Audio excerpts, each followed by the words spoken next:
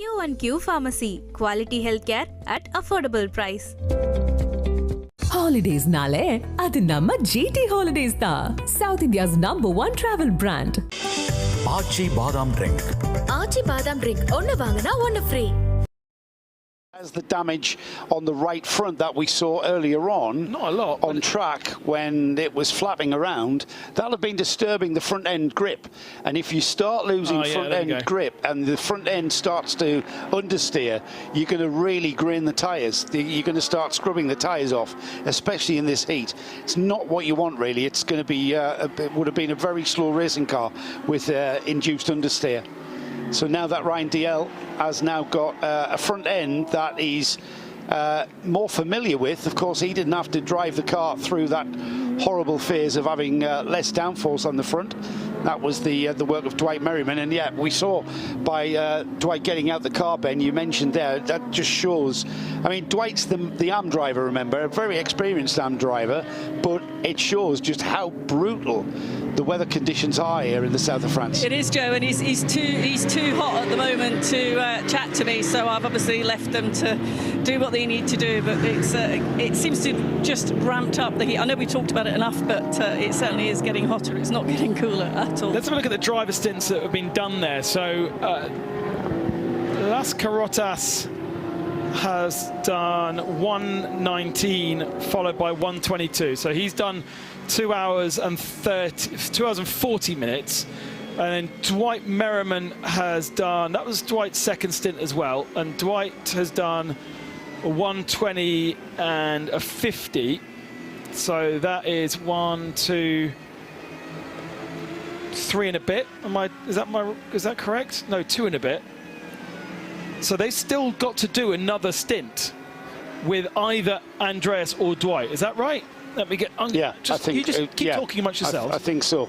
Driver. Oh, there we go. Driver total. So 2 hours and 2 hours and 40 for Las Carotas, and 2 hours and 16 for Dwight Merriman. Yeah, so they that's need 4 hours and 58 minutes. So they need 6 hours. Yeah, they need another hour out of one of them. Yeah. Other than that, then Jake and Ryan then can take the car to the flag. Ryan can only do half the race, but well, that's easily achievable because Jake is a free agent effectively with his drive time. So well, Andreas Las Carotas did a best time of a 2:05, and if you, I know Dwight is the AM driver in that team, and I know Dwight is quite happy to be used strategically within that team. So that hour of AM driver that is needed, I'm pretty sure we'll see Las Carotas at the wheel of the car for that hour, for that one stint. Yeah. And with, let's see what Ryan DL can, what sort of lap times. The best lap time was Jake Hill's.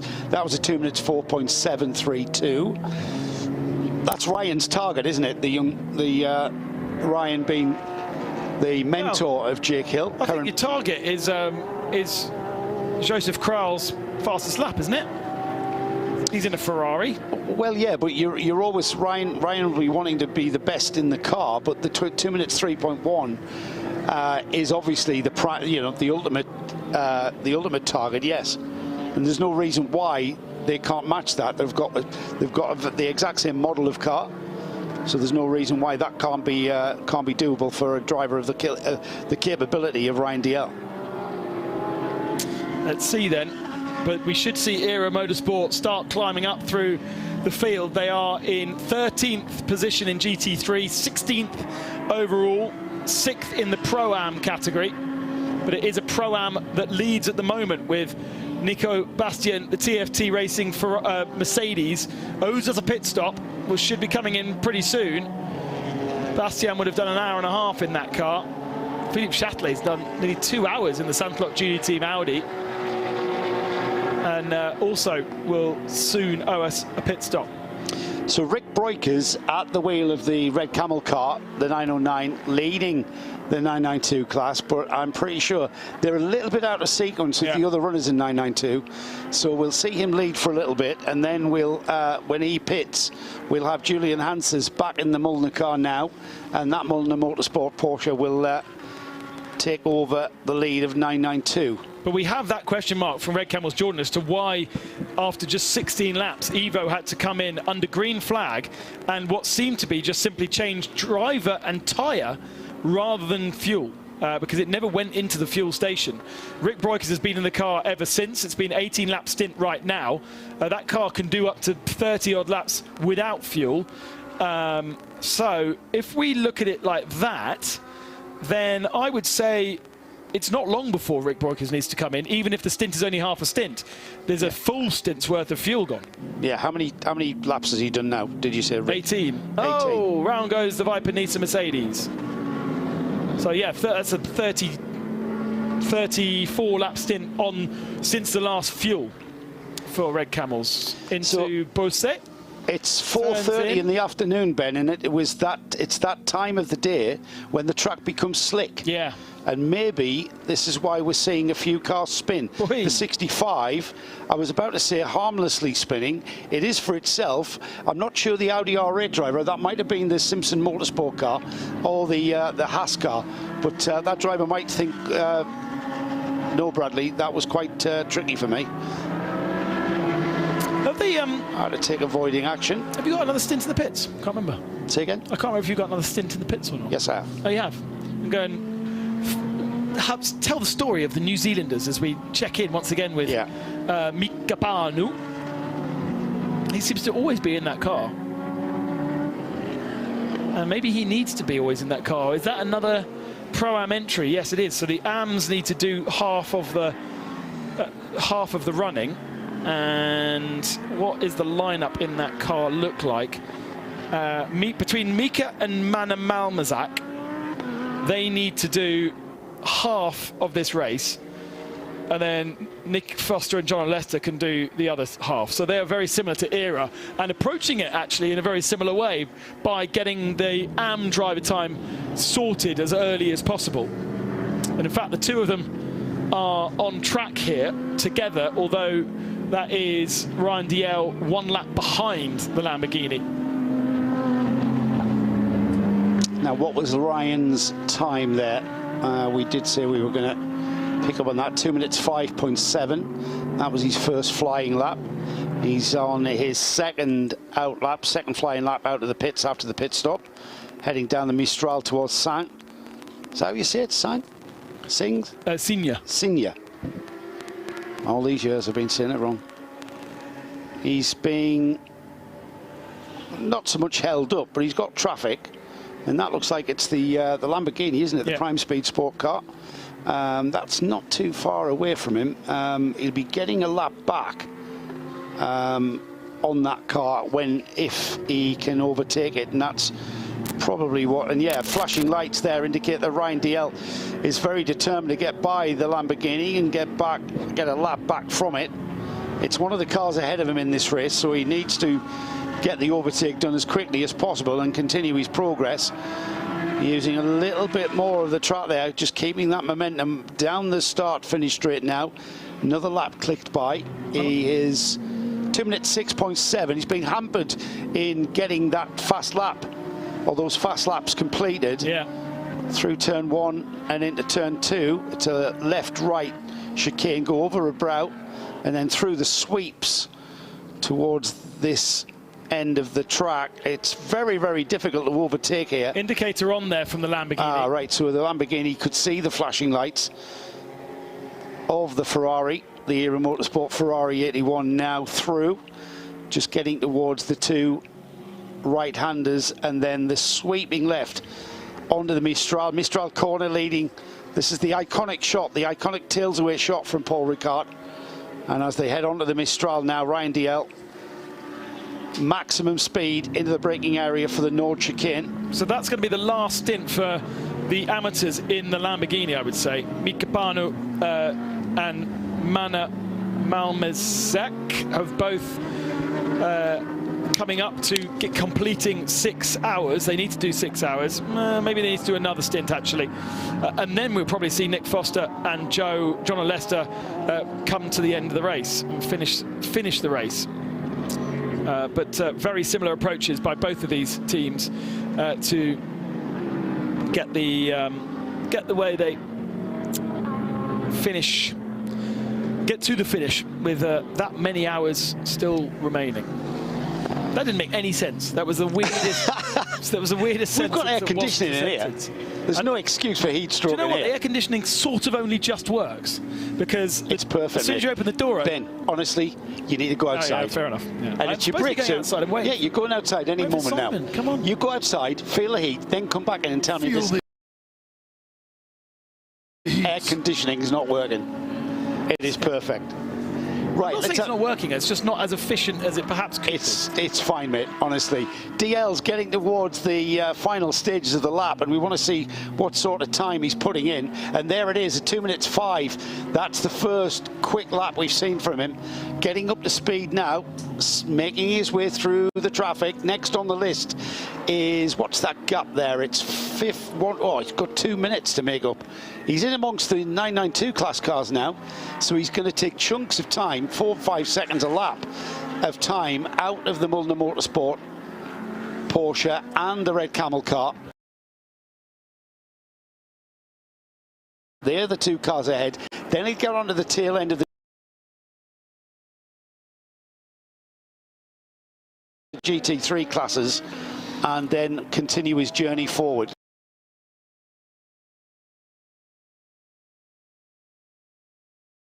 Change of the lead because Nico Bastian's in the pit.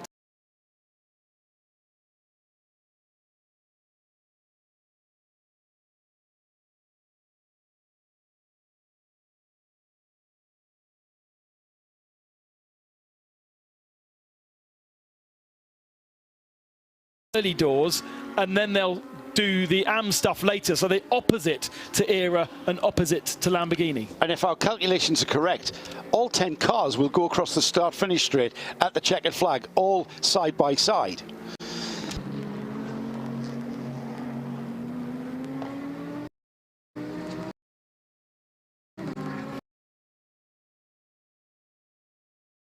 If our calculations are correct.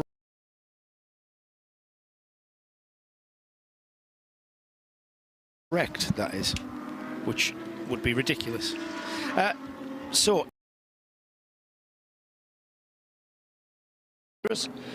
out of the pits has come Simon. Well, so just had a stop. They had to put a new nose cone on that car.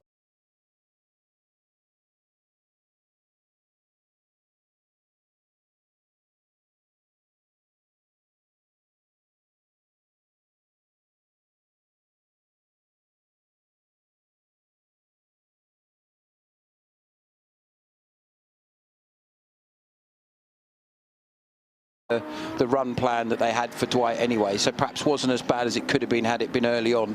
But yes, of course it affects it. And you know, to be fair, when a lot of the cars run a real-time onboard, so you go down into the box and you can see the onboard. You know, obviously we see onboards, but intermittently. But the team have the teams are following the.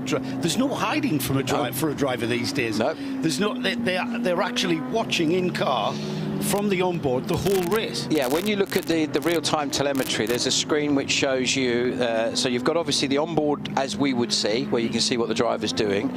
There's then also, we see sometimes this in Formula One, for example, you see a graphic which shows you throttle position, brake position, what gear you're in, speed, revs, that kind of stuff.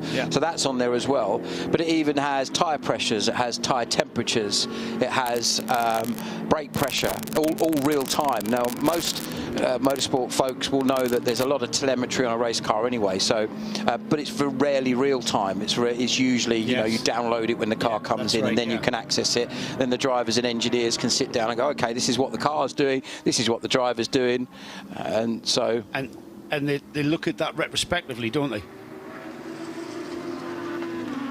That's not ideal, is it? Well, we've got a bollard that's rolling into the track now. Whether that rolls off away from any kind of racing line, and it is, it's doing its job really well. In fact, it's rolling into the arms of the marshals. So we had a bollard knocked out at trackside, one of the bollard, the big yellow things that are on the inside. That was completely ripped out of its mountings, and then thankfully it just rolled off, didn't it? Very nicely. Didn't cause any consternation, didn't cause the need for any kind of code 60 cautions or anything. So we continue on. We do indeed. So yeah, just finishing off the point about the telemetry, etc. Then they could obviously see what's going on. The other thing, this car that we see on track now, the 98 car, the erstwhile leader, our pole position car, the Into Africa car run by Dragon Motorsport. Sounds like just overhearing conversations between various people that understand what happened. Very content, especially we as a team felt gutted after Misano, after losing out the P1. So we came in here with absolutely no expectations. And we were happy. We also test drove the Mercedes AMG car, and so got a lot of track time because of that. And of course, looking forward to the Creventic Porsche Cup car, which is very important to us. And yeah, very pleased. And yesterday we did have we were at a crossroad in terms of setting up the car. You know, I think we drivers wanted a different setup and Red Ant was but we managed to find amicable, mutual understanding. And what is the process then, Ajith? You've got 3 drivers that all want a different car. How is there a compromise? No, I think the good thing about Fabio and Diffuse, we set up the car to my driving skills, and they drive around the car. In the practice, we try to make sure the car is set up as per their driving skills, and for me to understand how twitchy and how nervous the car can behave when it pushes. So it's a good learning curve. Yes. But very happy with my first stint, but I messed up the pit stop. I messed up. That takes a lot of understanding, I guess. Well, I mean, you know what? In fairness to you, you're in a development year. You're new to this form of racing. So, it's very difficult. If it was easy, the likes of myself would be doing it. You guys, it's a hard job in all aspects. Being too hard on yourself. I think anybody who loves motorsports or cars, I'm sure a couple of hours, a couple of practice sessions, everybody will be there. You know, because I think that's how passionate we are all about motorsports. So I don't think you'll find it that difficult. Well, you're being very humble and very kind. We've created a massive fan base in your home country in India. I mean, how are the fans reacting to endurance racing over there? Like I feel blessed to have such a fan following. I come from a very modest background, a lovely family, parents, siblings, my wife, my children. I couldn't do all this without their support, you know. And then the fans who watch my films have started following motorsports, and vice versa. The motorsport fraternity is starting to take an interest in Indian films now, so yes. I'm happy if it's a win-win situation for everybody concerned. But at the end of the day, I just want motorsports to be as popular as cricket back in India. Yeah, that's a big ask. Now then, Brad Pitt has just done an F1 movie. Brad Pitt has just done the F1 movie. Are we going to see Ajith Kumar do a 24H series movie for India, maybe? I guess maybe Fast and Furious, F1, because I normally perform my own stunts in the film. So, right. Yeah, if there's a calling, why not? Yeah, absolutely. Or Fast and Furious sequel or the sequel on F1, yeah, why not? We could call it Red Ant Racing or something. Red Ant Ajith Racing, you know? Absolutely. Yeah, so a lovely collaboration between us. And a special thanks to Red Ant, the crew, Mr. Bert, Mark Goosen. They're such wonderful people. So I guess if I'm performing to a decent level, the credit goes to the boys and the team. I mean, they're so wonderful. I love them and I love you all. Thank you for supporting motorsports. Extremely grateful. Thank you so much. When are you back in the car? When do you go back out? I'll probably know after Fabian is back, because the weather, we want to see how it suits us. Go and cool off and recover. Thank you. Great to talk to you as ever. You could see Ajith Kumar's brain starting to melt at the end of that interview. He definitely needed to be released to go and get some water in him. He mentioned the pit stop, 6 minutes 32 in total, unfortunately for the... So he's getting very close. We've got a smoking number 28, which is the Mercedes. TFT car, isn't it? Yeah, the TFT. Now, that looked like it could be wheel arch. If you look, where's that smoke coming from? That's coming from high up. It's either fuel or something to do with... It looked like it was coming from just behind the driver's door, which is potentially where the fuel filler is. Right, and it's only when it's going through right-handers, so the fuel's pouring. Now, has that car just been into the pits? There it is, there. 8 laps, yes, it has. Yeah, no, it doesn't. No, let me just find that car. Let's have a look at some lap times and see what we're doing. Yeah, it looks slow. That middle sector is like 3 seconds off of... 3 seconds off of what it would normally do. That's interesting. Now, I don't know if that's the driver, because I don't, Charlet, I'm not sure of his experience, or whether that is an issue, a technical issue. He's done 2 laps, so that's full of fuel. That's leaking, isn't it? That looks like a fuel valve that's stuck open. That will be, if he doesn't come in on his own, that'll be a black and orange flag, 100%. Also, if I'm the team, that thing could go boom at any moment, couldn't it? If that is fuel. Well, yeah, especially it's kind of fine at the moment because the airflow is going to probably blow out any conflagration. It's through the right-handers, isn't it? When the fuel's sloshing towards the filler. He's coming in. But yes, I would imagine so. Now, this is the tricky bit. It's when the car goes slowly. If that fuel gets onto a hot exhaust, there's going to be fuel residue down there. Fuel is a liquid, petrol is a liquid, isn't the problem, it's the gas. Just on the surface of the petrol liquid. He's going into the pits, not to the fuel station, which would suggest... He's only done 2 laps, so let's go down to Dai. I would stay clear of the Mercedes as it gets towards you. Yeah, I know. We're stepping back, just moving the cameraman out of the way there, as the car just lands onto the pit apron now. The TFT Racing Mercedes AMG GT3. As you were saying, I can't speak to anyone at the team at the moment because okay, well, they've made an adjustment there, so it's possibly... Close the filler cap, I think. Yeah, I think so. I saw them, it was on the opposite side to me, but I could see what they were doing, and the car's gone back out. So they've given it a little clean to the cloth, secured it on, so hopefully that has solved that issue. It's an actual filler clip, isn't it? It's not a push. It's not a push on. They're using regular service station fuel pumps like you would use on your road car. So that's a clip stop. So it's basically been left undone for 2 laps since it came out the pits. It could be, without looking at it closely, there are some of them which are basically like on a spring load, where you push in and you load the thing. And as you say, because we're using what they basically do at the fuel stops is, well, yes, but that goes into a fuel churn, and then the churn goes into the thing. No, not here.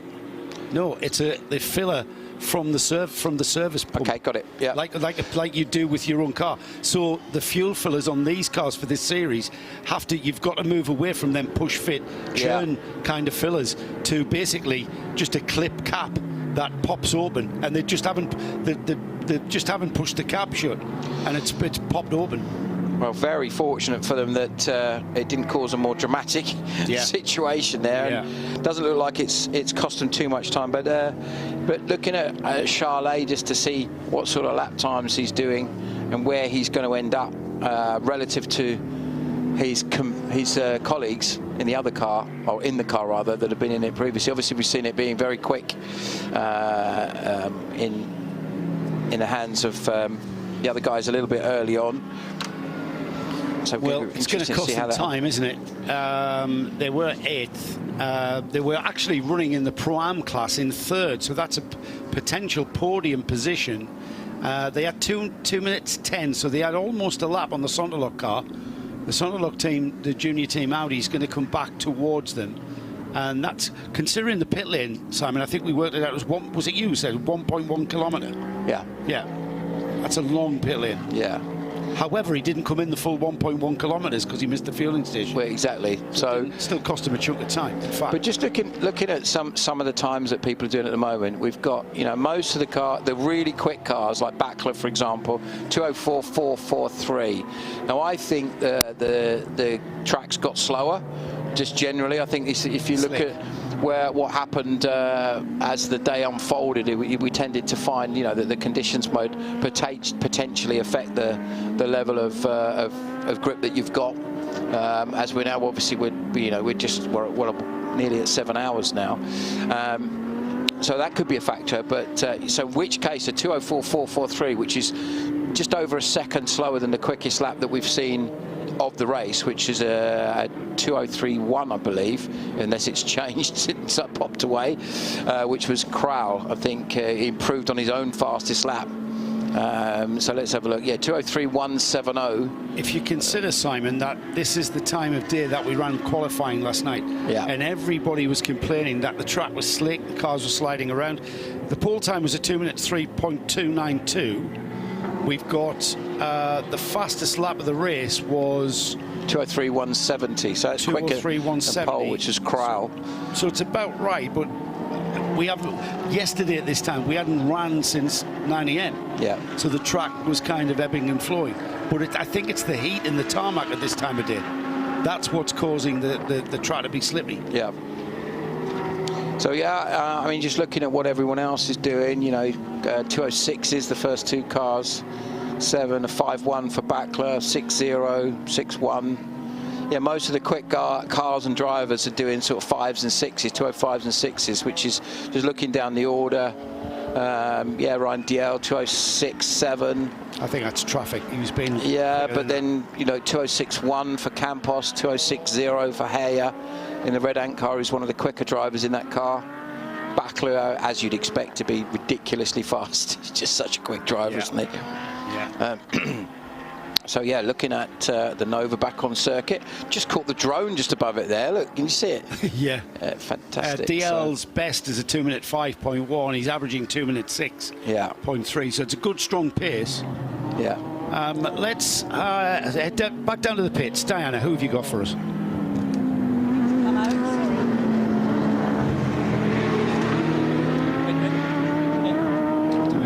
Hi, Joe. Diana, are you still there?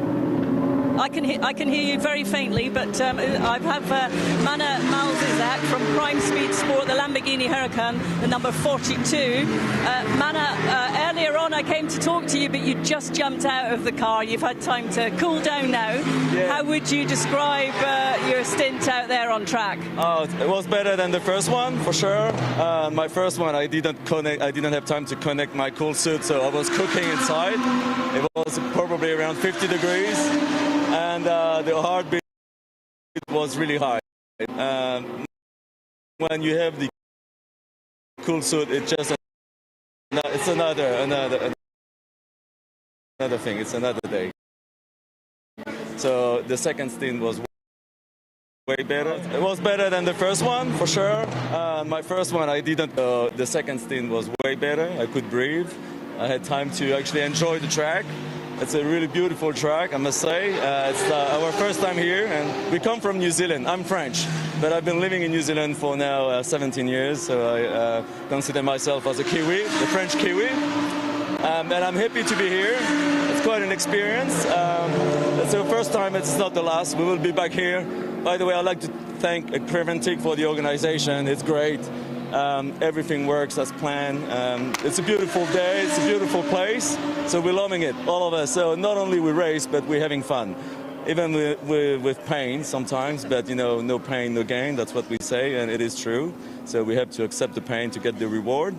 And yeah, so far so good, we're quite happy. We still have 4 hours to go, a little bit more. Our best drivers will actually now work the last stint, and hopefully we'll be on the podium. That's what we came here for. So, Mana, let me just ask you, let me take you back to the decision to come and be involved in the 24H series with Preventic. What was it about it that made you decide to come and take part? Well, we actually did the Misano race last year, and we loved it, but we were not ready to actually enjoy the full championship. Last time we did the Asian Le Mans series. That was quite a series, hard, and we didn't have time to get ready and do the whole Preventic series. So we're here to enjoy the place. We're here to you know, get to know the car better, and we will definitely do the Middle East. And we'll see what's happening next year. But we're having a lot of fun. It's great. It's really nice. Yeah. So what have you learned so far about the car then during the time that you've had behind the wheel? Anyway, you know, actually we learn every day, and every race are very different. The heat, this track is very technical. We've been on different tracks, but this is very technical. High speed corners, double apex. So we learn a lot of things, and I'm still a rookie. I'm still an amateur, but there's a lot to do, and it's the journey that really matters. You know, if you're on the right journey, it doesn't matter if you get to the end, but you know you're on the right one. Yeah. And it's like Paulo Coelho, the alchemist, says you have to accomplish your personal legend, and this is what we are doing now with all our team. We've all been together for 5 years now. Some of our team members have never fly out of New Zealand, so we're quite happy. I'd like to thank my wife as well, because she helped to bear the cost of all of this, and I'd like to thank also the sponsors that are following us. But I think we're lucky to be here. So may as well just go hard and go as long as we can. It's a good experience. It's been an absolute pleasure to chat to you, and welcome on behalf of everyone at Creventic. Great to have you here. Thank you. Thank you. Thanks to all. Thanks to the organisation, and I'll see you at the end. Hopefully, we'll have something to enjoy and to celebrate. And if not, it will be the next time. Perfect. Thank you. Thank you. So his full name is Hermana Malmazak. So Mana is obviously an abbreviation. Yeah. And thankfully for us, property development company in New Zealand. French Polynesian turned Kiwi. Also been involved in ocean sailing as well as racing cars. And as he said, did some of the Creventic stuff at the start of the year in the Dubai and Abu Dhabi, and previously raced in New Zealand amongst other things. So yeah, interesting addition, isn't it, having those guys here? It's lovely to have that. John O'Lester, very well known. Nick Foster, very well known. Mana, less so, but obviously very charming guy. Lovely to hear from him, and I think he thanked everyone except us, Joe. Yeah, he didn't really have to. He didn't really have to, no. And and quite an apt livery as well from a New Zealand team. Well, here's a conundrum for the man. You know, he's obviously originally French. He's now in New Zealand. What happens when the rugby's on? Yes. Rugby World Cup's going to be a dilemma. Yeah, exactly. Isn't it? It's easy, really. And I'm pretty sure cheer for the Kiwis. French Polynesia has a rugby team as well. Yeah, exactly. So yeah, that's a bit of a dilemma. So this is an interesting little scrap, isn't it? Klaus Bachler is up behind Danis Vasek.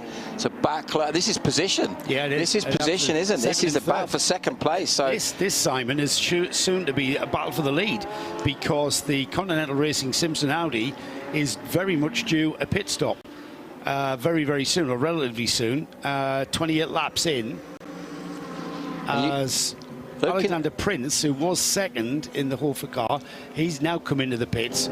So that battle there is very much, you could say, almost for the lead. Yeah, and Bachler is so much quicker than Vasek at this stage. You know, Bachler is full pro, you know, world endurance champion, one of the best drivers in a Porsche anywhere in the world, in a very good, very well sorted car. And Vasek is a very good, but he's a semi-pro. He's certainly not at the level of Bachler. And you know, my money's only really on one guy in this outcome. But Vasek's a good little racer. He gets stuck in sharp elbows and all that, and he's certainly not going to give that up easily. As you said, these guys are also really, there is a championship element to this as well. You got first and fourth in the championship here at this point, so you know that's a factor too. Pushing on, isn't he? Almost running out of track there through Sound. This is an interesting move. Look at Bachler trying around the outside, and he's put, what a great move by Bachler. Put himself, put the slower Mercedes between them and just outfoxed Vasek. Beautiful bit of driving by Klaus Bachler. And when you consider, Simon, he'll have been right on the outside of that very long sweeping curve on all of the marbles and the dirt, and he kept his toe in around the outside of both of those cars. The Ferrari completely bulked by the back marker, and that, as they cross the line, will be a change on the leaderboard. Into second place has gone Klaus Bachler. The Proton Huber competition Porsche now will want to eke out a bit of a gap and give themselves a bit of a cushion. But let's have a look at this again, Simon. What do you make of this? Yeah, so look, he's looking at the traffic ahead. He sees the Merc sort of in the middle of the road, and understandably Vasek looking for the obvious route down the inside, and Bachler taking the less obvious route. I think he just about stayed within track limits and just read that beautifully. That's how you do it. That is years and years of racing at the highest level in World Endurance and other similar championships, where you have to make the most of the tiny tiniest little gaps, as you know, Joe. When you follow Le Mans, you follow the other high-level championships. That sort of thing happens quite a bit with those guys. And I think that was Douglas Koo in the Viper Nisa Mercedes. Remember, that's a rental from Red Ant for these guys, to keep these guys in the race. And Douglas Koo became aware of Backler on his outside. He kept out of it, didn't he? He did a little bit of compromise from the Merc, but in so doing, he was bulking the Ferrari even more. Yes, exactly. The problem is with that situation, as a back marker, you're damned if you do, damned if you don't. He's trying not to get in the way, and by trying not to get in the way, he's positioned the car quite reasonably in the middle of the lane, depending on when he saw those guys coming. It could be, as we see the 702 running very slowly, it could be that the team had got on the radio and said, just be aware the leaders are coming, or the front runners are coming up to lap you. That's Solen Amarouche in the third place GTX Vortex. It's the 702. Solen was the driver behind the wheel of this car when it rolled to a halt. She said it had overheated and the car just stopped. Now, it's not so much stopped or overheated, but it certainly, now it has stopped. Yes, now that is on the outside of the run to, I think, Sank corner. Got it going again. She's got it going again. Control-Alt-Delete. And running very slowly, staying off the track there as the rest of the field. Very sensible that she's put the car well away from the racing line. And we've, you think of that terrible shunt at Spa a couple of weeks ago, where the McLaren was running slowly, not on the racing line, but certainly not off the racing line, if you see what I mean. And obviously, Laurent Heinrich had absolutely no chance of seeing that car. So we know the consequences of having a slow-moving car in the line of fire, as it were. But yeah, it's sensible, intelligent, and considerate driving. Well as that, it's the nature of Paul Ricard, isn't it? With these huge tarmac runoff areas, allowing Solen to bring the car back. She's almost at the end of the lap now, coming through the final stages, and will make her way, keeping out of the way. The car seems to be running all right at a slow pace. Now she enters the pit lane proper and will be entering the pit lane. Dinah Binks is down there. Now the Vortex pit is right underneath us, and that's if you're in pit in, you are quite a way away. So Binksy might have a bit of a walk in the heat. The heat is not subsiding at all yet. Sun. Yeah, I thought you wouldn't be. 90, the E2P Racing Aston Martin Vantage. Yeah, Di, I thought Sod's Law would dictate that you were at the opposite end, and it's quite a way. But we'll keep our eye on. I mean, it's been a tale of woe for the Vortex team, hasn't it? Looked like he went to fuel.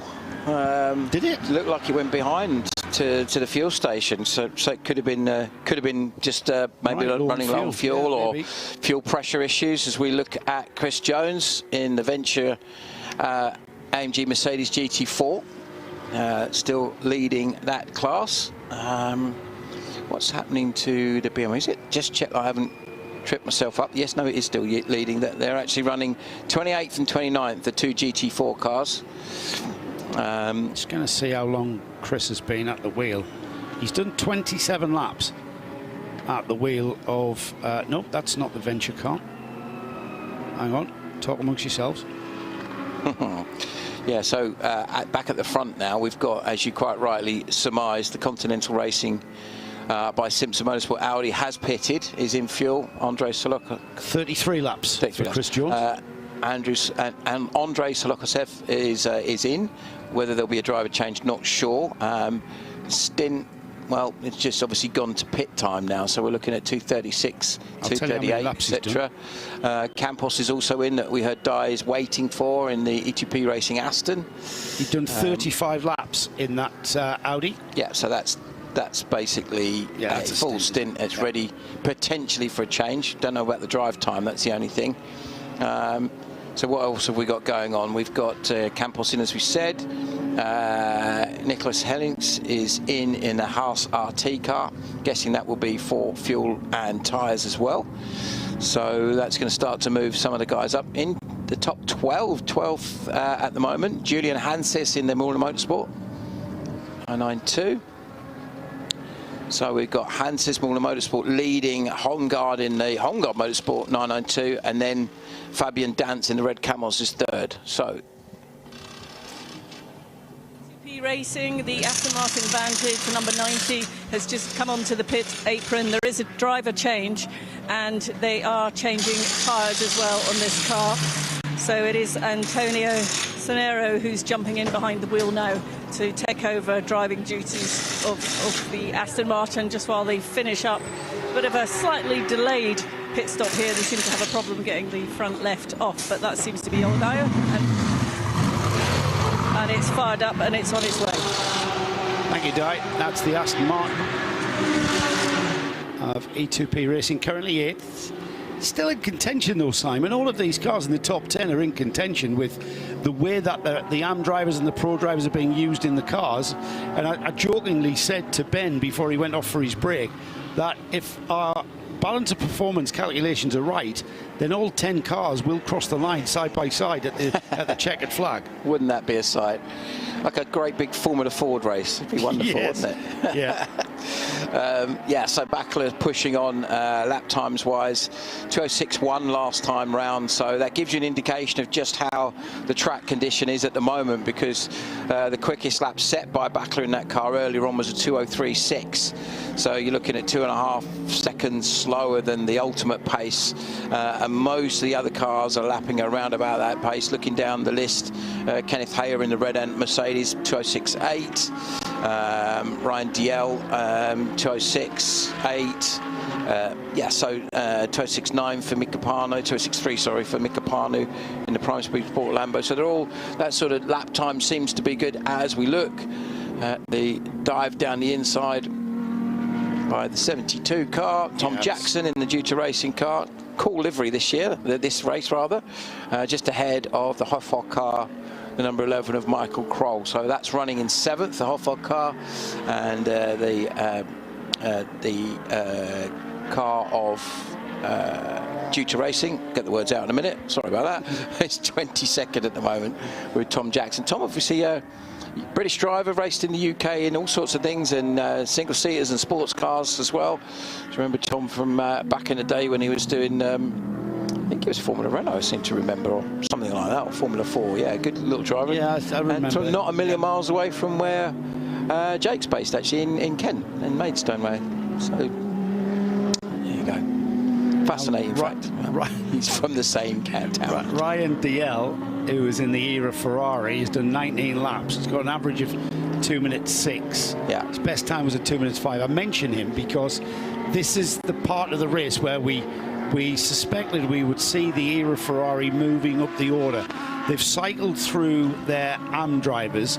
We've calculated that they perhaps need another hour out of one of their AMs. Yes, and correct. then we will get and then we will see Ryan and Jake Hill being cycled through their driver rotation, and that will take them to the flag with an optimised run to the flag, effectively, isn't it? Exactly. So my understanding is I think Andreas has got another hour to do. Right. And so I think Ryan will potentially double stint, and then Andreas do a bit, and then Jake double stint, possibly to the end, or possibly Ryan might get back in again. So I think when you look at the pace between Ryan and Jake, either or are very similar on lap pace. So whichever of those drivers is in the car, they're going to have the maximum amount of what the car can offer. And just as I think we are talking about said car, no, yes it is. Is that the back there? No, that's, I'm sorry, getting confused. I thought that's the Lambo, isn't it? That's the All Blacks. The All Blacks, yeah. Blacks, isn't it? Do you reckon they do the hacker before the race? That'd be quite cool, that would be the thing to do, and we could open our show on the grid. We might want to have a mention with that. We did the at Barcelona. The A1 GP series went to New Zealand. I was lucky enough to go down. Oh, really? There, and did they run a Taupo? They did run a Taupo, yeah. And they did one of the evening events. They had some Maori warriors do the haka properly. Do it. It's one of the most sensational things. We've all seen it before an All Blacks match, but it was absolutely superb. Go on, yes, Di. yes, Di. Talking about Taupo New Zealand A1 GP, I did one there as well, and actually got so dehydrated they had to take me to the emergency doctor on site at the circuit. I've never been so ill before in my life. I couldn't actually even bend over. I was in so much pain. Is that because you did the hacker die? Is that what you said? No, but I have to say I did perk up when I saw the doctor. No. He was lovely. Just thought I'd tell you. Well, one of the most embarrassing things that happened to me, I was doing some pit reporting there with Lee McKenzie, who you all know. Obviously, she's currently doing Wimbledon and Formula One, amongst other things. And I was kind of thrown in the deep end last minute to interview somebody, and I didn't know who it was until the last minute. It said it's the New Zealand Prime Minister, and wow. And just to get a quick reaction. Yeah. And I genuinely didn't know who the New Zealand Prime Minister was, and I said to my producer, where is he? And he went, she is standing next to you. I was like, oops. So I do apologise to any Kiwis watching for my complete and utter lack of knowledge. That was a long time ago. That was, I think, about 2007. Yeah, I was going to say, that's almost 20 years ago, would you believe? Yeah, exactly. It's sorry about that, folks. What a wonderful place, though. One of the most beautiful countries I was ever lucky. Love their motorsport as well. I mean, when you consider how many Kiwi, those small couple of islands have produced some very, very, very, very big names in the world of motorsport. Exactly. Fabulous article in Motorsport magazine a couple of months ago, and it was literally saying, this is the roster, and it went through the current roster: Scott Dixon, Marcus Armstrong, Shane Van Gisbergen, Scott McLaughlin, Liam Lawson, Bruce McLaren. But current. Current, yes. So obviously Bruce McLaren, Chris Amon, Denny Hill, Howden Ganley. One of the best motorsport books I've ever read. Isn't it? The Road to Monaco. Road to Monaco, yeah. I got that signed by him. Did you really? Yeah. Oh, that's what he was signing it at the BRDC at one of the touring car events when it's one of the most the easier to read books on motorsport. It's so anecdotal. Yeah. And I urge everybody to read The Road to Monaco by Howden Ganley. It's probably hard to find now. Yeah, you're probably going to pay a lot of money for one, but try and get a copy out of a library if libraries in the UK even exist anymore. Well, I'm fortunate enough to spend quite a bit of time with another Kiwi motorsport legend, Dick Bennett, who owns West Surrey Racing. Yeah. You forget that Dick Bennett is a Kiwi. Yeah, I think he forgets sometimes. Yeah, I'm sure he does. But whenever he says bottle, tin, that's how you get it. And he's one of the other directors at West Surrey Racing, Mike Ewan, another Kiwi. So you get that very distinctive Kiwi accent. And obviously, Dick, what a legend. I mean, apart from the success in British touring cars, go back to Formula 3, winning the British Formula 3 Championship with Jonathan Palmer in 1981, certain guy called Ayrton Senna in 83, Mauricio Guggiu in 85, Rubens Barrichello 91, Mika Hakkinen 90, all with West Surrey Racing. I know, he's a legend. They say the theory is why so many motorsport greats have come out of New Zealand, and so when I say motorsport greats, the likes of what on earth is going on there? The likes of I pressed something, the video call clicked in. When it comes to motorsport engineering, and why is such a small area of the globe produce such amazing abilities and characters, and it's that island mentality of supply chain. Yeah. And they didn't have a massive amount of spares for anything. So it was a case of making it yourself and fabricating it yourself. So when I say fabricate, I mean chassis, suspension components. You fix it. You don't just replace it. And that attitude, that mental attitude of let's fix it and let's push on, comes with the culture of the New Zealand motorsport culture. Especially so you can understand that theory. Exactly. When you look back at there's a wonderful documentary, McLaren, about Bruce McLaren, and an equally fascinating book that talks about his early days. Exactly that. Building cars, developing and making their own cars to compete in, because there was you're so far away from anywhere in those days. Getting stuff moved around the world wasn't like it is the work of a moment like it is now. But yeah, it's interesting. A little stat about three countries that are physically quite small in terms of population, but have made a massive contribution to motorsport. The first one, New Zealand, obviously. The other one is Bonnie, Scotland. Diana's from. Isn't it? Yeah. You look at 5 World Drivers' Championships, 4 more Indy 500 wins. I think about 7 Le Mans wins over the years in the various different generations, plus the teams like Kyrgios, World Rally Champion in McRae, you know, all these magnificent drivers from Scotland. Pit reporters aren't so good, but the drivers are fantastic. But no, joking aside. I can't understand what she says, really. The other one is Finland. You know? Finland as well, yes. You know, 4 World Drivers' Championships, 57 Grand Prix wins. Rosberg, 2 for Hakkinen, 1 for Kimi.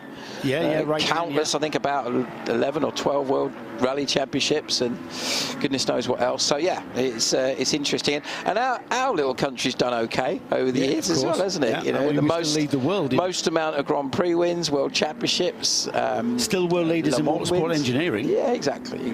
So as much as we love those other countries, they're all wonderful. I'm very, very proud of what the Great Britain and specifically England have achieved over the years. So certainly. Let's see. Anyway, let's talk about some racing cars on track at the moment. Klaus Bachler leading by just over a minute now from Kenneth Hayer. Is this the first time we've seen Kenneth Hayer in the Red Ant car? I think it is. I think he might be. We'll have a little look back on our graphics in a moment and work it out. So we're going to finish the majority of this for just under 5 hours with Kenneth doing a lot of the driving, I would think. Now. Exactly, We've cycled through the drivers we need to.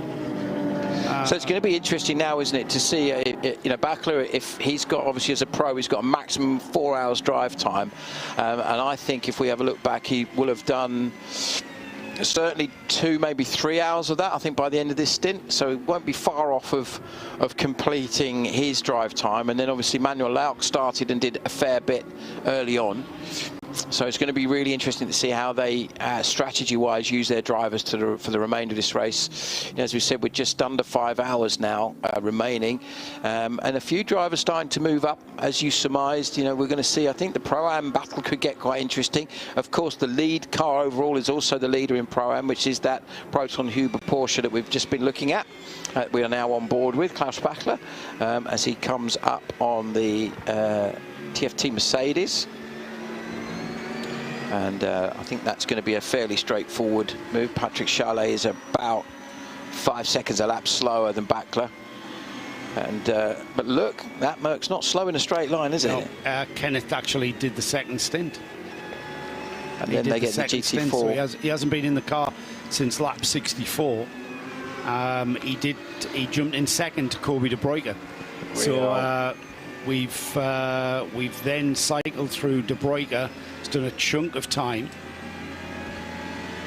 and now with Kenneth at the wheel, he's doing his second stint of the race. So we expect to see that car going well. All semi-pros in the Red Ant car, by the way. Yep.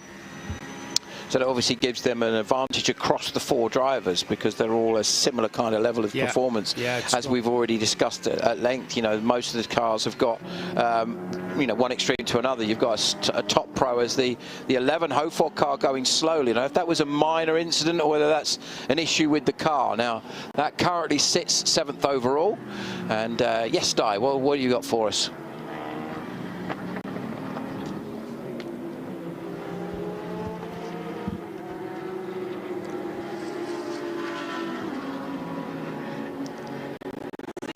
That pit apron, so I'm just going to keep my eyes on it now to see what's going on. But the team are checking the rear of the car. They're checking the tyres. They're putting the jacks underneath there. I think they're going to take that in to the garage. It's Tracy Crone that was behind the wheel, and he's just jumped out of that car. I think the heat might be he got a bit too much for Tracy. I think he needs a bit of help.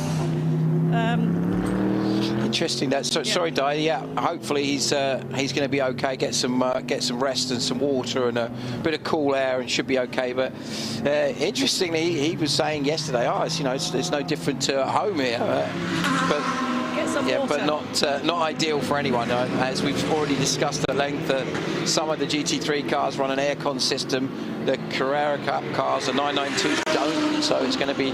Yeah, they've taken the car into the garage, guys, and obviously Tracy's just been helped into a seat there, so he's obviously struggling a fair bit in the heat, but he's okay. He's with there's no air conditioning in that car, down, getting some water, yeah. So the car is in the garage. They're obviously doing some work inside the garage. now. They're taking all the tyres off. They've plugged in, so they're obviously checking the information, and I think it's Philip that's behind the wheel now. So yeah, these guys are set about doing some work here. I'll find out what's going on and just come back to you. I want to make sure that Tracy's okay. Yeah, we'll give Tracy Krohn a little time to cool down and decompress, as Philip Amprecht will now take the wheel of the 907. Hopefully there's not too much wrong with that car. Are we looking, Simon, do you think, do you have any inside info regarding any brake changes that we might see? I think it's unlikely, certainly from experience of the 24-hour races. It's normally only in the 24 hours that they do a mid-race change. And it's about 13 hours, isn't it? So. Yeah, and for those of you folks that may have not seen what a GT3 team do when it comes to a brake change, it's one of the most impressive things you've ever seen. They will change the whole, effectively change the whole hub. It's a quick release system that allows them to take the discs and pads and caliper off in one unit. In one piece, yeah. It's a dry brake system, so obviously you don't have to bleed the brakes like you would with changing the brakes normally. And then it just bolts back in again. And I think, off the top of my head, I think they can do it in about 15 to 20 seconds if everything works smoothly. Yeah. And remember, when the mechanics are working in that environment, it is a very, very hot unit that you're lifting off. Yeah, I mean, you're looking at the skin, it'll burn through to the ball. Oh, for sure. I mean, they have to use special clamps, etc. So, yep, looking at the 907 car. Be interesting to see if they've got a drama. Always a bad sign, Simon, on a Porsche 911. This is a 992 Porsche, of course. When the engine at the back of the car, when the engine hood comes up, and there's an engineer with a laptop and nothing else happening.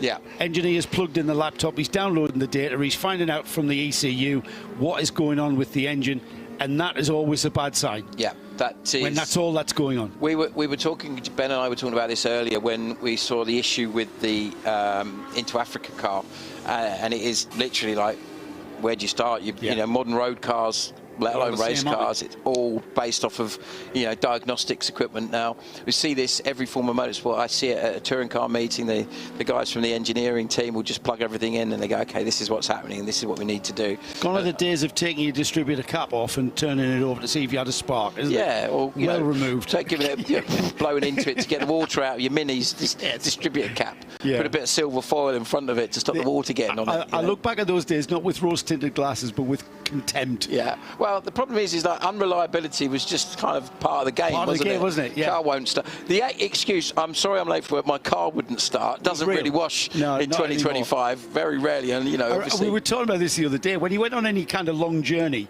which meant a long journey of more than 2 hours, you went with a full toolkit and spares pack. Yeah. Plug leads, plugs, distributor cap, set of contact breakers, and as much as you could get in the boot. Let's head down to Di. Is there a spark there, Di? No, I'm still with RPM Racing, the number 907. They think the drive shaft is broken, so they're doing. Philip's now jumping out of that car. They've got it inside the garage, as you know, and it's now on the jacks at the back, and they're working at the back. So that doesn't look like it's going to be going anywhere anytime soon, but they are working on the rear of the car. They're thinking, as I said, that it's a broken drive shaft. Great shame for that team. Yeah, it is a great shame, because this team was in contention for at least an AM podium, a 992 AM podium. And if anything, if you look at we had the championship up, this team looking very strong for a 992 AM championship. I mean, it's all right. It's not the result they want, but they will fix the car. I'm pretty sure they will fix the car. Still got 4.5 hours of racing left, so you know what can happen. What has happened to them can happen to other cars. Absolutely. You know, we've still got a lot of time, as you quite rightly said, and it's interesting because obviously as we were saying, the engineers, the Porsche guys were plugging everything in and having a look. A drive shaft's a mechanical thing, obviously, so you would have thought that would have been a different way of diagnosing or fixing, but you know, maybe there was some other elements in that had caused that. It could have been something a little bit less than obvious. It's Ben's favourite livery, as he tells us. It's quite 911. It's quite retro, that, isn't it? It's quite basic, dark green with a red stripe, and it's got the retro Porsche logo across the bottom of the doors in kind of 70s style. nothing could beat the simplicity of the original, like, Carrera. You know, the 2.7 Carrera, that either white with the blue stripe, or white with the red stripe down the side there. Just beautiful. Which is what that's trying to sort of achieve with the Porsche stripe across the bottom of the door. It's interesting. It's a bit like, and we're going to go into old man mode now. It's a bit like crash helmet designs. You look at some of the ones that we all know so well from back in the day, were nice, simple, straightforward, distinctive. You know, I mean, these days F1 drivers especially, they're changing their logos and their driver designs all the time, and yet right, okay, Simon, here we go. Ronnie Peterson, blue with yellow edging around it. Emerson Fittipaldi, dark blue with a red sort of stripe across the top around the sides. Nicky Lauda, orange with white. Well, then that was his first one when he originally was racing, right. and then later it was the orange with the Lauda L down the side, and white with a red Lauda L down Alan the side. Jones, white with just red pinstripes. Yeah. We could go all day on this, couldn't we? Absolutely. We'll even let Ben have a go in it. Pick his favourite. He's a bit younger in fact, where we would lose, though, is if we got Ben's dad in here, and he would just blow us in the next week in terms of the legend that is Bob Constantinos, of course, forgotten more about motorsport than we'll ever know. We will know. Absolute superstar. That's the Porsche striping on the bottom of the door of the Nino Delft numbered car and Nino Delft team. Ben's ears must have been burned. Well, actually, everyone's ears are burning in this heat, but literally, because we were just saying that's his favourite livery, and he wanders into the room to come and join us, and with a smile on his face as we look at the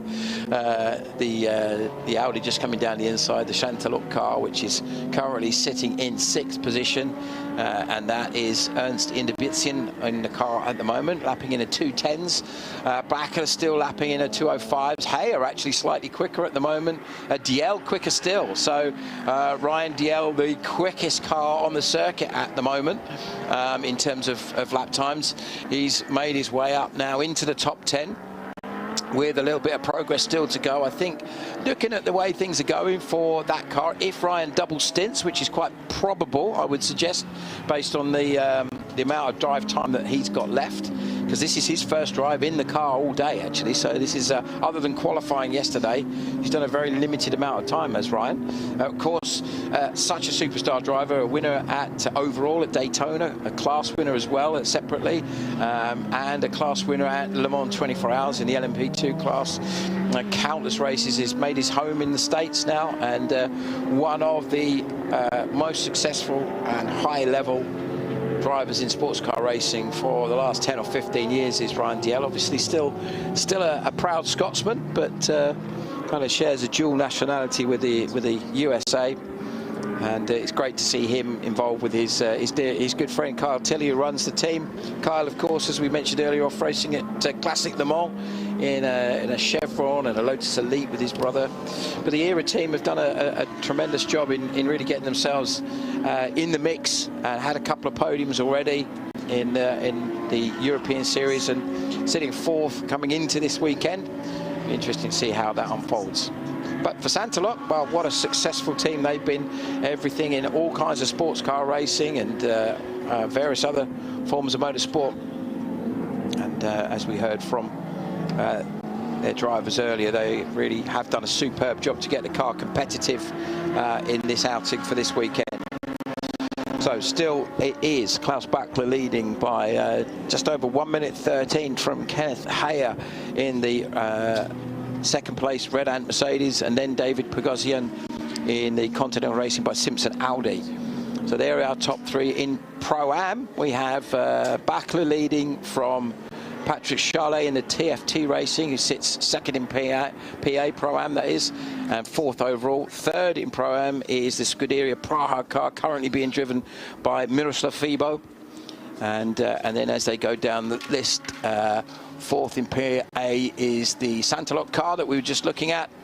5th would be the Era Motorsport car, currently being driven by Ryan Diel. And we welcome back the gentleman that we were just chatting about there, Ben Constantinos. I nearly said Bob then.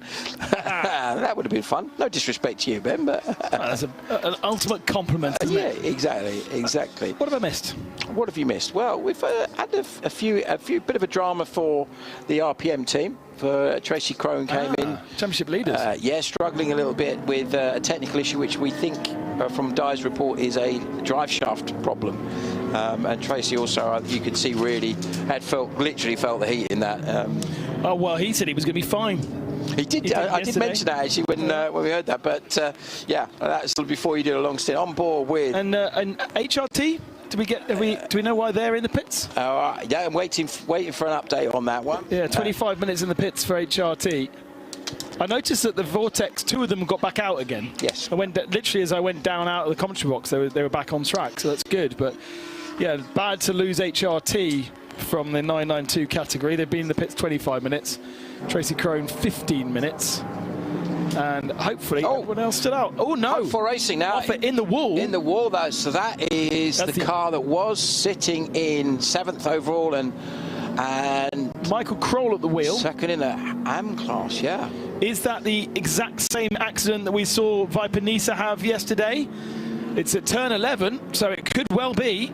Come out through senior, bounce around on the exit of senior, and then the car hooks back up and fires you into the inside wall. Code 60, of course.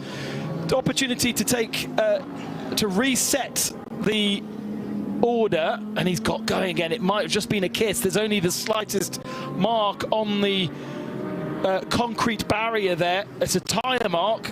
Can't see the other side of the car though, can we? So let's just watch to see. And it's code 60 has been called, even if he is moving. Can they cancel it? Can they cancel the code 60 now? He's going very slowly now. Is that precautionary or is that? Well, no, hang on. Look at the steering. Look at the steering lock on the left side.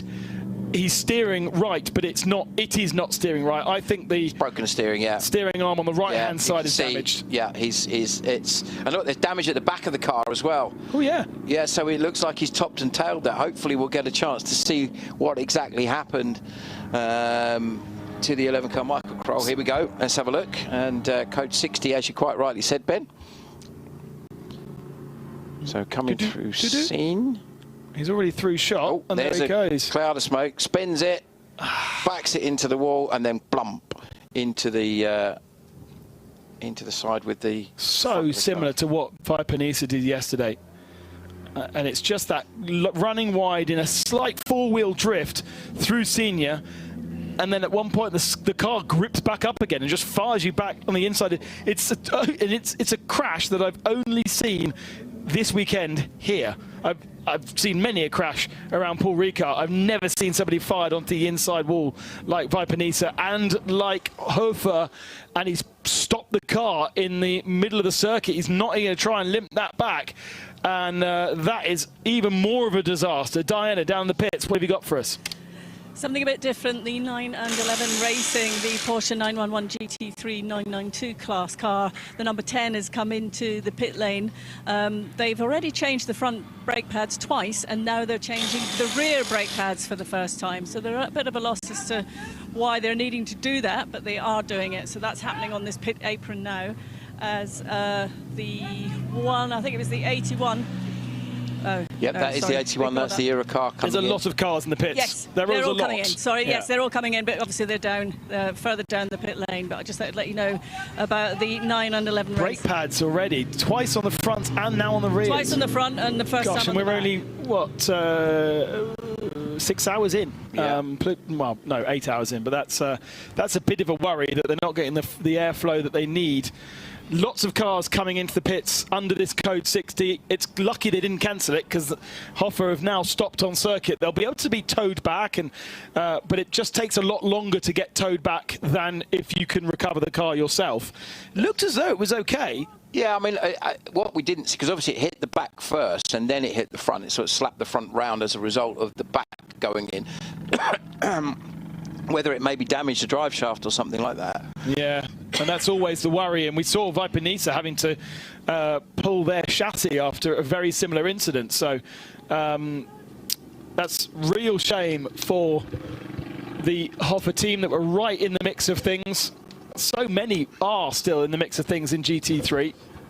Ryan Diel, when he came in, just looking at his pit stop time, was just over 2.5 minutes, which suggests that he did the 25% fueling. Yeah, has and to. Then went back on. Absolutely. So I think a couple of people have done that.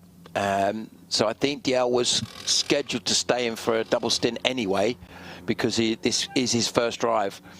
And he'd been running very quickly a couple of laps ago. He was the quickest car on track, certainly lapping at the same pace as Bachler and Heyer at the front of the pack. Interestingly, Bachler not pitting yet, whether he's not on the right part of the circuit to take advantage of it. But the Red Ant car from second in the pits and almost completed their 25% fuel stop. Continental Simpson also in the pits. The Scuderia Praha comes past, but they've only done 7 laps, so you wouldn't want to pit after only 7 laps at Matthias 5.0, although if you talk to Paul Trustwell, he says always pit under code 60 just to top up the car if you need to, because it's a relatively free pit stop. But quite a few not subscribing to that one, and Praha staying out, maybe Santalok as well, although we haven't seen them come past yet. TFT staying out, but they're relatively new to the championship, so might not understand the nuances. E2P have made a pit stop, 2 minutes 30 for the Aston Martin. Antonio Saniero back out onto circuit. Was he in the car beforehand? Yes, he was. He was, yeah. And they were about halfway through that, well, third way through that stint. So again, we shuffle the pack, we roll the dice, we change everything. Heyer coming back out now, so let's see where he pops out as a result of that.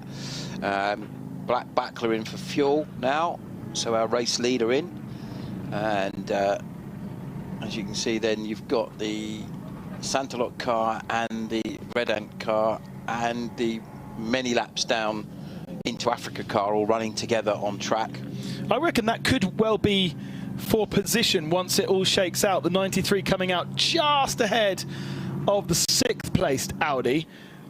Maybe there's too much of a gap between them. Well, remember the Scuderia Praha car hasn't come in. And I don't think the TFT car has either. Bachler comes into the fuel bay now, and code 60 will be ending within 1 minute. So Bachler, if he stays in that fuel bay, will possibly be able to do a full fill, depending on how long it takes. I don't know if he's going to be quite there.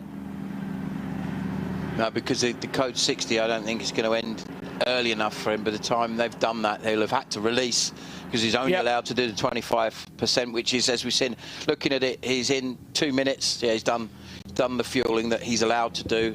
Not stopping, I don't think. Is he stopping for? Yes, he is. He did need, and he stops for tyres just as we go back to green flag racing. And a driver change. He needed a fuel stop. He needed, they've done 32 laps on that last stint, so he really did need a fuel stop. And to a degree, he gets a relatively free fuel stop, but he's going to lose time pitting under green flag and getting those tyres and driver change done. And that's going to be to the detriment of Red Ant, who were in a very similar situation, but they pitted 1 lap earlier. They've got their 25%, they've got their new fresh tyres on, but under code 60. So they are going to lose time here, Proton Huber, to Red Ant Racing. Now the pits comes the Lion Speed. Oh no, so Ajith Kumar. Ajith Kumar car, so let's see who is on board that at the moment. Oh, we've lost him on our screen. Ajith is on board once again. RD Sainz Lamborghini. He's been there and thereabouts, third in AM at the moment, also in the pits having its service. TFT have now come in, interestingly under green. Yeah, okay. I'm pretty sure they came in under green. I don't think they'd got in before the code 60 ended. So that's going to be interesting to see where they pop out. Yeah, and they've had a weird little sort of pattern of, because they're Nico Bastian in the car for a full stint of 36 laps. Then they did a full service under green. Patrick Charlier did, what's that, 3 laps? 2 laps? Even maybe, yeah, 3 laps. Then came back into the pits again. And they did one, they didn't change the driver, presumably they changed the tyres, and then went back out for the rest of his stint, and it was a short stint for him as well. So something not quite up at TFT in terms of strategy, and now they're in the pits, and actually did come in just before the code 60 ended, but it doesn't matter. They can get in and refuel all the way to the top and fill it to the brim, but maybe not optimizing the strategy there at TFT. They're a new team to this championship, based out in Nagaro Racing in Ultimate Cup and the French GT Championship, and Oh, indeed. Stop. What's going on with the Lambo? Pit exits. Now that, I wondered if he was just waiting for a moment just to let cars through, but that doesn't look like that. It looks like an issue of some sort, doesn't it? This is Vaidis Mishuda, who has taken over the car. Bit of a, normally you'll see an alt-delete reset with the lights flash on and off. What the team don't want to see is themselves looking at themselves. They want to see what we were showing them before in the car. Nothing quite as frustrating as a team to be watching and looking at the car going, what can we see, what do we know? And then the camera showing them. Yes. That means the pits needs to be shut, or they need to do something about the pit exit, because if you exit now, you're going to have to cut over the white line, which will be against race control regulations. So do we have to go back to code 60 again? I think we will do if that car can't move, and obviously the marshals are going to be reluctant to move it backwards, even though that would be a logical thing to do, because obviously, as we know, going backwards up the pit lane is never really an acceptable thing to do, even though it is technically still on the circuit. I'm not really sure actually what the you've got the pit exit line where the yellow flag is. Yeah. So from that point of view, my understanding is you are then on the circuit. You're still in pit lane, but officially you're on the track though. Yeah. Because that's also one of the things that happens is when you cross that line, that's when the driver recognition system kicks in. Yeah. When you've changed driver, and or even if you haven't changed driver, it tells you which driver's in the car, doesn't it? As you go out of the pit lane. Okay, we're going code 60. Yeah, that's got to be for that, hasn't it? I can't see what else it could be. The lights did go off. He did try a full reset, and it didn't do anything. And TFT now comes in, so they're going to get a bit of a service under code 60 if it flies soon. They kind of have done most of it under green, but now it's code 60, so a little bit of a benefit. Possibly, how much longer will they be in the pits for? About half a minute of benefit of doing this rest of this service under code 60 conditions. And this is the kind of thing that makes or breaks your race, and it's all about luck. But they are in the pits, and just to explain, they are doing a service whilst everyone else is doing 60 kilometers an hour out on circuit, as opposed to doing an average speed of 140 or something. Yeah. So it's like doing a half stop.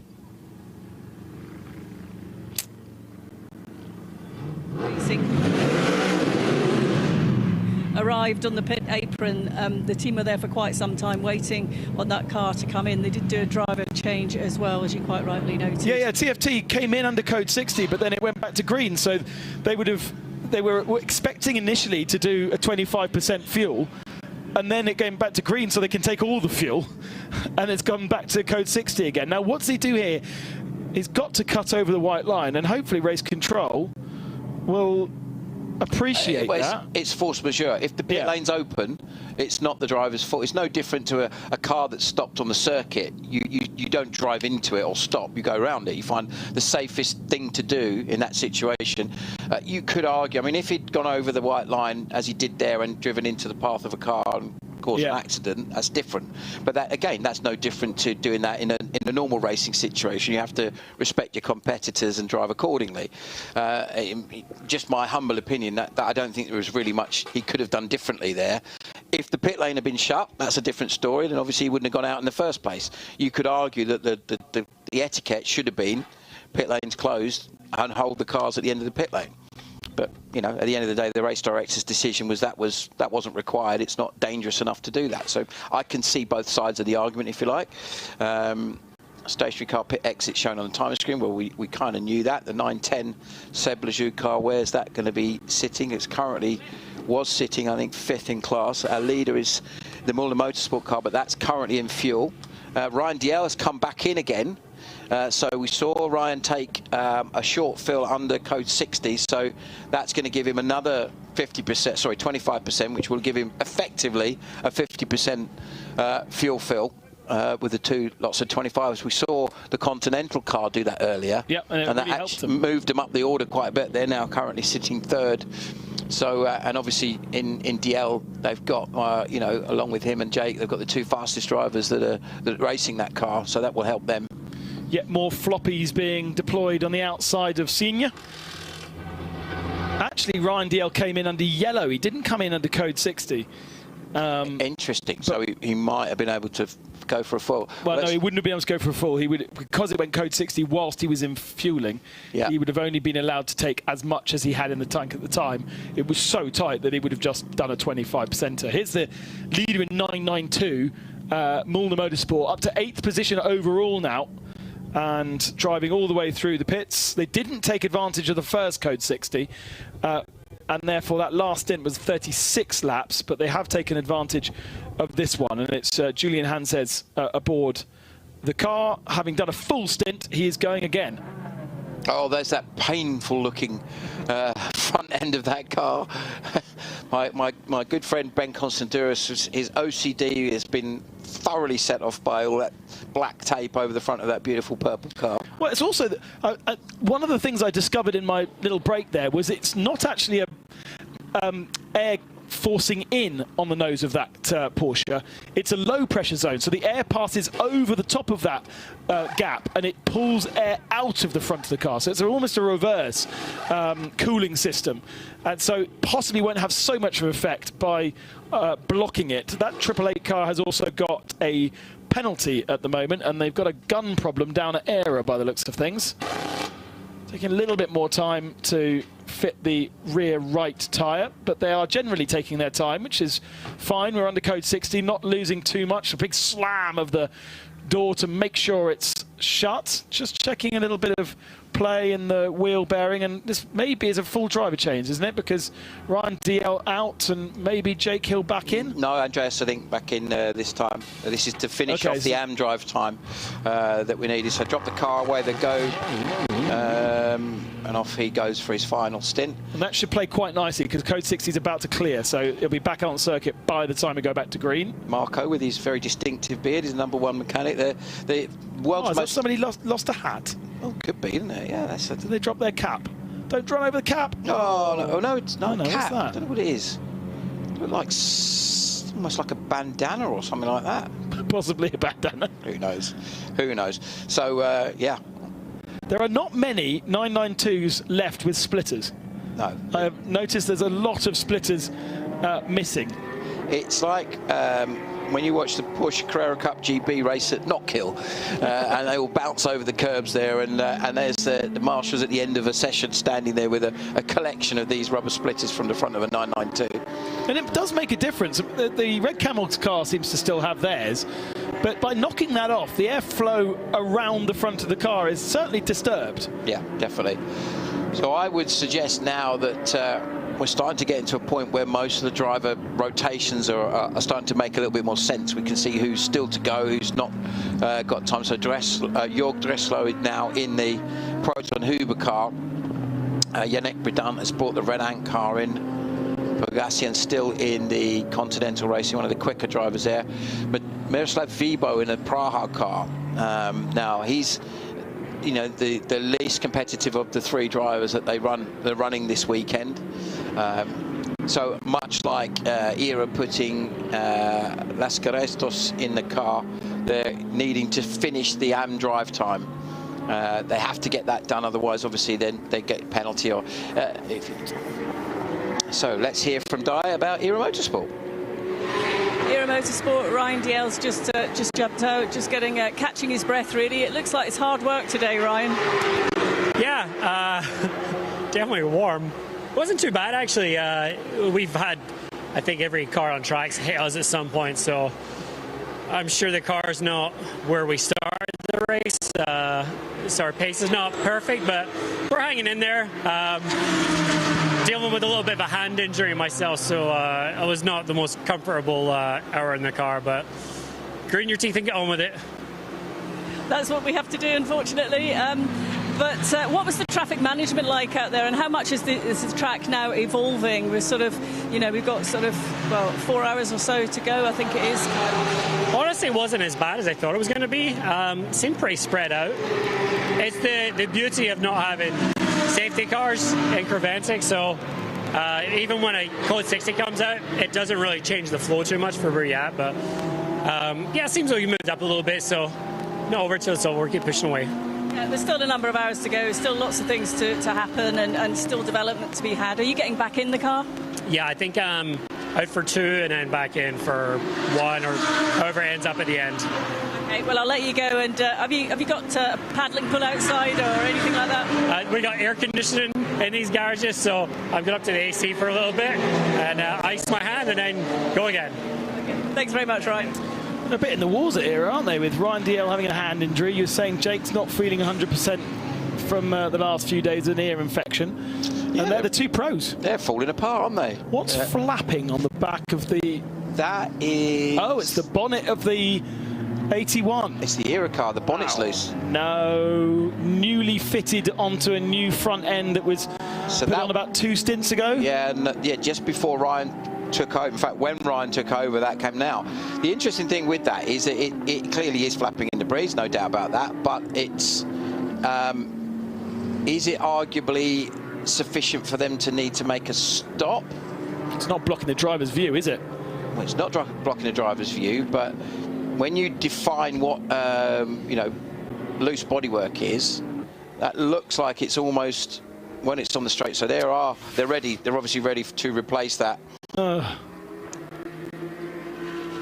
to do that, just caught Ryan again very quickly. He said, you know, there's been a few scrapes and bumps along the way, so you know these things will happen. You just never know quite the extent until you get to that point. And obviously putting tape on stuff's the way to do it, but it doesn't always solve the issue. So they've got a new bonnet ready and waiting here on the pit apron to receive the car, but they jumped into action pretty quickly when we saw it on the screen. That second Ferrari, which is not labelled up as 81 in the garage, is becoming more and more naked.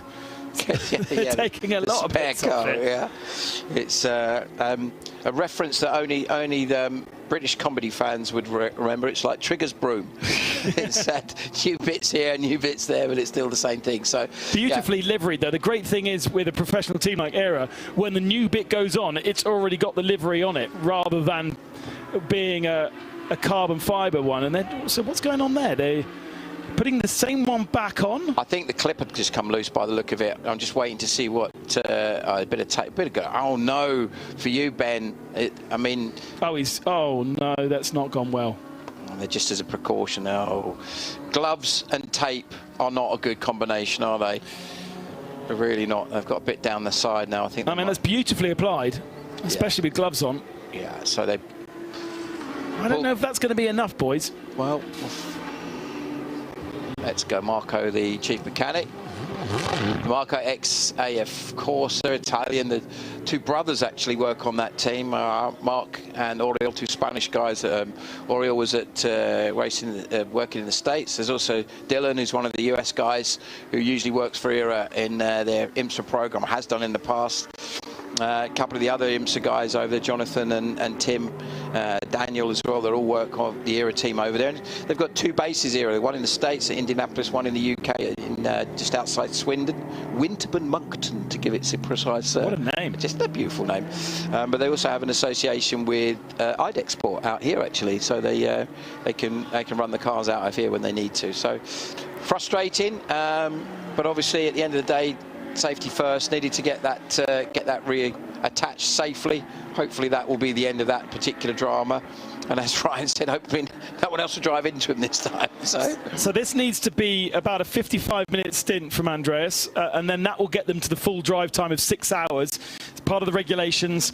Both AM drivers need to do combined half of the race, and so Andreas and Dwight, as the 2 AMs in that car, have to get to the 6 hours, and then Jake and Ryan can do the rest in that car, and they are just over 5 hours with their drive time at the moment, so they've just got just under an hour left for Andreas to do. So you know that then plays into the strategy. So if there's another code 60, you don't necessarily obey it, because you're focusing more on that driver time than you are on other things. Yes, you could prolong his stint, you could do more, but ultimately they will know that Ryan and Jake have more performance and more potential. But actually, look at the best times of all those drivers. Andreas a 2:05.7, Ryan a 2:05 dead. He's only 0.7 of a second off and only 1 second off Jake. So actually, for an AM driver, Andreas doing a really good job on, you know, you said this first time in 3 years. Yeah, the thing though, the difference with that though is look at where the lap times are like relative to the other cars at that point in time. So when Andreas did that time much earlier in the day, when the track conditions were much quicker, and also, you know, it was 1 or 2 laps, whereas Ryan's doing those times every lap. There's a racing driver who's been in that situation before. No, he's not that close to me. No. Here are the many reasons why. Racing Driver's Book of Excuses, page 116, chapter 4. Yeah, exactly. Jörg Dreishoff is our leader right now in the Proton Huber competition Porsche. Leader on track right now, took both code 60s, and obviously we saw them benefiting a little bit under the first one by getting the service done losing out a little bit because they did the service under green flag conditions. They did come back in and top off the fuel, so they've got 50% in that car, which means Jörg can go to lap 17 or so before needing to come back in to the pits. In comparison to Continental Racing, who are in second position, they did take advantage of code 60 number 1 of that last little batch. They didn't of code 60 number 2, and before that they had done 12 laps, so they got a full fill under green flag conditions. Then they did 12 laps, which would have been about a third, and then they got 25%. So they're pretty much up to full capacity. That's why they didn't do code 60 number 2. And so David Pogissan can run all the way through a full stint if it's offered to him. And so the gaps between the two, 2 minutes and 10 seconds. So hang on, that must be almost a lap. They must be on the same part of the circuit. It doesn't matter if they go a lap down or anything, because the safety car never comes out to bunch the pack up, so they don't have to worry too much about that. Well, what I'm looking at there is the second and third place cars. Pogassian lapping in 2:10s and Redan 2:07s. Yeah. And there's 11 seconds between them, so he's lapping 4 seconds a lap quicker. So it will only take 3 laps, and he'll be on there and challenging, or probably moving into second place. And also Redan have made 1 more stop than the Continental Racing car, so that could work very much in their favour. So what Red Ant did in that last round of pit stops, they were within 5 laps of needing a stop when they pitted under code 61. They got a full service done, they got the 25% fuel, then they did that again under code 62, but it was quite a long stop actually at the code 60 number 2, and it went back to green flag racing before they came out of the pit, so they did lose out a little bit under the second code 60 pit stop, but at least they should have a decent amount of fuel in the car. I would say they probably have a similar amount to Proton Huber. That's a great shame, the Hofor car being brought back on the recovery vehicle. They're currently going into this weekend, they were 3rd in the championship, just 2 points behind due to racing. So that's really, from a championship point of view, that's playing into the hands of their main rivals. So at the moment you've got to look at Proton Huber, who were joint 4th with Era Motorsport coming into this event. If they obviously can execute where they are and potentially finish on the podium or even maybe win the race, that will be a huge advantage for their championship position. Scuderia Praha, they sit in 4th position, currently leading the championship, as we were saying, as yet again we have some dramas. No, we were just seeing, sorry, you looked up just as this camera shot changed, David Pogissan on the tail of Matis Weibo and trying to get a lap back from him. They are both ahead of the Porsche Proton Huber competition. They're all pretty much the same part of the circuit, but it's quite close, even if they're not in the same on the same laps. Yeah. So yeah, going to be interesting to see how that unfolds, because Dreishoff is the is lapping in 2:09s, Pogassian 2:08s, Redant 2:04. That's a super quick lap at this time of day. I mean, most of the times a 2:05 has been very strong, so a 4:08 is ballistically quick at this stage. So Redan have obviously got that car working well, and Yannick is driving the car beautifully, leading the GT3 class. So you've got actually the top 3 places are 3 different categories of GT3. Got a Jörg Dreiso in the Proton, Hubert leading overall and leading the Pro-Am class. Then Pogassian second and leading the Am class, with Redant third in the GT3 class. So, yeah, interesting mixture of categories. I think the other impressive thing is Julian Hanses. Number 1, he's done a lot of driving. Number 2, they're up now into 7th position overall in their 992, and they are a decent chunk clear of the Holmgard Motorsport Porsche, which is leading in Am and 2nd overall. And they just have played the strategy beautifully, because they did a full 36-lap stint last time around, and it fell perfectly for the 2nd Code 60, ignoring the 1st.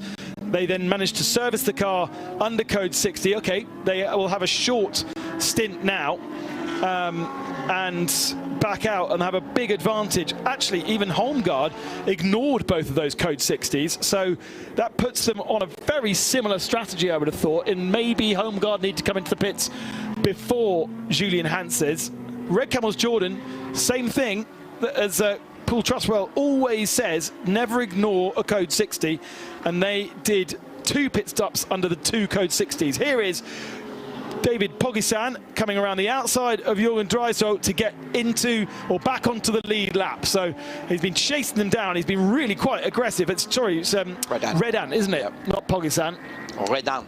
Yeah, Yannick Redon. Redon, yeah. For Red Ant Racing, and he gets back into stays in 3rd position and chasing down David Pogassian, who must be up the road somewhere. We haven't seen him yet. 3 seconds a lap difference. There, so just there. There, just in, as you quite rightly, just gone out of our shot. 2:07.874 last time round for Pogassian, and 2:04.701, even with you know, being in a little bit of traffic there. So 3 seconds a lap, 5 seconds the gap.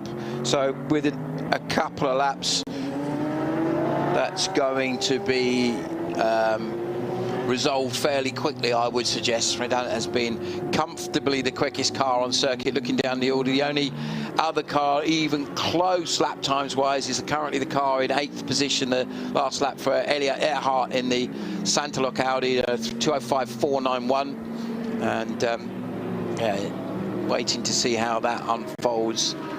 The top 10 starting to look like we're starting to get a little bit more of a vibe of who's used which drivers and such like. So interesting, Ben, if you have a look at our little chart, which gives us drive time, to see what drive times left for Klaus Bachler or for Manuel Lauck, to see how we've got to what we've got left on that. So Bachler has done 2 hours and 19, so potentially he's got another hour and 40 he could drive, around 41. Lauck again 2.5. So I think, yeah, they're going to need to put their AMs in for a little bit longer, aren't they? So they're a Pro-Am car, and they are 3 drivers. 4 drivers. 4 drivers? Yeah. Who's the 4th driver then? Dreiso, who's in the yes, okay, sorry, yeah. 4 drivers. Why can't I see them on my list? There they are. So they have got a pro in their lineup, so that means they're on a certain type of regulation. So a GT Pro-Am car with a pro means the AM and the AM combined must do half of the race. So that is Jörg Dreiso and Mark Wallenven have to do half the race. So looking at that then, Ben, they have done 3 hours and 38 minutes between them. So there's another, what's that? 2 and a bit hours, isn't there? 2 hours and 22 minutes they've got to do between no, I tell a lie, sorry, I was looking at Lauck's time there. So Dreiso's done 1 hour and 33 and Wallenwein in 1 hour and 12, so they've both got to do quite a lot more driving as we look at and this is the fascinating thing about endurance racing. We've got a leader who is well up the field and well up the road, because Lauck and Klaus Bachler, the 2 pros in that car, effectively have done all the hard work up to now, and it's a completely opposite strategy to we see from Era Motorsport, for instance. And now Dreiso and Wallenven have to share the rest of the racing between them, and there then is the change for 2nd position. Yannick Redon getting up ahead of David Pogassian.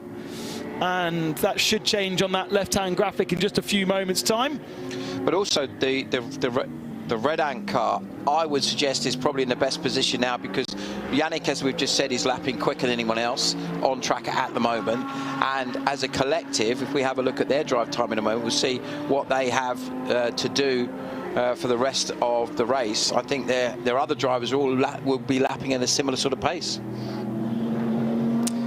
4 hours, just under 4 hours remaining here at Paul Ricard. The 12 hours straight through of Ricard starting at 10 o'clock in the morning. And here is how we look right now. It is the Proton Uber competition number 73, with the majority of the drive time being done by the pro drivers. It puts the pressure on the AM drivers now, but they have about a 2-minute lead over Red Ant Racing Mercedes, who's just got past the Simpson Motorsport Continental. And then in 4th position in the Ferrari is Scuderia Praha. Miroslav Weibo aboard that car and well into his stint. The Aston Martin of E2P sits 5th, and then TFT in 6th position with that Belgian-French lineup. 7th for Santalot Junior Team. 8th is the first of our 992s, the Mulner Motorsports Porsche, and then Lamborghini from New Zealand in 9th, and Era Motorsport in 10th.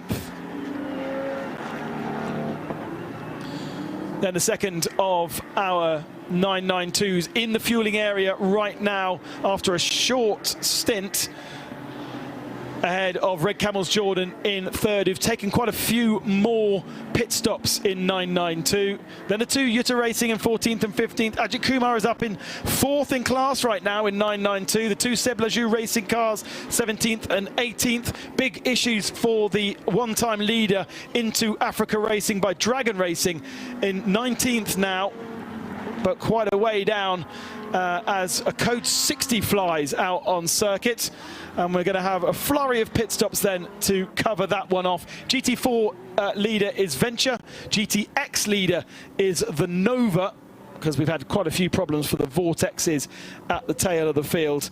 The other GT4 car is the Hamofa Racing BMW in 29th position. Now, is this a code 60 for the bollard just there? Can't be. Is there a car facing the wrong way? It sounds like the 72 ground to a halt. That's a Jutta Racing Audi, but it is now moving again. So it's going to be a short code 60. Red Ant Racing have come into the pits to take advantage of this code 60, as has the leader in 992. Julian Han says, but code 60 is not going to last very long, and so it could catch those out that have done those quick snatch of fuel. Also in the pits, Rick Breukers. Also in the pits, Magnus Holmgaard. So the top 3 in 992 in the pits. The highlights then. Over the last couple of hours, plenty of strife out on a very, very hot Paul Ricard circuit, as we cycle through the middle part of the race, where everyone's on different strategies, everyone's doing their own race, and it's very, very hard to tell who's going to come out on top. Some of the gentleman drivers really struggling with the heat. Some of the professional drivers trying to double stint and even finding that tricky. We did get some code 60s. Initially the code 60 was to just put some bollards up, but that caused problems for the leader of the race, the Ferrari into Africa, which seemingly had a fuel pressure problem, and then the vortexes started to overheat, and unfortunately all 3 fell by the wayside for certain times. Pit stops continued. As I say, difficult to know who was fast, who was slow, who was at the top of the field. And apparently there's been a lot of contact out on circuit, little niggles of contact. Mercedes from Viper Nisa going around and nearly taking an Audi out. And it's been a real challenge. We've still got plenty more of a challenge to come, with 4 hours roughly still remaining. Championship leader Krone Racing into the pits with a broken drive shaft, into the wall, the Hoffa Racing Mercedes, into a stop, the RD Science Lamborghini, which caused another code 60 and caused a hand towel to be left out on pit exit. Thanks for the information. There is said hand towel, which is still in pit exit, and code 60 is still being employed. which means the Red Ant Racing Mercedes has managed to do the full service under code 60. That has allowed them to top off with fuel. Who else has taken advantage of this last code 60? As I say, the top 3 in 992, which kind of equalises that battle and really hands the advantage to Mulner Motorsport. Because now green flag, we're back racing again. Sorry, and that's perfect, isn't it? I mean, okay, they've only put 25% into that car, but they have purposefully absolutely serviced that car perfectly. And TFT once again get caught out by the circuit going green whilst they're in the pits. They haven't had hasn't fallen all their way, luck-wise. And Jordan Boisson on board the car. Mr. Drink. Mr. Drink, yeah. And Geordie Drink. Geordie Drink, yeah. Don't say that to our friends from Sunderland that were with us. Wouldn't like that. Yes, they do. Yes, is the answer. yes, they do. Exactly. But yes, so that car's been strong. You know, certainly in the hands of Nico Bastian was very, very strong earlier on in the race. Again, as we've said all along, this is where the strategy is so fascinating that you've got to obviously the Mercs have been very quick at different points in the race, but obviously, you know, if they've used up the majority of their drive time with their pros and their semi-pros, it starts to affect them later on in the race. Incident involving cars 56 and 72 at T11 noted, so that would be a Scuderia Praha car and the 72 Juta car. Now, I wonder if that's what the spin was all about. Maybe there was some contact that turned the 72 car around. So, looking at what's happening at the head of the field, Jörg Dreishoff still leading David Pagasian. So that's obviously because the Red Ant car has come in for fuel, because he was ahead of Pagasian a little bit earlier on. We saw that happen. What else is further down? Vibo still on board of the Scuderia Praha car. I think that came in for a stop. Ben on that last lap, looking at it, looking at where he's dropped back to. Saniero in 5th and Boisson in 6th that we were just looking at there, on board with Jörg Dreishoff. Waiting to see what his lap times are like, because obviously the previous lap was under code 60. So the only two cars in the top 8 that took advantage of that code 60 was Red Ant and TFT. All other cars stayed out onto circuit because they've been in so recently, I imagine.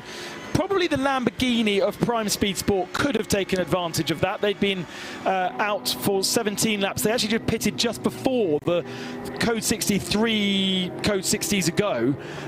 So no point going into the pits under the 2 code 60s before, but half a stint in, possibly could have come into the pits and got a 25% fuel fill on that 47 car. Now, 42 car. Now, I thought that the 42 car had done all of their AM driver time, and they didn't need to go any more. Let's have a look. 5 hours and 50 something. So actually, they are very close to being able to bring Mika Panu in, and there we go. There's an answer as to why they didn't pit, because they're trying to get Mika to the end of his stint so that the AMs have done the drive time, so that they can then get Jono into that car and him and Nicholas can take it to the finish. Yep. And so that's why they've ignored the code 60s. Yeah, and they're sitting currently in 8th position, and what you would expect that to potentially allow them to move up a little bit as they put their quicker drivers back in.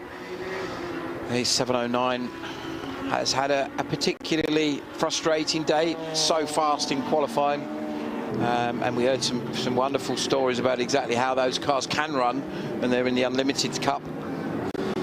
Now significant strategy situation in the 992 category. Mulner and Red Campbell came in under code 60.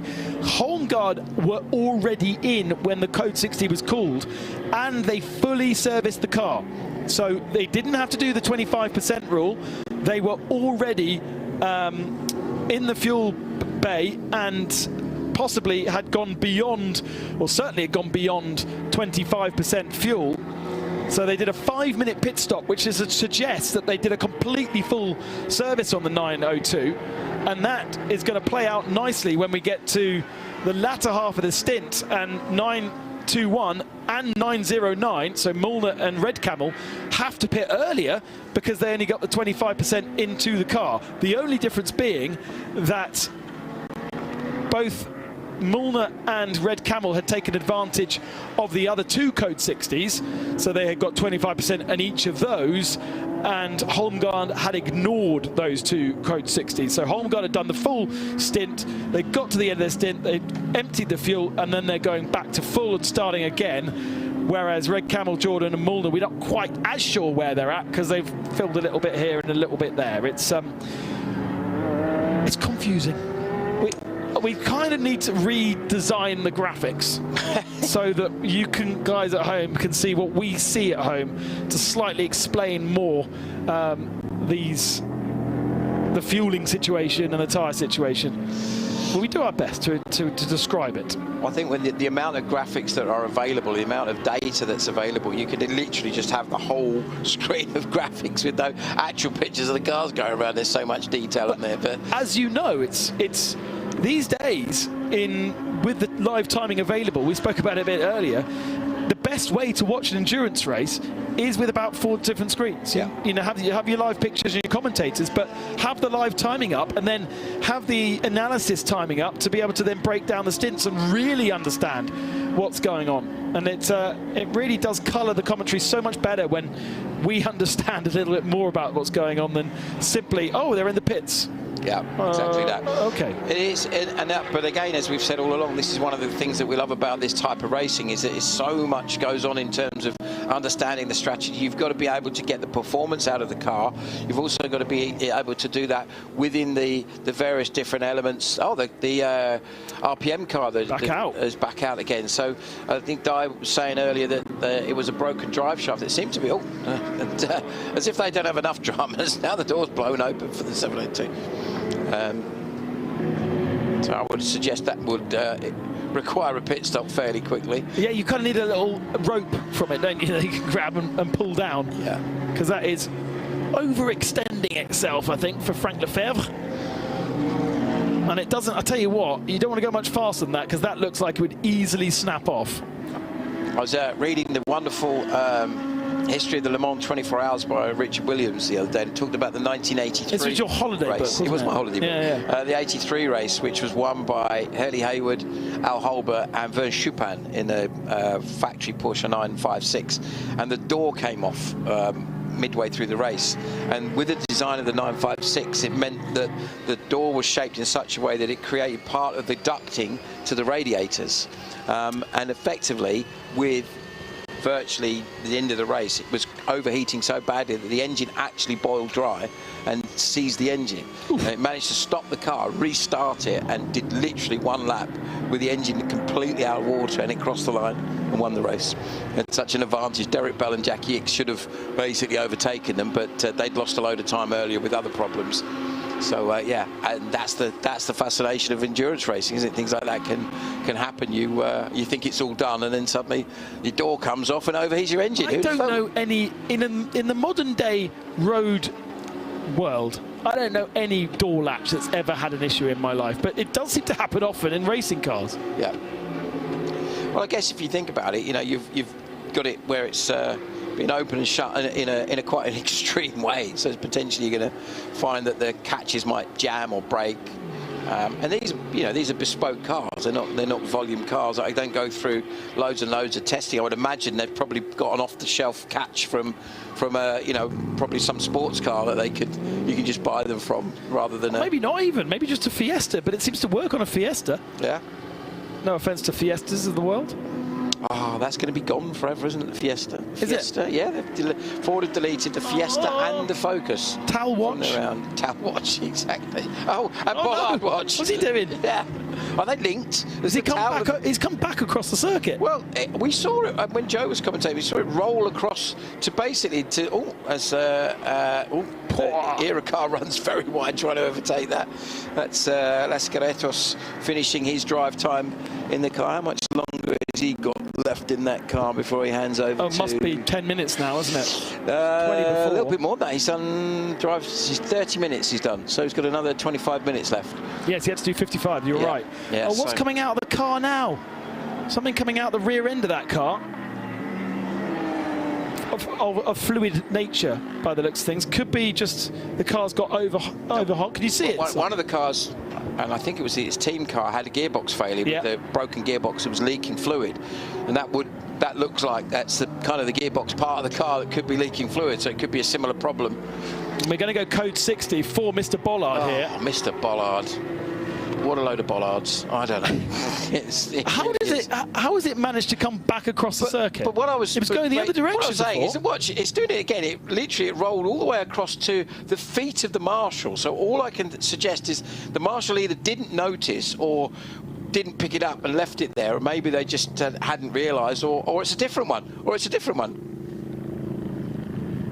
Yeah, so... blimey, don't run across the track like that, Marshall. Ugh. Look at that. It's like watching Zinedine Zidane in action, wasn't it? You know that game where you've got marbles and you roll it, you move the table left and right, and the marble rolls left and right. There's that fluid coming out of the vortex. It was like somebody had the circuit and just was moving it left and right. The dramas. What is that, Simon? That does look like it could be coming from the gearbox area. That certainly did. The RPM car. Now this is going slowly because we're under code 60 as opposed to a problem. Hamprecht, one of the quicker drivers in the car now, as we see the floppies and the bars being replaced. Damn the floppy. Get rid of the floppies and the bollards, because we have more code 60s for them than we have for cars facing the wrong direction. Here is a technical analysis of how they get fixed into the road.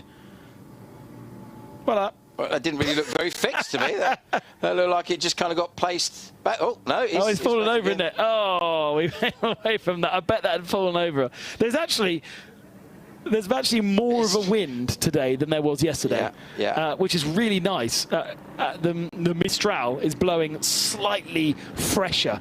It's just taking the edge off that really intense heat. But maybe that's why the bollards are not happy to stay in position. So this is going to be interesting. I'll tell you where this plays into the hands of some of the drivers, where we were talking earlier about the requirement to put the AM drivers in to get their drive time completed.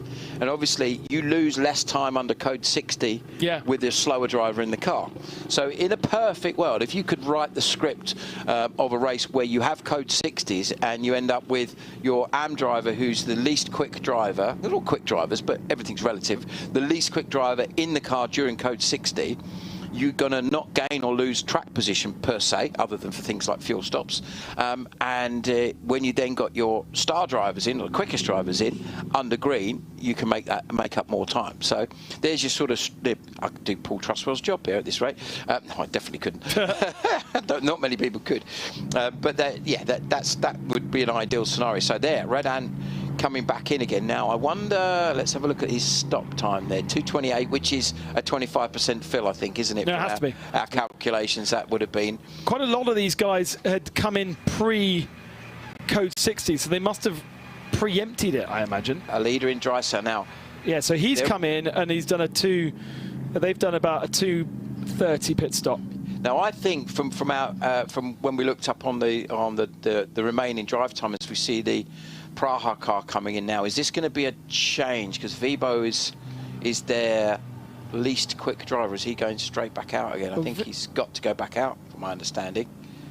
I think there's still some drive time to be done. Scuderia Praha, that was a 25-lap stint, so he's going to do potentially another full stint on that car. Yeah. So again, it falls into the hands of the cars that have still got their quick drivers to do the remaining time. So, you know, I know we've spoken a little about ERA. They're in for fuel at the moment with Las Carretos. He's now got, how long left? He's got, lost him there. But his drive time is obviously not showing because they're in pits at the moment. But let's say he's got about 20-25 minutes left. I think that looks like the ERA car coming down the pit lane now. Yes, it is. And green flag. And which is not ideal. Yeah, but it's not too bad either. It's only just going to be, they're going to be heading straight back out, I think.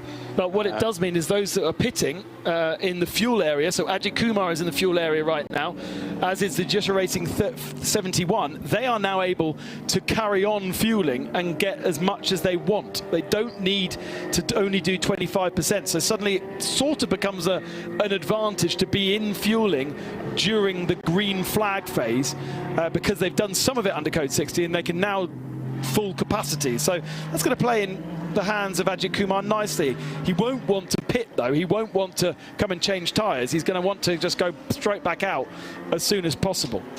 Exactly. So what's going to be interesting now is Drysdale's just come in and done a top up. 2:35 was his pit stop, 2:34 for Pagassian on his last stop. So we've got to just watch with interest to see how those top three drivers start to work themselves out. But as I said, I think where Red Ant have got a really good position is that they have obviously all of their drivers are all a very similar sort of pace, and they're sitting there in third position just off the lead lap. But I would suggest that probably both the cars ahead of them aren't going to be as quick for the remaining just over 3.5 hours of this race. Bit of a nightmare for the Prime Speed Porsche, Prime Speed Sport Lamborghini. They have ignored the last 3 code 60s, and then they've just missed this 4th code 60 and now come into the pits. Yeah. So they've got presumably they've got the drive time that they were trying to get for Mika Banu so that they can now focus on their pro drivers, but it really hasn't worked out with those code 60s because they're now doing a full service under green flag conditions, and that, as we know, drops you 2.5 laps. Whereas, should point out, if you do a full service under code 60, it does only lose you a full lap, or even less than a full lap. Yeah. And you'll never get it all the way back, because we don't have code safety cars, but a little bit frustrating. The 71 also was in the pits just a few moments ago. No change of driver, but a pit stop. Did everybody do a pit stop? Yeah, I think a lot of people pitted under that last one. Lots of 2-minute somethings, 2-minute 30s, which are all about that kind of indication of a 25% stop, aren't they? It's only when you go down to Ilya Earhart in 7th is the first driver, or first car rather, in the top 10 that has what looks like a full fuel stop last time out. Yasmin Altani in the 928 Kubler sponsored HRT Porsche, jumping out of that car. They've had issues. Not sure we ever got to to why, but they have had issues, and they are at the very tail of the 992 category. Still that Mulner car, look at that, still sitting there 8th overall. Yeah. On 212, so he is, the lap and a bit ahead of the 2nd place car, the Steen Rasmussen car.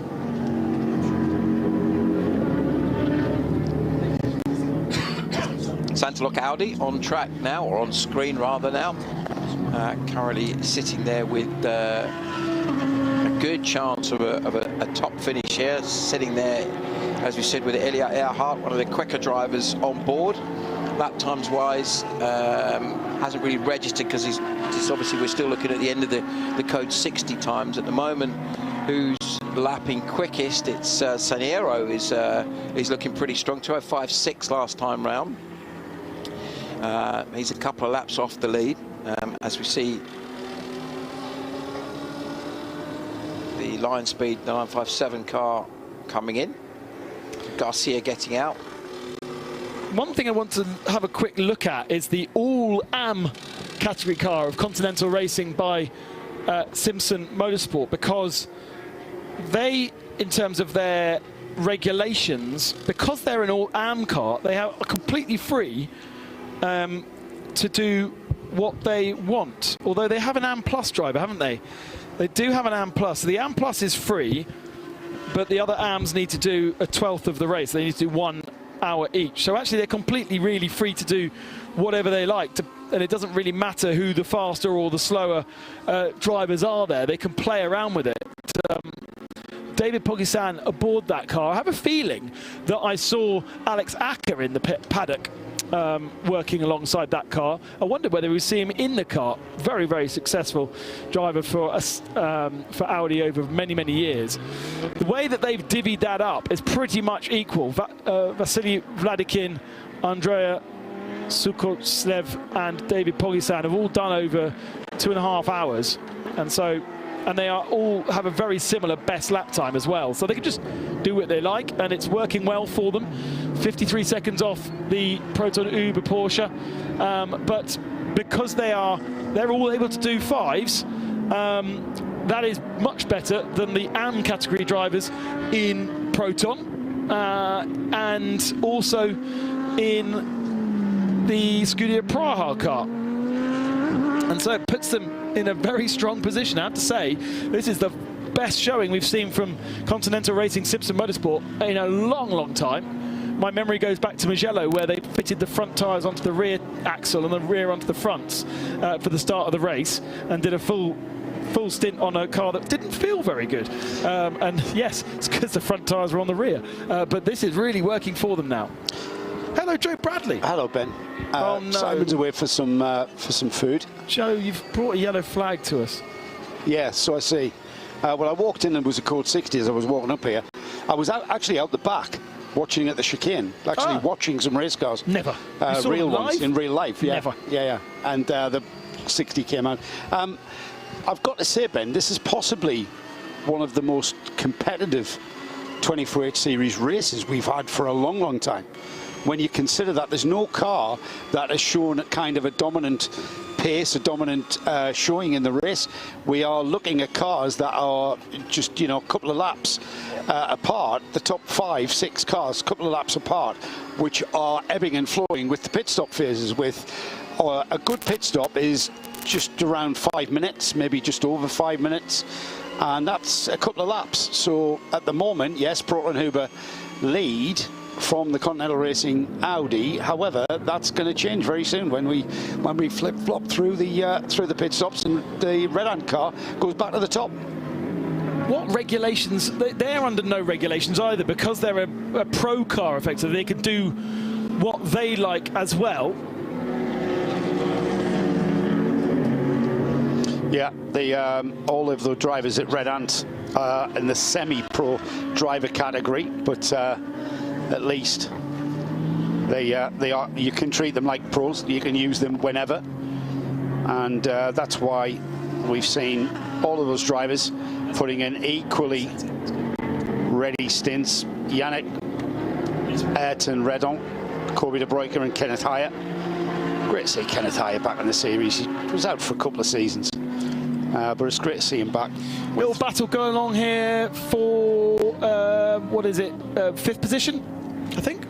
No, 6th position. So it's Jordan Boisson being chased down by the number 18 machine of, well, I'm not sure, because one of my timing screens says it's Ella Earhart and the other says it's somebody else. What does my graphic says? Yeah, it's Ella Earhart. So I would probably take notice the official timing and scoring. It's got Inda Bitson in the car on the TV graphic, and I'm not sure, because the TV graphic just grabs it off the official timing, so I'm not sure how that has even happened. It's having a bit of a mare today is our timing graphic. I think it's like everything being affected by the heat. It's the first time we've kind of had that. Why is that? Yeah, it needs to be. It needs to be by the pool. Why is our the timing and scoring needs to be by the pool? Where are you going? You can't just invent a new racetrack, guys. That's not a new racetrack. That's an old racetrack. Yeah. He's reinvented the old racetrack. Where's he gone? And went straight down the Mistral. Massive advantage there for TFT. He's instead of being attacked, he's now on the attack for the car ahead. Have a look at this again. So he's defending from Earhart. Earhart with the flashing disco lights down the inside of the RPM, completely outbrakes himself and goes, "Nah, I won't go around the track." So he's fighting with the pink, it's not pink, it's green. Yeah. Fighting with the green car, and look what happens when they come out of the corner. He's miles up the road. I think you could see he gained an advantage. He didn't gain a disadvantage, which is what the usual ruling is. If you don't gain an advantage, then you're fine. However, you missed the racetrack, so surely you should be getting a disadvantage. You didn't get any disadvantage by missing the racetrack. They're back to the way they were. With him being under pressure from the number 18. Yeah, I think he's going to argue there that he faded out the throttle and allowed El Ehel back on the tail of him, but El is pretty fast, isn't he? So Mr. Boisson, Mr. Drink. Wasn't there not a driver called Drinkwater that we had? Yeah, David Drinkwater. David Drinkwater. So that would be David Boisson. And this is... He was at the Nürburgring. Jordan Boisson. Used to be a competitor in this series. No, that's what I mean. Yeah. Oh, was he at the Nürburgring? He was at the Nürburgring recently. You saw his name at the David Drinkwater. There you go. And Derek Drinkwater has done some historic racing, and he recreated El Monstro, the Cadillac from the 50s, and brought it to Daytona Classic. So there's a few Drinkwaters out there. And that's possibly totally what you unrelated. said. You said to me at 9 o'clock this morning that name, That's the El Monstro. I'm sure that was Derek Drinkwater. And it's been buried in the back of my head. Yes. And there we go. So what is it in French? Boisson. Boisson. Yeah. It'd be David Boisson from here on in, whenever it is. David Boisson. We can continue. I'm just imagining. Here he goes. There he goes. This time, can he make it stick? Oh, and he's using the same bit of track, or is he? No, he comes back. He claws it back. Mr. Boisson, Jordan Boisson, in the TFT car. You know what? He's shown some good paces, Jordan Boisson. We've seen him keep with some faster cars, and we've seen him being very, very difficult to overtake. And I don't mean because he's being awkward, I mean because he's got good pace. And Eliar didn't just drive up to the back of that Mercedes and make his way by. He had to really work for it.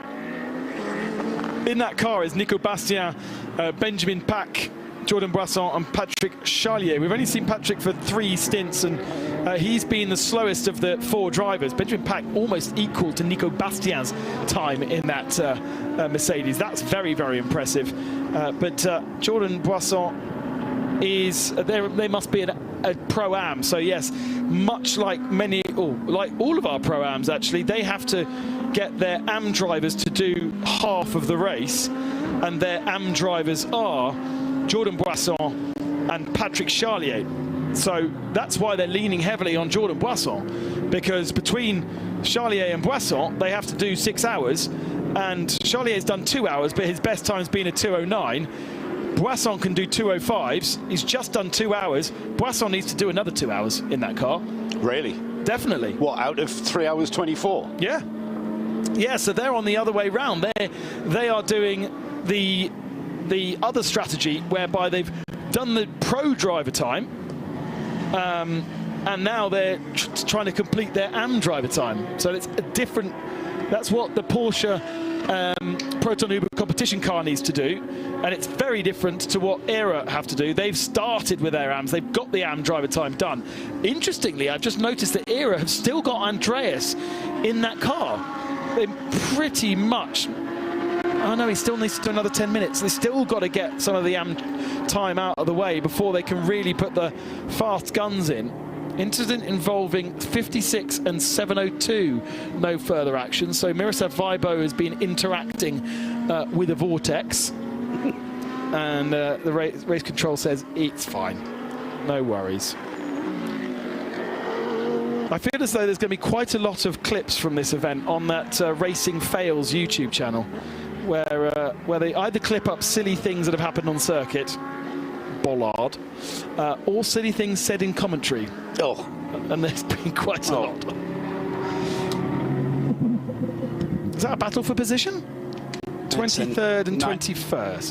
23rd and 21st. No, I don't think it is. No, I don't think it is. But no. it is Niederhauser, yeah, in the Lion Speed Porsche, getting some more track time in. Probably the fastest driver that we have in our entry list, and he's got a lot of work to do to get back into 992 podium contention, but they are 3rd on the pro podium.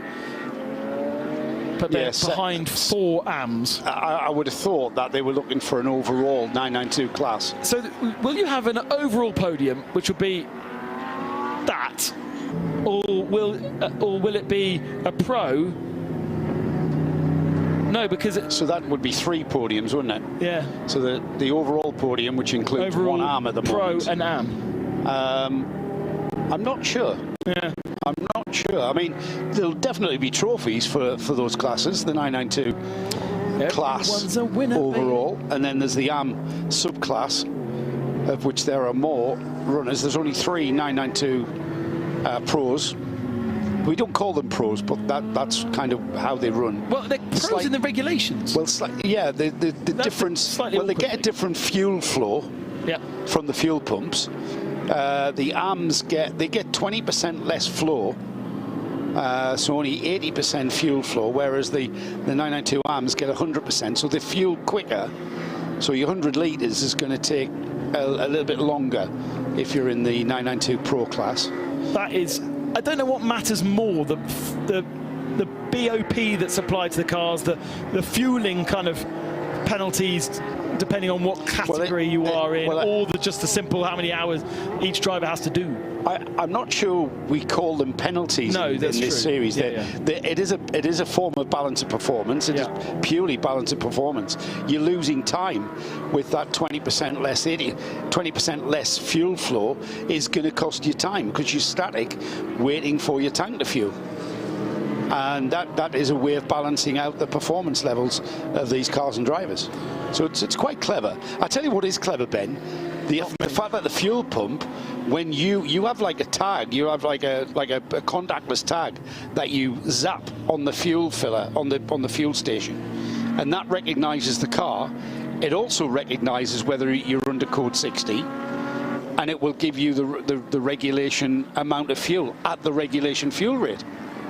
I think there's quite a lot of, there's quite a lot of very clever technology within the Creventic series, which I think perhaps goes slightly underappreciated at times, because there's that whole system built for refueling a car that knows so much about so many things that I don't think any other series I can think of has that kind of level of cleverness. Tech to do that. I mean, you know, working out balance of performance is a very, very complex and complicated process. But when it all comes together, Ben, and we see that, and what we're looking at right now, what we've been looking at all day, is the timing screen and how that balance process is operated and how it works, all comes together on that screen there. I'm pointing for all you listening on radio, and there is no camera in here, so I'm going to describe what I'm doing. I'm pointing at the timing screen. It's all there. That is the balance of how we balance the performance of these, not just the cars on a technical level, because we heard from the leading GTX class runner, for instance, the RAFA Racing Nova, how when they brought the car to the series, and the series organisers said, well, yeah, we don't want you to be, potentially that car could very well be the fastest car on this track. Now, the GT3 class is the fastest class of race car in this series. So we need to just pay you back a bit. We're going to pay you back on your aero. We're going to pay you back on your power. So your performance over a lap is going to be stifled somewhat. And we're going to put you in a GTX category because you don't run to, you know, technically the GT3 specification of a production-based race car. So it fits nicely into GTX. You could actually, the way that GTX looks at the moment, you could probably call that the prototype class, because the Vortex V8s are, you know, they're a coupe prototype race car. And when you think about those cars, have got V8 engines pushing out more than 400, some of them 500 to 600 brake horsepower. They are like driving a firework, those Vortex. I'm just quiet because I'm working out the regulations applied to Holmgar Motorsport, who are second in 992. They are a decent chunk away from our leaders. Mulder Motorsport are absolutely up the road, a good few laps ahead. But they run under AM regulations, but they don't have a pro, but they do have a semi-pro in the car. that semi-pro is in the car right now. It's Patrick Steen Rasmussen, and he can only do a maximum of a third of the race. Third of 12 being 4 hours. So he has done 2 hours, but has the possibility of doing more. But interestingly, he is not the fastest driver in the lineup today, because Magnus Holmgaard is faster from a best lap performance anyway. And Magnus is the one of 2 AM pluses. And the AM pluses, or the AMs, the AM drivers have to do 1 hour each. So that's easily ticked, because that's been done already. So in which case, they are now in a position where they can basically just use the fastest drivers that they have. But the weird thing is that it isn't the semi-pro who's the fastest driver that they have. So they don't necessarily need to be maximising Patrick Steen Rasmussen's drive time. They will potentially go to Jonas or Magnus Holmgaard to complete their stints, and they're not going to lose any pace from where they sit right now in second, a minute ahead of Rick and Ivo Brukers, who are significantly faster. They're doing a much faster lap time, and they don't have any regulations to kind of control them either. You are comparing the last lap produced by the Holmgaard car. That was a 2 minute 11. That was a traffic lap. Let's just wait and see. The best lap is a 2 minute 8.5, which is slower than the fastest lap from the Red Camel car. But let's just wait and see. So the gap, they've got a lap, I think, on the Red Camel car.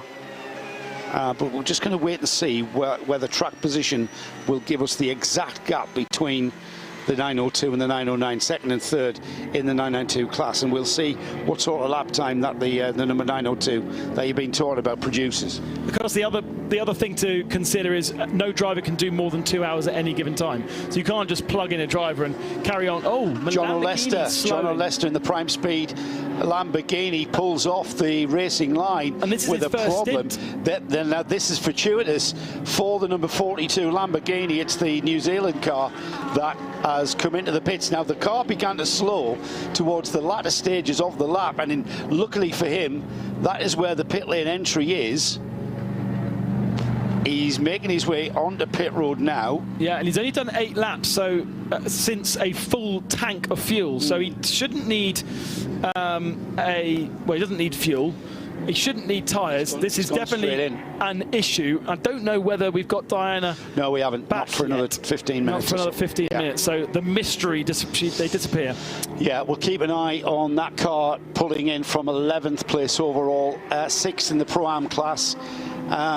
But they were saving all their pro time to the end. They were going to optimise the last 3 hours or so, the last 4 hours, which they were in the process of doing. So we'll be interested to find out just what the problem is there. And their last lap was a 2:44. Yeah. Oh, that would be including the pits, because the finish line is really close to the last corner, isn't it? Yeah, indeed. Oh, the vortex getting horribly in the way of Yannick Redant here. It's a couple of corners to get past, because Redant is on a mega stint. He unlapped himself at the start of this stint, and he's now only 30 seconds away from the lead. Yeah, and he will make his way back into the lead, but be through the pit stop phase process. And we saw that happening, didn't we, when we had other cars that were in the at the front of the field. The race at the moment being led by the Continental Racing by Simpson Audi. That's Julian Simpson's team there leading this race, and as you said earlier, Ben, they having a really competitive run this weekend. David Pogosian at the wheel. Pogosian? I don't know. He's got. Is he English or? I've been saying Pogosian. Pogosian. That's because you speak fluent French and live in France. He's not French. No, I didn't think he was. I know you're going to find out exactly what nationality he is. Oh no, it's Cypriot.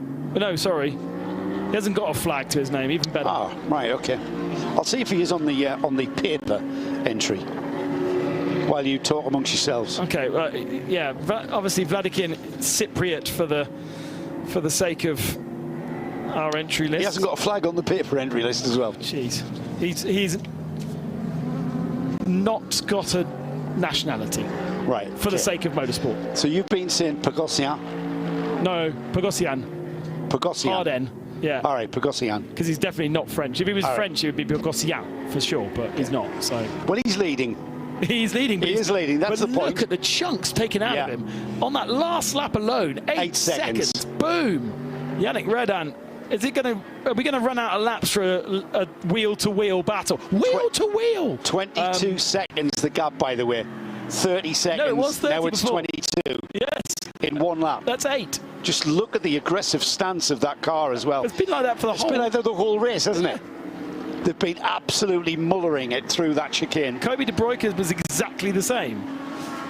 And Yannick's had a really horrible, bitty stint because he got in on in a code 60, had 3 laps and then another code 60, had 8 laps and another code 60, had 5 laps and another code 60, and now he's at least got 12 laps under his belt, and he chases down the Mercedes of the Venture GT4 car, still going round and round and round and round and round, and 6 laps ahead of the Hannover BMW of the Verhoeven family. I don't know whether this is going to last much longer. Last lap from Klaus Bachler in the 73 Proton Uber competition. He is on a charge as well. A 2 minutes 03.263. Fastest lap that he's been able to do. And I tell you what, he's not far off the fastest lap of the race. Just a 1/10 of a second off. And what we would expect. That's incredible at this stage, isn't it? Yeah, absolutely. To be, you know, what are we? 9 hours in? Just about to go to the 9-hour mark, 10 minutes away from that. And to be that close to the optimum. By the way, there is still only 2 cars in pit, definitely retired. Actually, we don't even know if the RAFA Racing is definitely retired. It's been in the pits for an hour, so whether they decided to try and fix it or not. The only really one we definitely know about is the 703 Vortex. Yeah, that destroyed gearbox in a crack. I suspect, I didn't say it for myself, but when oil is leaking from a gearbox, it's a broken, it's usually a cracked case or a broken seal around the drive shaft. The 702 was leaking fluid, what, 15 minutes ago? Yeah. And it hasn't come into the pits. It's still going on, and the 701's had all kinds of issues, and they've still got out, and it's going to be another one of those sort of mammoth amount of issues but still finish the race kind of battles we see. It kind of brings into mind our Spirit of the Race award, and you know, Vortex have always got the attitude of if they've got the spare parts they will fix it and continue, because the challenge of the Vortex team has always been to finish the race in true endurance racing style. Remember, the French invented endurance sports, motorsport. Mais oui. Yeah, and that is very much the attitude of let's get the challenge being the challenge of actually getting your car and your drivers to the end of whatever the length of race it is. Look at Klaus Bachler here. He has just hassled his way past the TFT Racing of Jordan Boisson.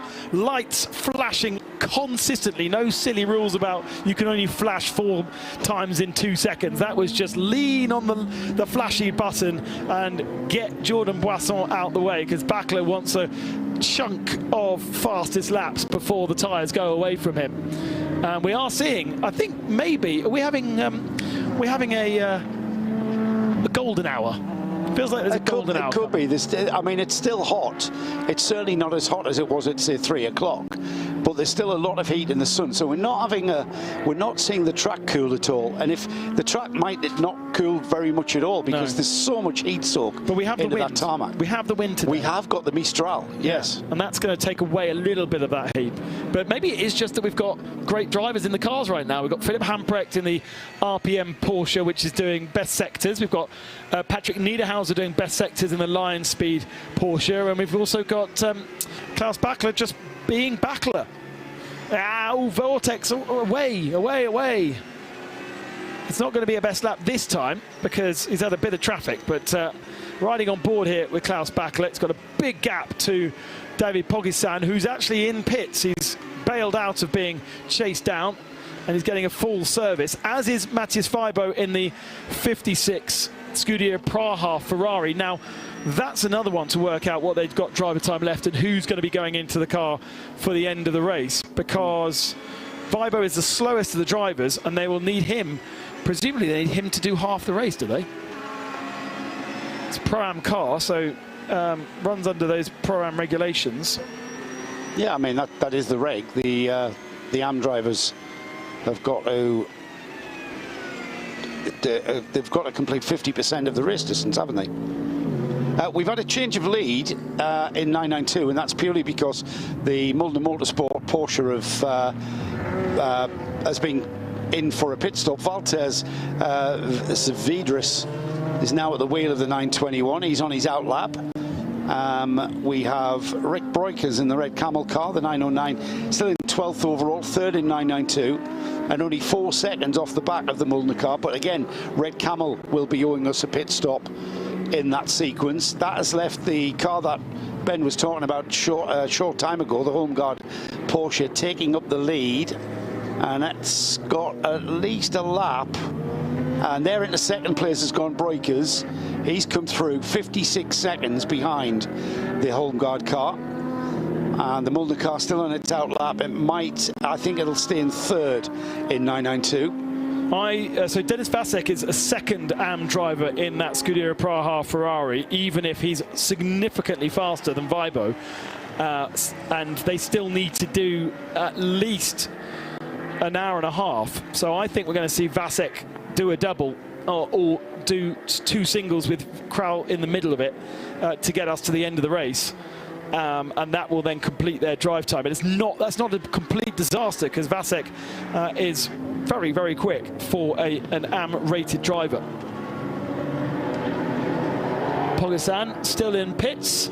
It's been a while. It's been a long pit stop, actually. It's 5 minutes and 10 seconds and counting for the number 69. Why is it still not out? It's taking a long time on pit lane. We haven't quite got our RF camera back up and running again to be able to show us. We are talking about the Ferrari, aren't we? No, we're talking about Pogasan. We're talking about right, yes. the Audi, now the Audi. 5.5 minutes. That's why you're looking out the window, because it's underneath us, isn't it? No, it isn't. It's because the Simpson is further up there. The Jutta ratings are underneath that's us, right, yeah. yes. But, Audi. yes, now comes past our window, so it's not a brake pad change or disc change or anything like that, but it is a slow pit stop for Continental Racing. Vladikin back aboard that car, but I would say they've given away about a minute there.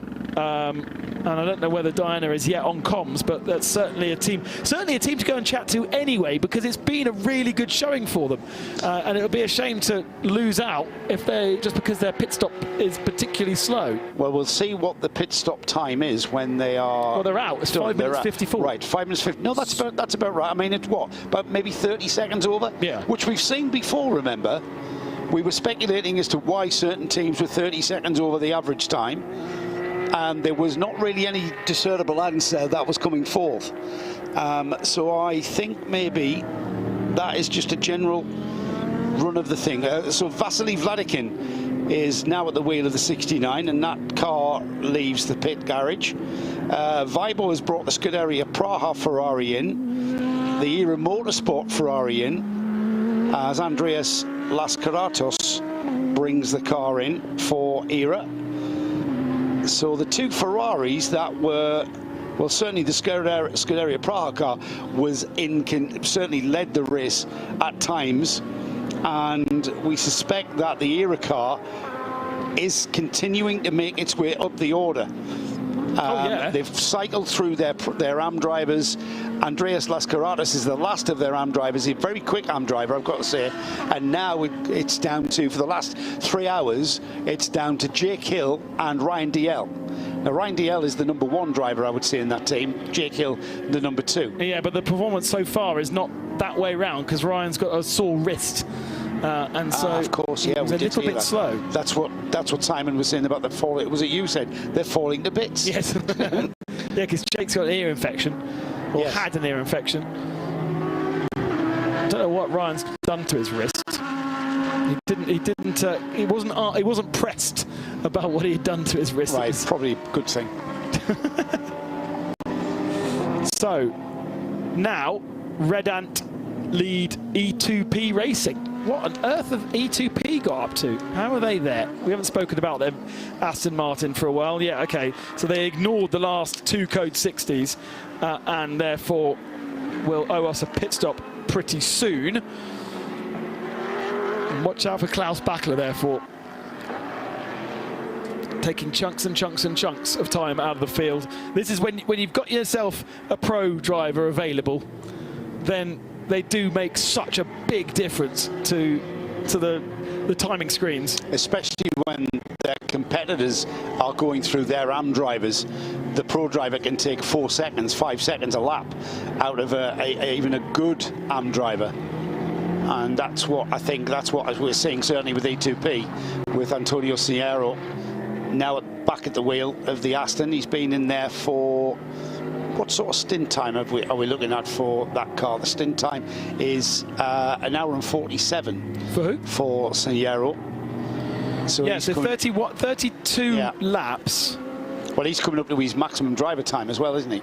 So this last stint is 32 laps, but he has been in the car longer than that because he stayed in the car through some of the Code 60s. So he was, yeah, look at that. He's done 12 laps, then 2 Code 60 pit stops with 3 laps in between, and then another 31. So that's going to be a big old stint for Antonio. Yeah, and he's brought that car back into contention, hasn't he? What are they in? They're in AM, so they have a different set of regulations, but they're not an all, or are they an all AM lineup in that car? Because in AM you can have a semi-pro, and I think Olivier Campos will be a semi-pro. Standby caller. Yes, he is. So then the semi-pro regulations it means that each of the AM drivers have to do 1 hour, and the semi-pro can only do 3 hours. And so how much of the race has Oliver done? He has done, he's done 3.5. So we're not going to see Oliver Campos anymore. And therefore they have to finish the race between Antonio and Paolo. And Antonio's out of drive time, which means they have to put Paolo Nogueira back into the car. How long does the rest have to be between stints? I think it has to be 50% of the driver's stint. Okay, so what they can do is Nogueira for 1 stint and then back to Saniero for 2.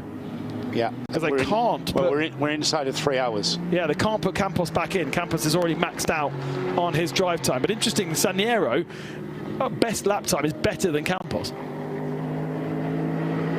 When you start dissecting the AM plus semi-pro, sort of what all these drivers are being given, an AM and an AM don't always sort of line up. No, an AM, there are various grades of AMs, aren't they? And there are some very good AMs. You know, AM drivers that are classified as, with the FIA rankings, they would be bronze drivers, wouldn't they? We call them AMs in this series, but bronze drivers making their way through to become silver and pro drivers. Semi-pro being the silver, pro being a gold. And so you've got the gentleman driver who is going to bring the car home. He's going to do it, and that is the stint mission for our gentleman drivers, our AM drivers, to lap consistently to a pace, to their pace, and bring the car home. Oh, some bodywork damage on the Lion Speed Porsche. This is, and some rubbing and some smoke, and it's.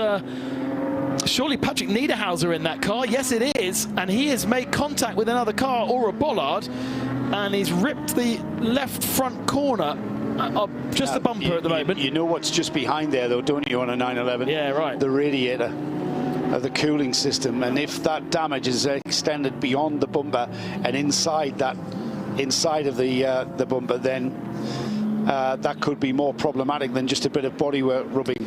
That's not what you want from a pro driver, is it really? Well, I'm sure he didn't do it deliberately.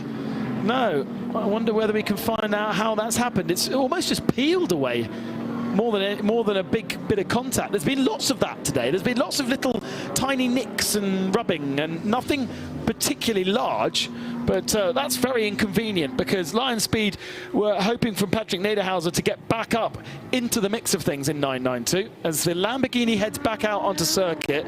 How long have they been in the pits? 17 minutes. So there's a story there for Diana as well to decipher. I think Diana's underneath us at Simpson, perhaps. Let's head down. Diana, is that you? I did hear her voice. No, she just said hello, I think. It is, yeah. I was just going to tell you that the Prime Speed Sport Lamborghini was on the pit apron about to lead. Do we know why it was in the pits for 17 minutes? That's what I was in the middle of doing.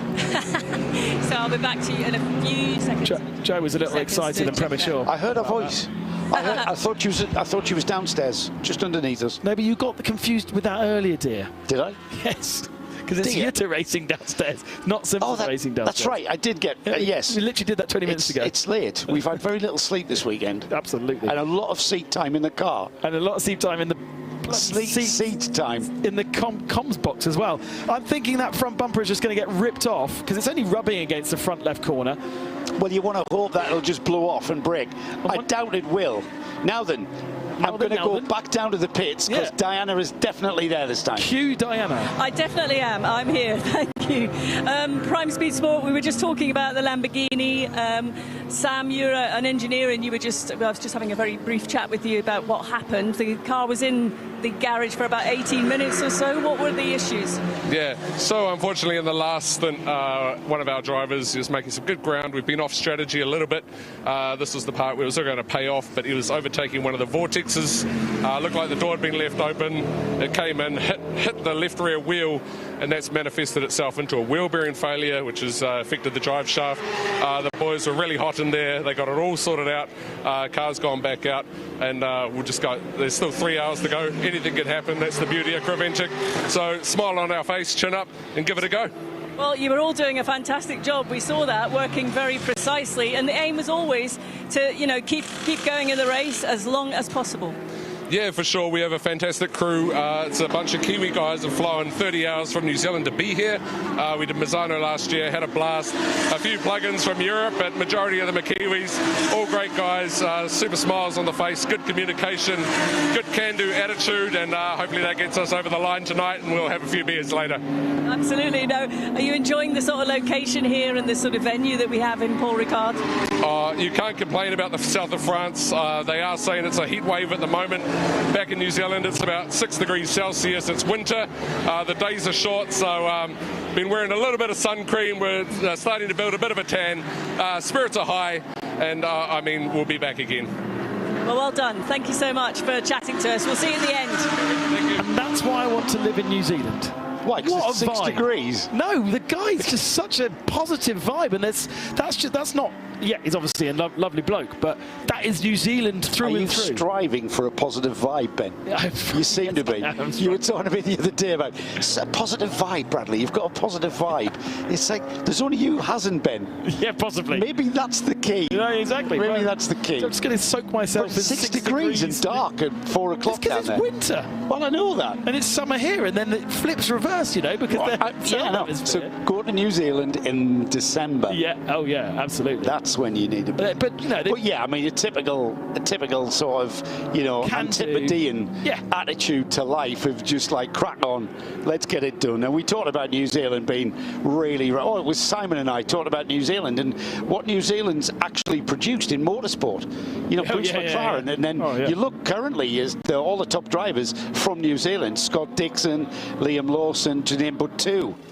Amazing. And it's an amazing country and the amazing spirit and that can-do attitude of and this is on the converse, just why Creventic come to a place like this. They go, right, we're Paul Ricard in July, and the New Zealanders go, yeah, that sounds like a great holiday. We can go do a bit of racing Let's fly 30 hours. Absolutely. Shall we head down the pits, Diana? The GT3 class E2P Racing, the number 90 Aston Martin is on the pit apron. They're doing a full service here and driver change. I think it's Pablo Bergara getting into this. You would be correct. He's behind the wheel, and they're just fine-tuning. They're talking to the driver at the moment who's doing some, maybe I think his belts might be not as tight as they wanted, so they just opened the door and they're adjusting his straps, and he's fired it up and off they go. It has to be Paulo Baguera, because Antonio Sanero is getting out having done a maximum 2 hours. He can't carry on. And Oliver Campos has done a maximum amount for a semi-pro in that category of car. So they don't have any other option but to put Paulo Baguera in from the Lion King. And I imagine he'll do a single stint, and then Antonio will get back in, as long as they can make sure that Paulo does a full hour's stint. He's got to do 52 plus minutes. He's got to do more. Well, yes, but he's got to do a full hour, because Antonio needs the full hour rest. Oh, that's a good point. Yeah, we believe that. Yeah. So that would then give Antonio a double to the end of the race to maximise the performance of the car. That's quite. That actually is a very, very good back time from the end. That is perfect. And they've gone about their race, and all right, they've dropped down to 6th, possibly about to drop down to 7th. But if that strategy works towards the end, they're going to plug a driver in with nigh on an hour and 50 or so to go. The other mission, oh, Diana's on it. Yeah, go ahead, go on, Diana. I'm still here at ETP Racing, and Antonio very kindly spotted that we were waiting here and has come over straight away to have a chat with us. So thanks for doing that, Antonio. You've had a bit of a job on your hands, but doing a superb job putting in the times and keeping that car where it needs to be. Yeah, hello. Yeah, I had the opportunity to keep up the top. I don't know if P4, P5, I don't know. I'm not sure. But yeah, I struggled a bit with it was very hot. But yeah, I think I managed to do it really well. So yeah, keep pushing. How challenging is it on track now at this point, where conditions are changing yet again? So the balance of a lot of cars are changing. People are managing their tyres. Yeah, it's quite difficult, because the weather is changing. The feeling of the road is changing as well. So yeah, it'll be difficult, but we are used to it. This is endurance, and we are used to it. Yeah. Are you getting back in the car? I don't know. I think I won't, because I complete my time. So I have no more opportunities. So time now to just go and relax and rehydrate. Yeah, thank you very much. Thank you. Well, if he's not getting in the car, and Oliver Campos isn't getting in the car, then nobody's getting in the car. Well, I'm sorry to break this to you. Yes, exactly. But don't get changed too early. You're going to go back to the back of the garage and go, oh, okay. Yes, Baguera cannot go to the finish. He's still got 2 hours and 40. Well, it will be 2 hours and 52. He can't do that. So yeah, don't get changed too readily. We may need you again, young Mr. Sanero. Let's have a look at our class leaders then. The overall leader and class leader in GT3, Yannick Redant, in the Redant Mercedes, being driven with such vigour the whole race through. Quite a great run. Still heavily in contention, still owing us a pit stop very soon. 992, currently being led by the Holmgaard Motorsport Porsche, with Patrick Steen Rasmussen at the wheel. They are owing us a pit stop. Mullner Motorsport have led that class for such a long time now. However, I'm not sure if it's beginning to come back towards Holmgaard and Red Camel, or perhaps Holmgaard and Red Camel are coming back towards Mullner as we head towards the later stages of this race. GTX Nova had a little bit of a stint off the lead of GTX with a problem with a power steering belt very early in the race. That put them down 13 laps. But then attrition hit the GTX class. And right now we've got all of the... Oh, no, not quite. I was about to say we've got all of the Vortex V8s in the pits. However, 702 Franck Lefebvre has brought out the 702 and he's on an outlap. So currently in the pits, Lionel Amarouche in the number 701 has pit stop. I think that's just a general scheduled stop. Now GT4, that's the property of Neville Jones at the moment at the wheel of the number 421 Venture Mercedes. They've been at the front of the GT4 field. Hannover Motorsport brought a BMW. Rob Verhoeven at the wheel of the 419. Now they have been going at their own pace. and I think they would agree that it wasn't exactly a competitive pace in comparison to the Venture Mercedes. So Venture Mercedes, they're on 214 laps. The Homolfa Motorsport BMW have completed 206. So it hasn't really been a race in GT4. But we've got one more GT4 car than we had in Misano. So I would like to think that we can start building the interest in GT4. And I suspect, Ben, that very much at Barcelona for the final round, we'll see more than 2 GT4s out, because it's a popular race, the Barcelona 24. I had forgotten that there was also International GT Open this weekend, as well as the ELMS. Yeah.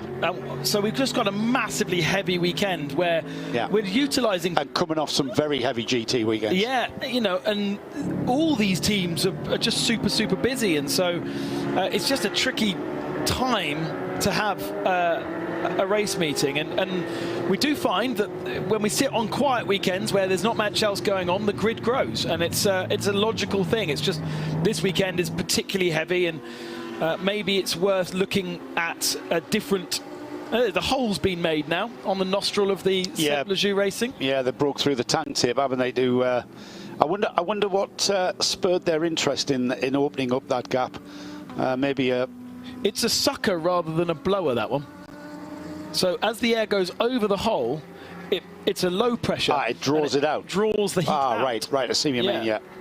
Rather than a duct. Well, we weren't drawing anything out, though, were we? When it covered. So it wasn't working either way. The middle bit, that's the nose, and that's air in, but the two others on the other sides are air out. That was the only piece of information I had found out on my gap and on my little brake, and now a full pad and disc change. Have we seen this in GT3? I'm not sure we have we? We haven't. We haven't yet, and I was speculating with Simon Hill whether or not we would see any, and we came to the conclusion that potentially not. If it's going to happen, I mean, when you consider just how many heavy braking areas have we got at Paul Ricard? We've got turn 1. Yeah. We've got the back straight into the North Chicane. Everywhere else, maybe not. You're kind of bleeding off speed, aren't you, through the twists and the turns of the circuit here. And so there's only 2 really major big stops from very high speed, which is I suppose where you'd really take the most out of the brakes.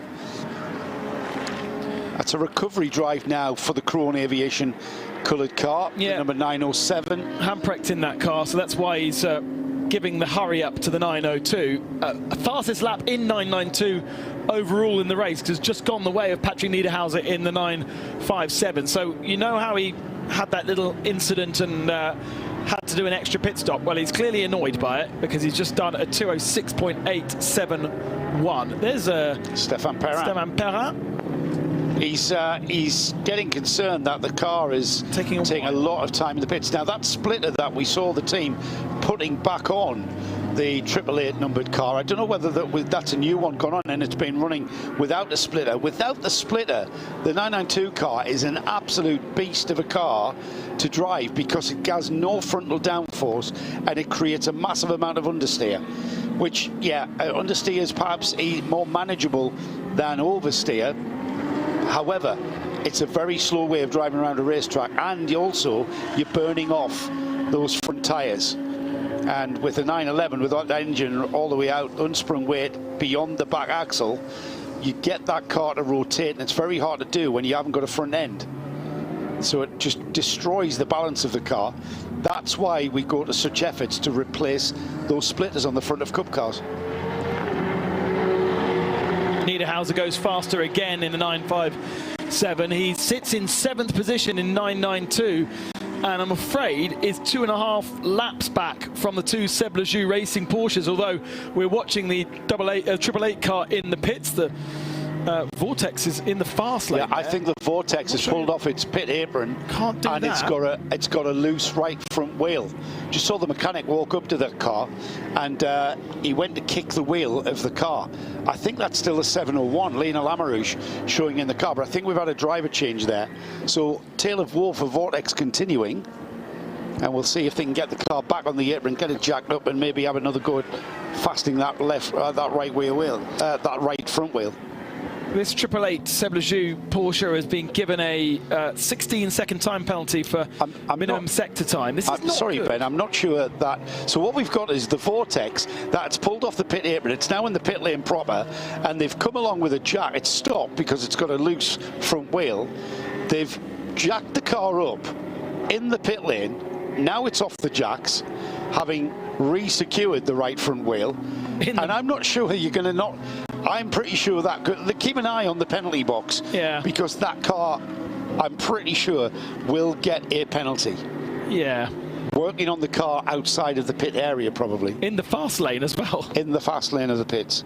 I thought they might have an attempt to drag it back to the pit apron, where they would have been able to do that without incurring any penalty. I mean, imagine being the partners of the drivers at the Vortex. How was your racing, dear? And then you're breaking open the bottle of red, and the rest of the evening is taken with the tale of daring do and getting the cars to the finish, and overheating problems for Sonel, wasn't it? In Solène. Isn't your wife called Solène? Yes, that's why it's the same name. Solène. It's actually the same name, just slightly differently spelt. But yes, it's the same name. Isn't your wife called Solène? No, Solène. Solène. Yeah. Yeah. What do I keep saying? Sonel. Sonel, do I? Getting literally the half of it round the wrong way. Philippe Bonnell is a teammate in that team. Yeah, that is correct. Yes. That stuff coming out the bottom of it again? Not sure if it's got something. Yeah, there's something bridging the gap underneath the car to the ground, isn't there? I'm not quite sure what that could be. Oh, please don't let it be an air jack. Because the car has got air jacks, and it was lifted with the air jacks. Please let that air jack return. Can't quite see from that angle, but it does feel as though there's something quite low to the ground under the car. Car's quite low to the ground anyway. I think there might just be a bit of bodywork sagging, bit of floor tray. Hard to see, these cars run so low to the ground, of course. We've got a 28-second penalty for our leader. And I don't know how much the gap's 2 minutes and 31. What's it for? It is for. It's not what I was just announced. The 28 has been announced as a penalty. Nico Bastien has been given 5 seconds. So lots of penalties coming through. But now that's for now the 28 not respecting minimum sector time during code 60. So that's a code 60 speeding violation. Yeah. The 701. There's what we thought. Not respecting pit stop regulations. 10-second time penalty issued. Let's head down to the pits. Speeding in the pit lane is for the 93. Pit lane speed limit for the leader. Yeah. How many seconds? 28. 28 seconds for the leader. Diana. Bit of an update down here. I think we've got 2.5 hours or so to go. Obviously, a few teams have come in to sort of have driver changes and stuff. But what I'm finding is the drivers are absolutely exhausted still, and they are sort of going straight out the back and having either a shower or cold water because they're really sort of not ready to give interviews just yet. So as soon as I can get anyone that gets out of the car quickly enough, then I will get them for you. But we can obviously appreciate, it's a very physical job that they're doing this afternoon here in Paul Ricard. Yeah, massive challenge for everyone in the heat of the south of France. Not the first time we've suffered with heat at a 24H series race here at Paul Ricard. I remember one 24-hour race that it was, I think it was even hotter. I think it was 38 degrees, and we saw those paddling pools at the back of the pit garages being utilised very readily. The July 24H series race is renowned for being a challenge with regards to managing heat. I remember our visits to Portimao. Yeah, exactly. It's not a strange phenomenon for it to be this hot in the European summer, in the south of France or on the Algarve. And I'm pretty sure when we look at planning the calendar, that is a factor that we'll take on. GTX leader, that is the Nova. Very interesting car. If we take off the restrictions, it would be if we take off the the balance of performance restrictions that we've put on that car would be out and out the fastest car on the grid. But however, GT3 is our primary class, so we've had to stifle it a bit. I love the fact that with that car, the number, the flashy number board, which you see in the windscreen of every other car, doesn't fit in the windscreen facing forwards of the Nova, so it has to go on the side, and so a little bit of an odd one, that. But obviously it's called a Luminex or something like that. It displays the name of the driver that's in the car and the position in class with different colours, and pretty universal across all the different championships now. But it doesn't fit in the windscreen facing forwards. Niederhauser's done another fastest lap in the 957. He's down to 2 minutes and 6.610.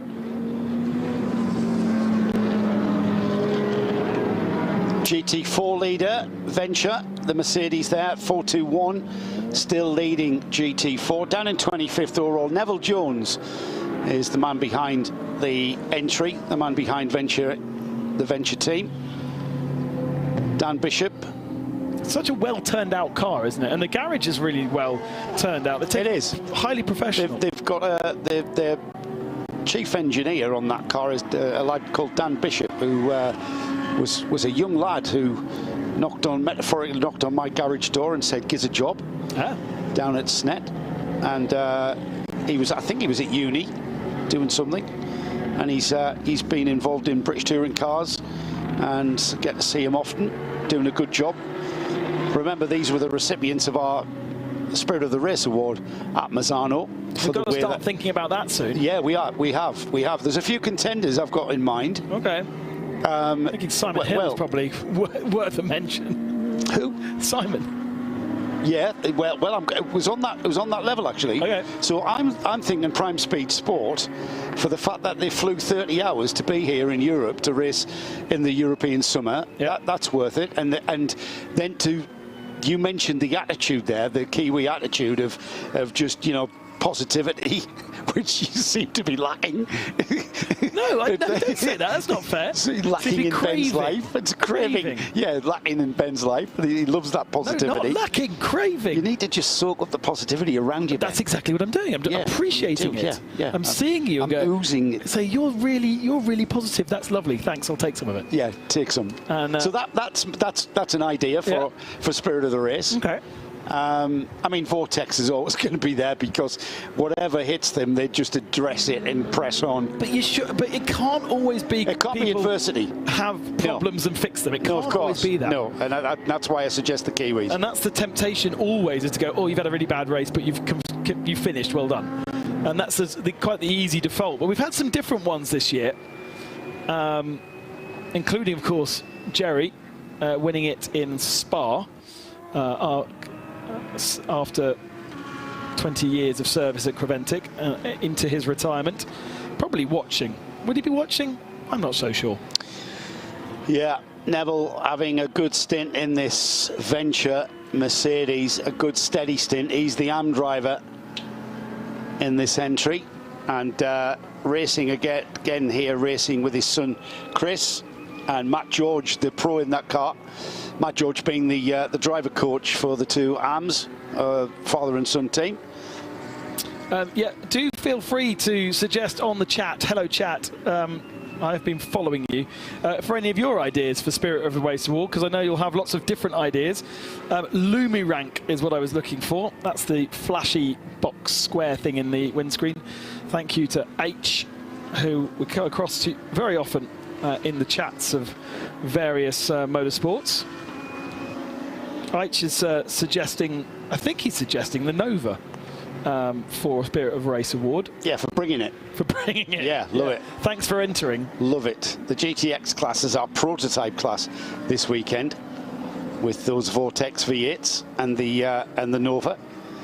And I'm pretty sure, I know Sebastian Page is on the right page when it comes to generating some interest from those owners.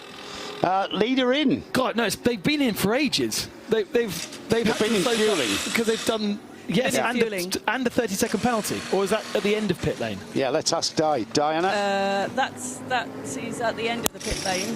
But the car is on the pit apron now. The Red Ant Racing Mercedes AMG Urson Redan is just driven up and jumped in behind the wheel of that number 93 car now. He's just making his way out of the pit lane. Unfortunately, I'm at the wrong end, so I can't see if he's going to take a penalty. But let me just ask Bert very quickly. Bert, are you having to take a penalty on the way out here? Yeah, it's obligated. Yes, exactly. You have to.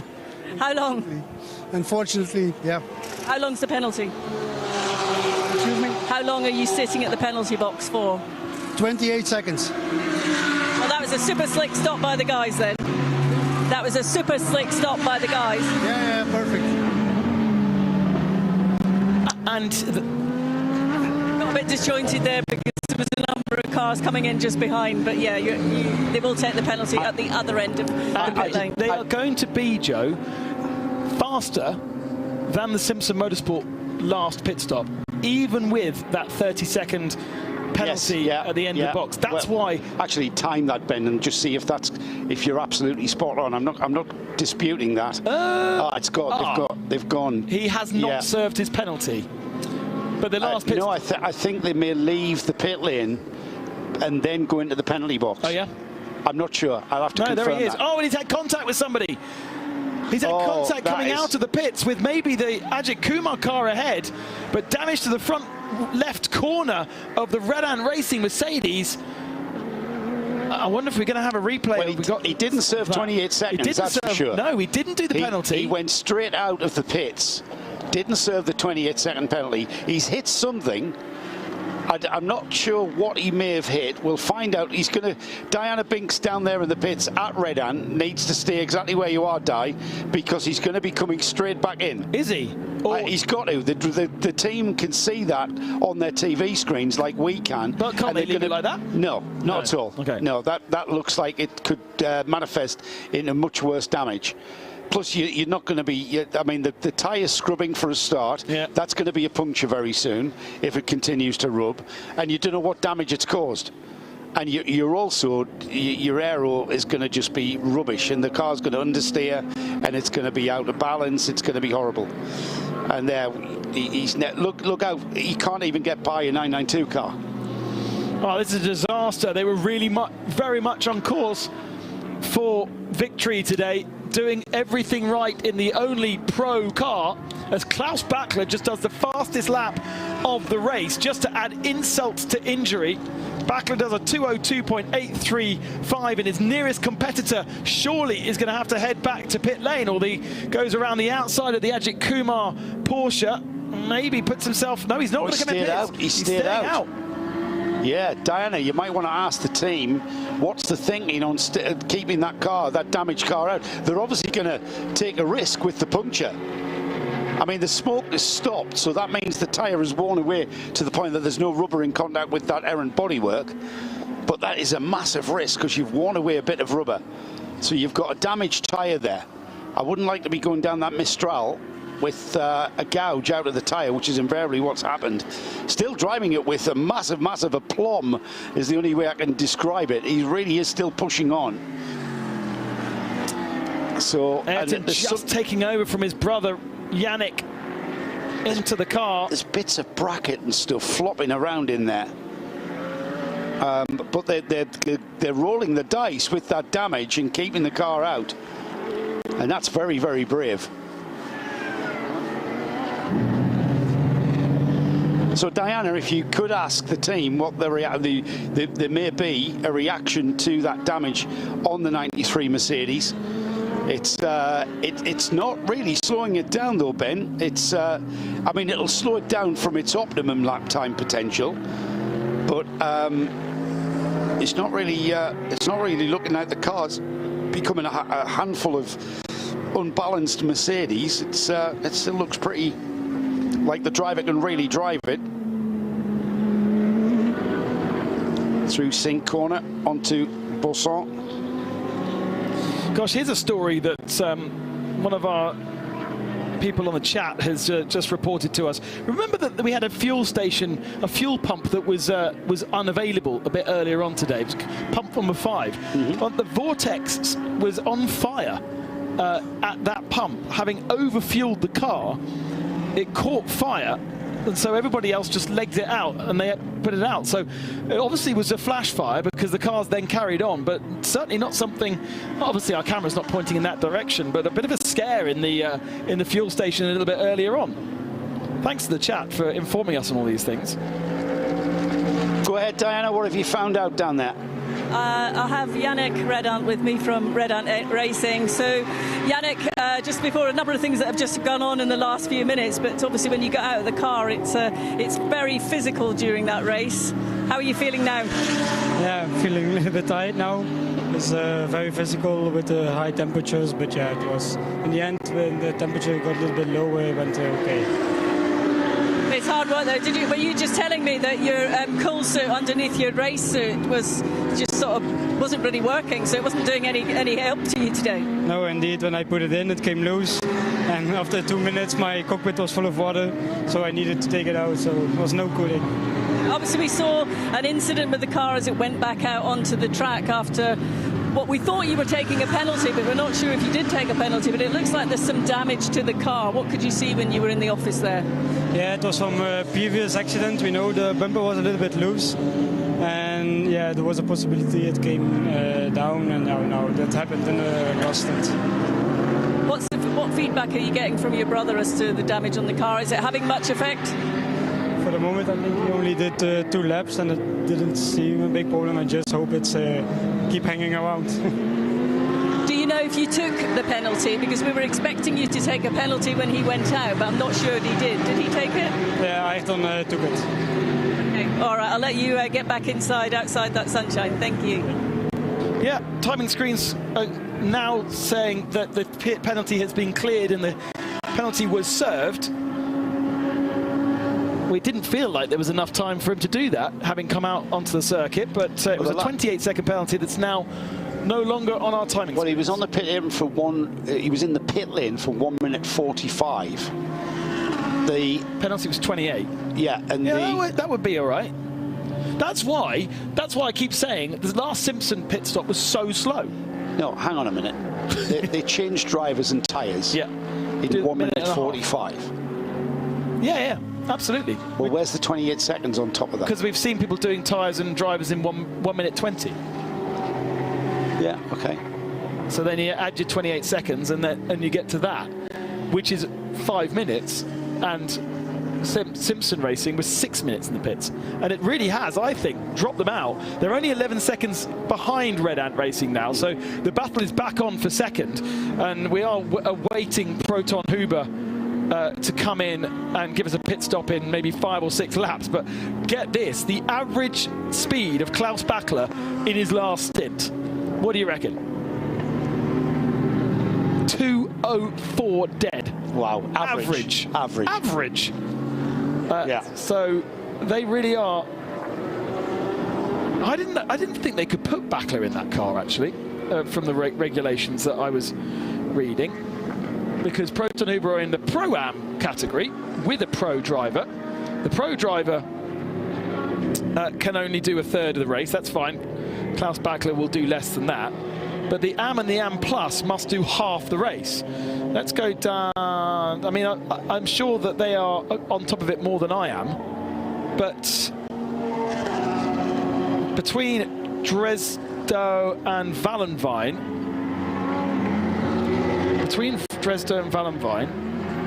they need to do 6 hours. Just trying to work this one out quickly before I disappear. And yeah, between Vallenvine and Dresdo, they need to do 6 hours. The semi-pro is free. Klaus Bachler is the pro. How do they get 6 hours from Dresdo and Vallenvine with not very much lap left? Klaus Bachler is going to have to come in and hand the car back over to Valenven and Drozov until the end of the race. There's not a lot. It's really quite tight. Simon Hill's back with this. I am indeed. I think you're probably right. I think if he comes in fairly soon, they might just about do it on those maths. Just? But he's retired, isn't it? No wonder Klaus Bachler's been in a rush. Well, he's always in a rush, isn't he? So, right. So, here we go again. Let's have a look at everything unfolding. Dramas for the Red Ant machine. Bachler still doing Bachler things and being very fast at the head of the pack.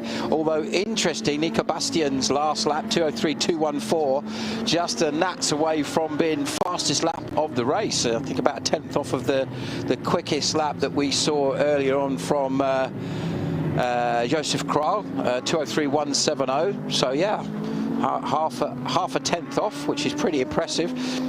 Maybe we're getting into a bit of a golden hour, as we quite often refer to at places like Le Mans and Daytona, where there's a certain point in the day where the temperatures and the track conditions come together. The track's got to cool though, Simon, surely, and there's so much heat out there in that track. I think it's going to be like sundown before we see the track discernibly cool at all. Well, having just walked across the paddock a fairly short distance, I can absolutely guarantee, just by the very simple test of just how hot and sticky I feel from a 5-minute walk. But still hot out there, yeah. It's blisteringly hot, yeah. So yeah, it's the track temp must be insane. I don't know what it is. I'll see if we can find out later. But certainly the only thing I can think of possibly is that the one thing that will definitely have happened is that the sheer volume of rubber that's down, or the layers, if you want to call it that, of Michelin rubber that's now being put on the track, that maybe is helping. It could also be that Bastien, maybe they've changed something on the setup of the car. And I know certainly from a brief word with the ERA guys, one of the reasons why Andreas went a lot quicker in that car was they made a small setup change and it just suited the track conditions as it evolved. So yeah, going to be interesting to see if Bastien can continue that sort of pace. Not seeing any more green sectors from him at this stage, but quite often you can see drivers do a faster lap with 3 very good sectors that aren't quite their ultimate, but are right up there. We're watching the Santalot car, which has now got, of course, on board Pierre Caffa.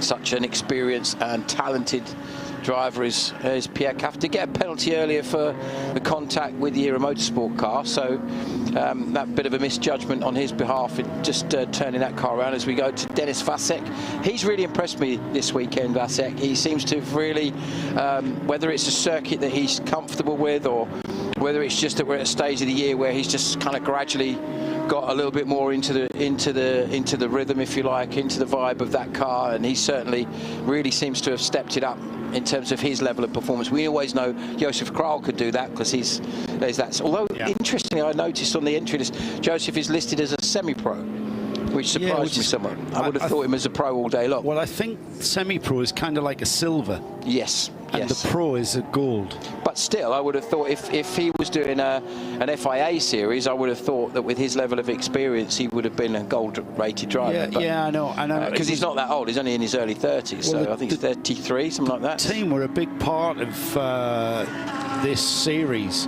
up until 2020, the COVID year. Yeah.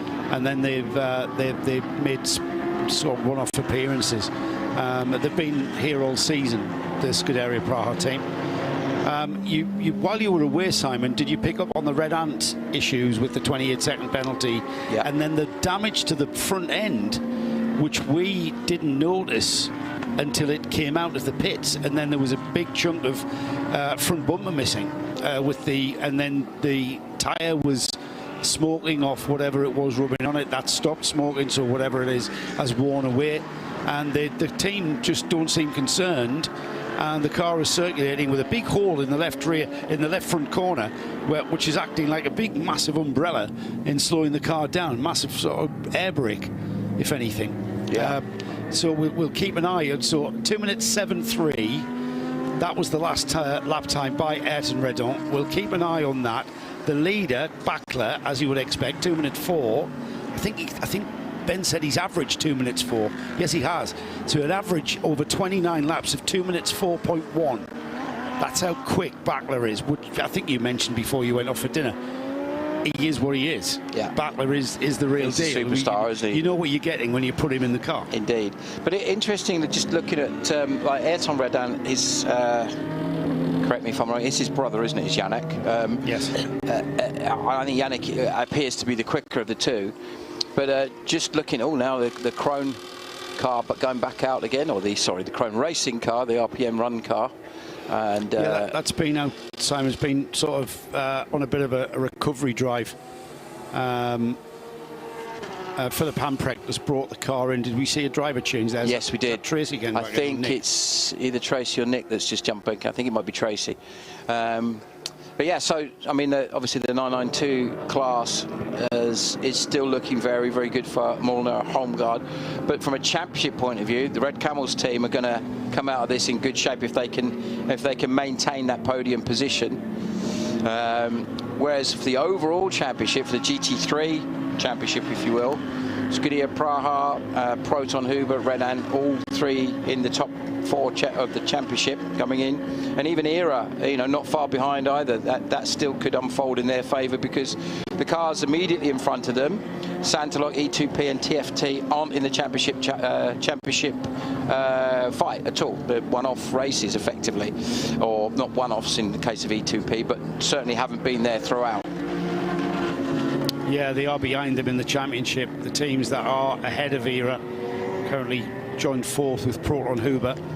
Hofer obviously are not going to score. Hofer's not going to score so very well. So that's going to put them probably, I think the points difference between them. I would suggest by the end of the weekend, if things unfold, it looks like it'll be Praha, Proton and ERA in the top 3. I think could be. That's likely. Well, Red Ant's going to be coming up the order as well. Red Ant will be coming up. Yeah, so Red Ant will be in the mix behind Scuderia Praha as well. They had a 3rd place at Mazzano, didn't score. ERA took a podium at the opening round in Mugello, and 2nd place to Hofer at Spa was a good score for them. 2nd place for Proton Huber at Mazzano in the last round was a good score for them. Scuderia Praha still holding on for that win. The last round at Mazzano was won by the Haas RT Audi. Round 2 at Spa was won by the Zigo Sport Tempesta. They're not here. And Manamari Energy was also the winner of round 1. Yes. I think we might have just seen a change. I think Vladikin might have just got past Redan. Yes, he has. Moved into 2nd place. That damage is costing them time, Simon. I mean, they're 209 last time round. Now, even allowing for traffic, that car is seriously hampered, isn't it? Yeah, yeah. Vladikin 205.4 last time, so 4 seconds a lap quicker. So, but one of the things that, as Ben was alluding to just before he left the box, was that Bachler must be up on track drive time now. I'm pretty sure that he's could be coming in fairly soon. Bachler's stint, we've got him at just over the hour.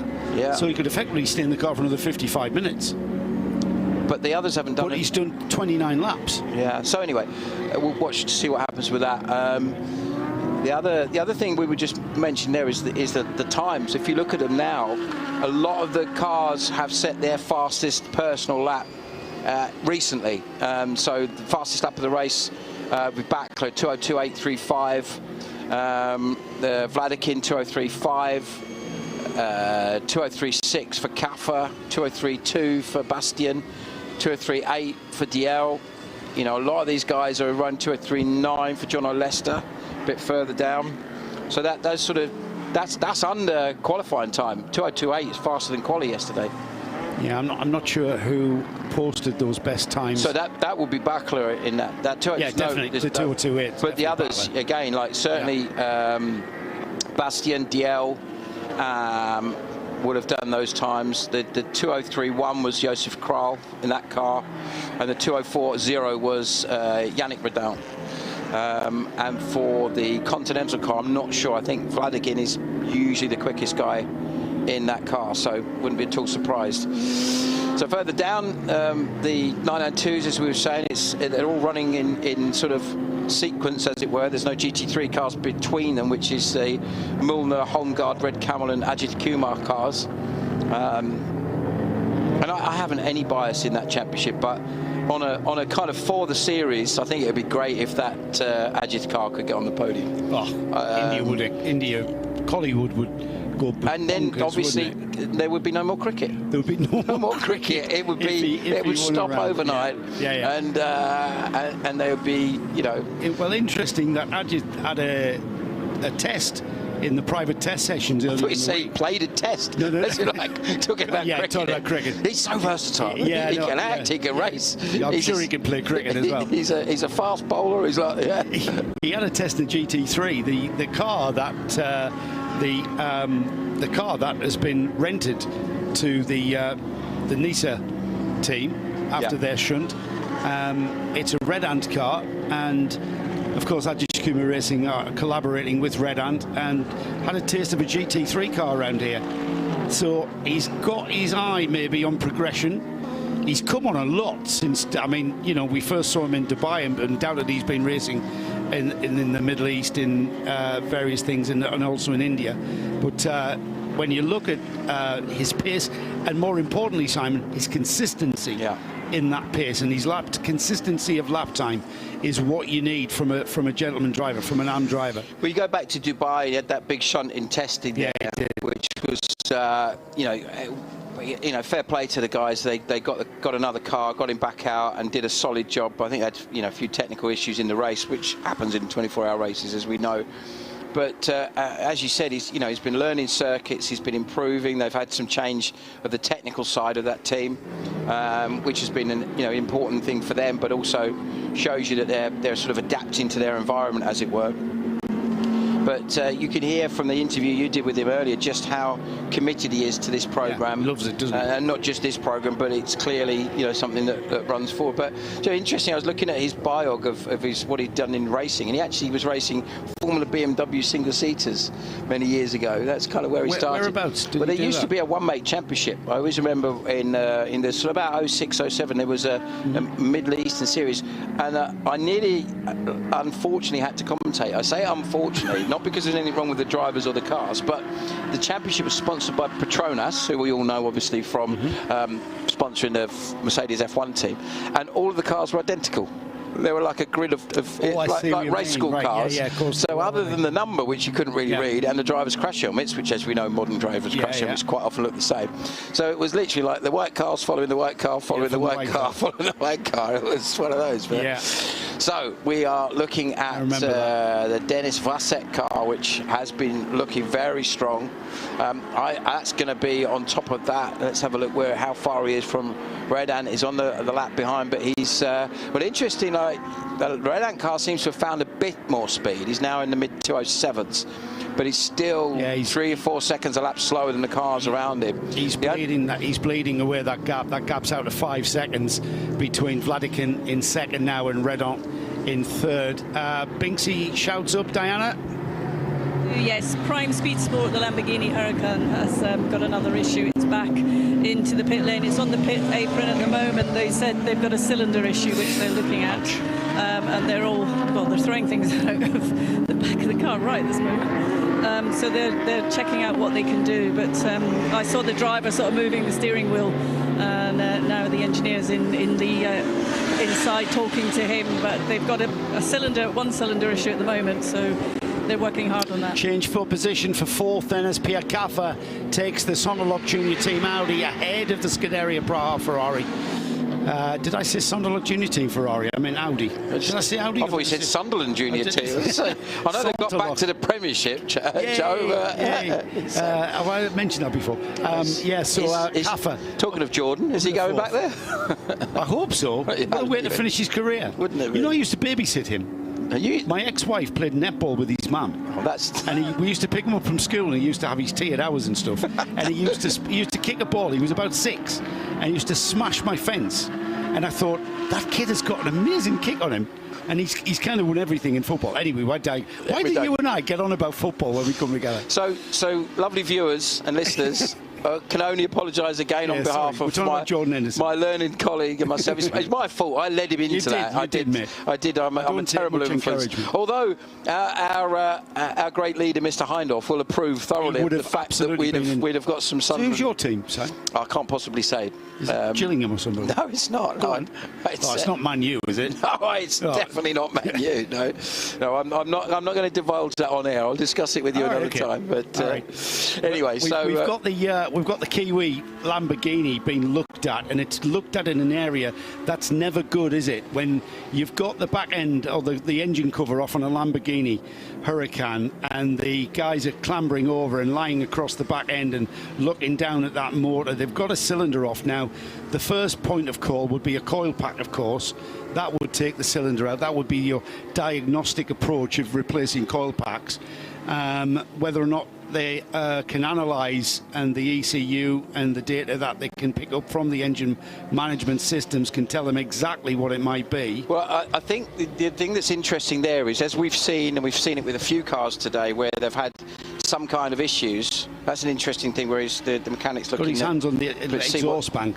What's going on there? Well, I'll tell you what's going on there. So the exhaust comes out both banks on the V of the engine, and if there's less air coming out of one, it means that bank of cylinders is where you've lost the piston. Exactly. What I was going to say, though, is that as we discussed, and certainly Ben and I discussed, the modern race car and the modern road car, diagnostics kits and laptops are equally as important as spanners, and there's no laptop being plugged in, is there? Which would suggest it's something bigger, something that a bit less electronic-y, fuely, as a technical term, a bit more mechanically crash bang wallop-y type stuff. Yeah, we know all the terms. We're motorsport experts here, you know.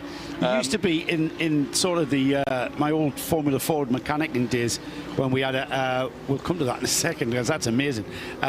You would lick your fingers and touch the exhaust manifold, and whichever exhaust manifold was cooler than the rest that was your cylinder off. Simon, you pointed at the screen because that's worthy of a chat. So after being on pole, leading the race, and then having a technical issue which cost them goodness knows how many laps, Ramez Azam, who has impressed us all weekend in the Interior Africa Racing by Dragon, has just set the fastest lap of the race, 202.801, which is 34 thousandths quicker than Klaus Bachler. So that's a hell of an impressive lap too. We're seeing some greens coming up now, which means we're getting people setting their personal best. Tom Jackson's just set 204.748 for the Duta Racing Audi in 16th place. So it's going to be interesting now, because I think, as my point was earlier, this golden hour thing where the temps maybe have just improved a little bit, the tracks come in, various different factors, because looking at everyone's, not everyone, but a lot of people's lap times, interestingly there, just looking at the screen, Vladikin's just done a very slow lap, 2:13.7. So that's like 10 seconds slower than Bachler. Interesting as well, because that gap's come down. It was just over 5 seconds. It's now less than a second between second and third place. And we've got the Red Ant car there moving to the right and about to take that second place back. Whatever has happened, there's been some sort of situation with that Continental Racing Audi of Vasily Vladikin, and now the Red Ant car moving onto its rear wing. So has it been tripped up? I think maybe, because it's going again. That suggests, well, it's going to be interesting. Let's have a look at sector times. So Vladikin's first, actually the sector times look okay. It's not like there's a big delta of the difference between Red Ant in third and Vladikin is hundredths of seconds. If there was a problem, it'd be several seconds, wouldn't it? So we're going to see a change of lead. That battle that we were just talking about is going to be a battle for the lead in a moment, because the Bachler Porsche, as we suspected it would, after 32 laps, has come into the pits now with an average of 2 minutes 4.097. That is an amazing stint from, as you would expect from Klaus Bachler, but that has really put that car into massive contention. And we are only 4 minutes away from the 2 hour to go bell, which isn't actually a bell, that's just my metaphorical term. Would be quite good though, wouldn't it? It would be amazing. Ding, ding, ding, like ding, the sort of, 2 hours. When like you a see basketball game, 1,500 metres or something, wouldn't it? Yeah, that one. That's the sort of thing I've got in mind. The 69 is going to be the car that comes across the line and will take over the lead. So this is going to be interesting. I'm pretty certain, I think we're all certain, that this must be Backla's drive time up. So I think they're going to have to put their other drivers in the car now. If they put Manuel Lauk in the car, it's not so bad because he's pretty quick. But the other guys were nowhere near that sort of pace. And that could well play into the guys in second and third. There's a red ant car from our drone. I love that shot so much. It's just a brilliant bit of TV, isn't it? Don't allow it in the UK. Yeah, interesting. They've started to, in British touring cars, they've started to use them for various bits and pieces. Right. So they have relaxed it a little bit for certain tracks and just certain not situations. Over the track, I believe. Yeah, not in the quite in the same way. So there's Ayrton Red Ant. Just gives that different perspective that you can get from, you know, usually our perspective is from behind the barrier. Yeah. But you can actually share the track with the car and just watch the nature of the car. Yeah, the Audi's pulled away again, hasn't it? It's gone down to turn. So Vladikin, I reckon, must have had some horrific traffic or possibly a big moment of some sort, because he's now lapping back quicker than the Red Ant car. Kaffer now sets his personal best and the car's quickest lap, 2:03.453. So we're getting some 2:02s, 2:03s. You know, most of the top cars, if you actually look down, you know, Backler 2:02.8, 2:03.5, Vladikin 2:04.0, Red Ant 2:03.4, Kaffer 2:03.1. You mentioned Ramez Azam in the 98, the Indo-Africa Racing Ferrari, with a 2-minute 2.8, which is the quickest lap of the race, fast lap of the race, down in 19th overall. Now remember, that was the car that had the fueling issue and was brought back, recovered back to the pits on the back of a truck. And that's why the car, which was very much in contention for the lead, is now down to 19th. And with 2 hours to go, it's still many, many laps off contention. But they are still pushing on in that Dragon, Indo-Africa Racing by Dragon. And great to see that they haven't given up and they are pushing on. But you're right about the gold now, because green lap times now popping up literally everywhere. Yeah, 2:03.1 for Bastian, another 2:03.4 for Kaff. Oh no, we've done that one. 2:04.6 for Tom Jackson, as we said. So in comes Backler. Yes, driver change. Now, let's see who that is jumping. I think that's Manuel Lauk. That's from my limited understanding of different crash helmet colours, I think. So I'm probably completely wrong. Yes, so let's head down. Far away, Ben. Far away, Ben. Far away, Die. Sorry, I'm tired. Prime Speed Sports, the Lamborghini Huracan for the number 42 car that was in earlier had some issues that you were talking about. It's back in, it's on the pit apron. They're now taking the car into the garage area. They've got it on the trolleys and they're moving that back in. They've got what they said was an exhaust issue, which I think Joe picked up on a little bit earlier. And it could be a spark plug. They're not sure. They've got to take it into the garage to have a good look around it and make an assessment, but they're desperate to fix whatever needs to be fixed and finish this race, as they've been telling us every time we've interviewed them. So the guys are getting to work now, but the driver has stepped out of the car for the moment as they plug in the laptop to have a look at that data. I've never done any work on a Lamborghini Huracan, Simon. Do you know where the other plugs easily accessed? Because they don't tend to be on these mid-engine sports cars. I think on the or even the coil packs. Yeah, the coil packs, etc., positioned in such a way that you can get to them reasonably easy, I think. Yeah. Going back to an earlier conversation we had about the high pressure fuel pump issue that affected the Into Africa car. Yeah. Apparently the fuel pump's inside the tank. So going back to our conversation about how easy and accessible it is, clearly not. So so that's a long job, isn't it? Then it was Manuel Lauk who's jumped aboard the Proton car, which is bad news for the competition because he's not quite Klaus Backler, but he is extremely fast. So they've got their second best driver in there, if you see what I mean. His stint is 1 minute and 17, 18, 19 into the stint. There's 1 hour and 59.35. So Manuel Lauk will not finish that car. Yeah. He will have to get out of the car. So maybe they're going to get maybe an hour out of him. And possibly, yeah. Bring the car back in and they can use Backler again then, can't they? I don't think so. What's the rest time I'm pretty sure it's... I don't think it's even the... I think it's the fact that the AMs haven't done enough drive time.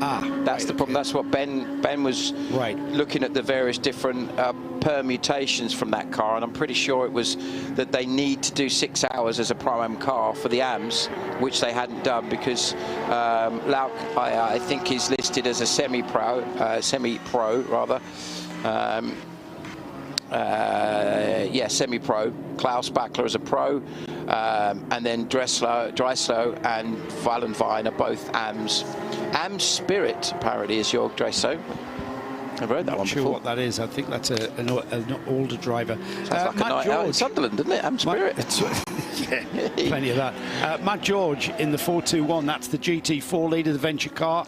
He's just got in that car. Neville Jones put in a sterling stint, did the job, brought the car home in one piece. 2 minutes 12.976. That's the quickest lap we've seen from that car, and that is a class fastest lap, a GT4 class fastest lap of the race, 2 minutes 12.976. So once again, we're seeing that golden hour come into play. The sun is very low in the sky. It's still nice and light, but the sun very low, and the way that the sun goes down here in the south of France, it all of a sudden, it's like you switch the lights off. There's no sort of sunset. Once it dips beyond those mountains, it gets dark very, very quickly. And so we are seeing the Ajith Kumar car, the 901, into the pits in 6th place, 4th in the AM class.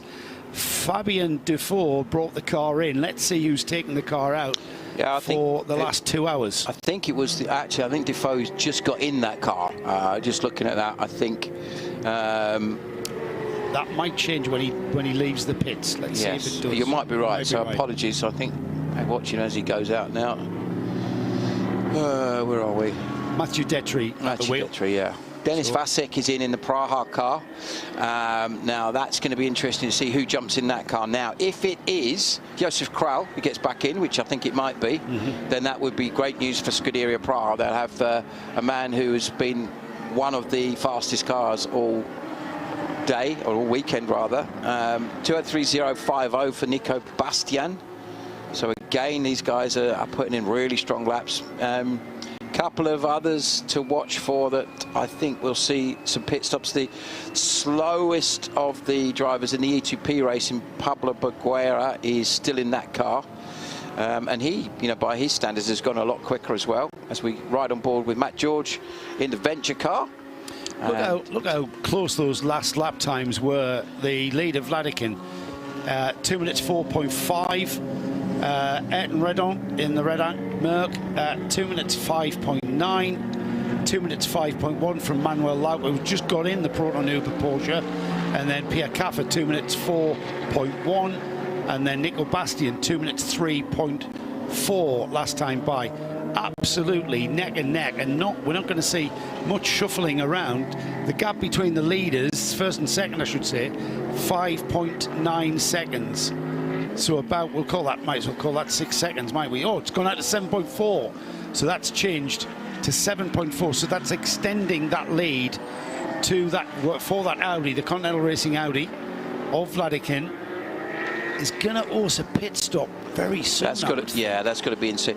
The other car that's really impressed me, that's done a superb job in circumstances, especially, is the Viper Niza Racing, currently sitting in 9th. They've just come in for fuel, so they might drop down a little bit depending on who jumps back in. But to come from a disaster to having to change the car completely to running in the top 10 at this late-ish stage of the race with less than 2 hours to go is an incredible performance, both on and off track for that team.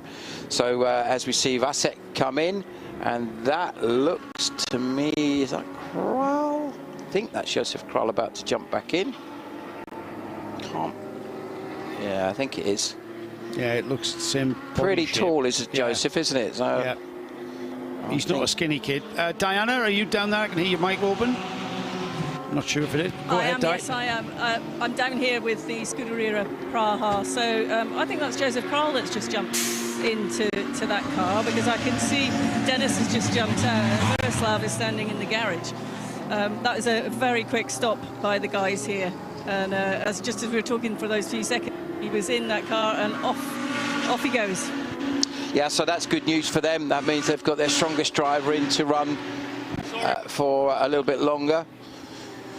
And let's see what happens with the guys at the front. So at the moment, if you look at it, you've got the car in 4th place, the Santalok Junior Team Audi, as you see the Scuderia Praha car making its way out onto the circuit.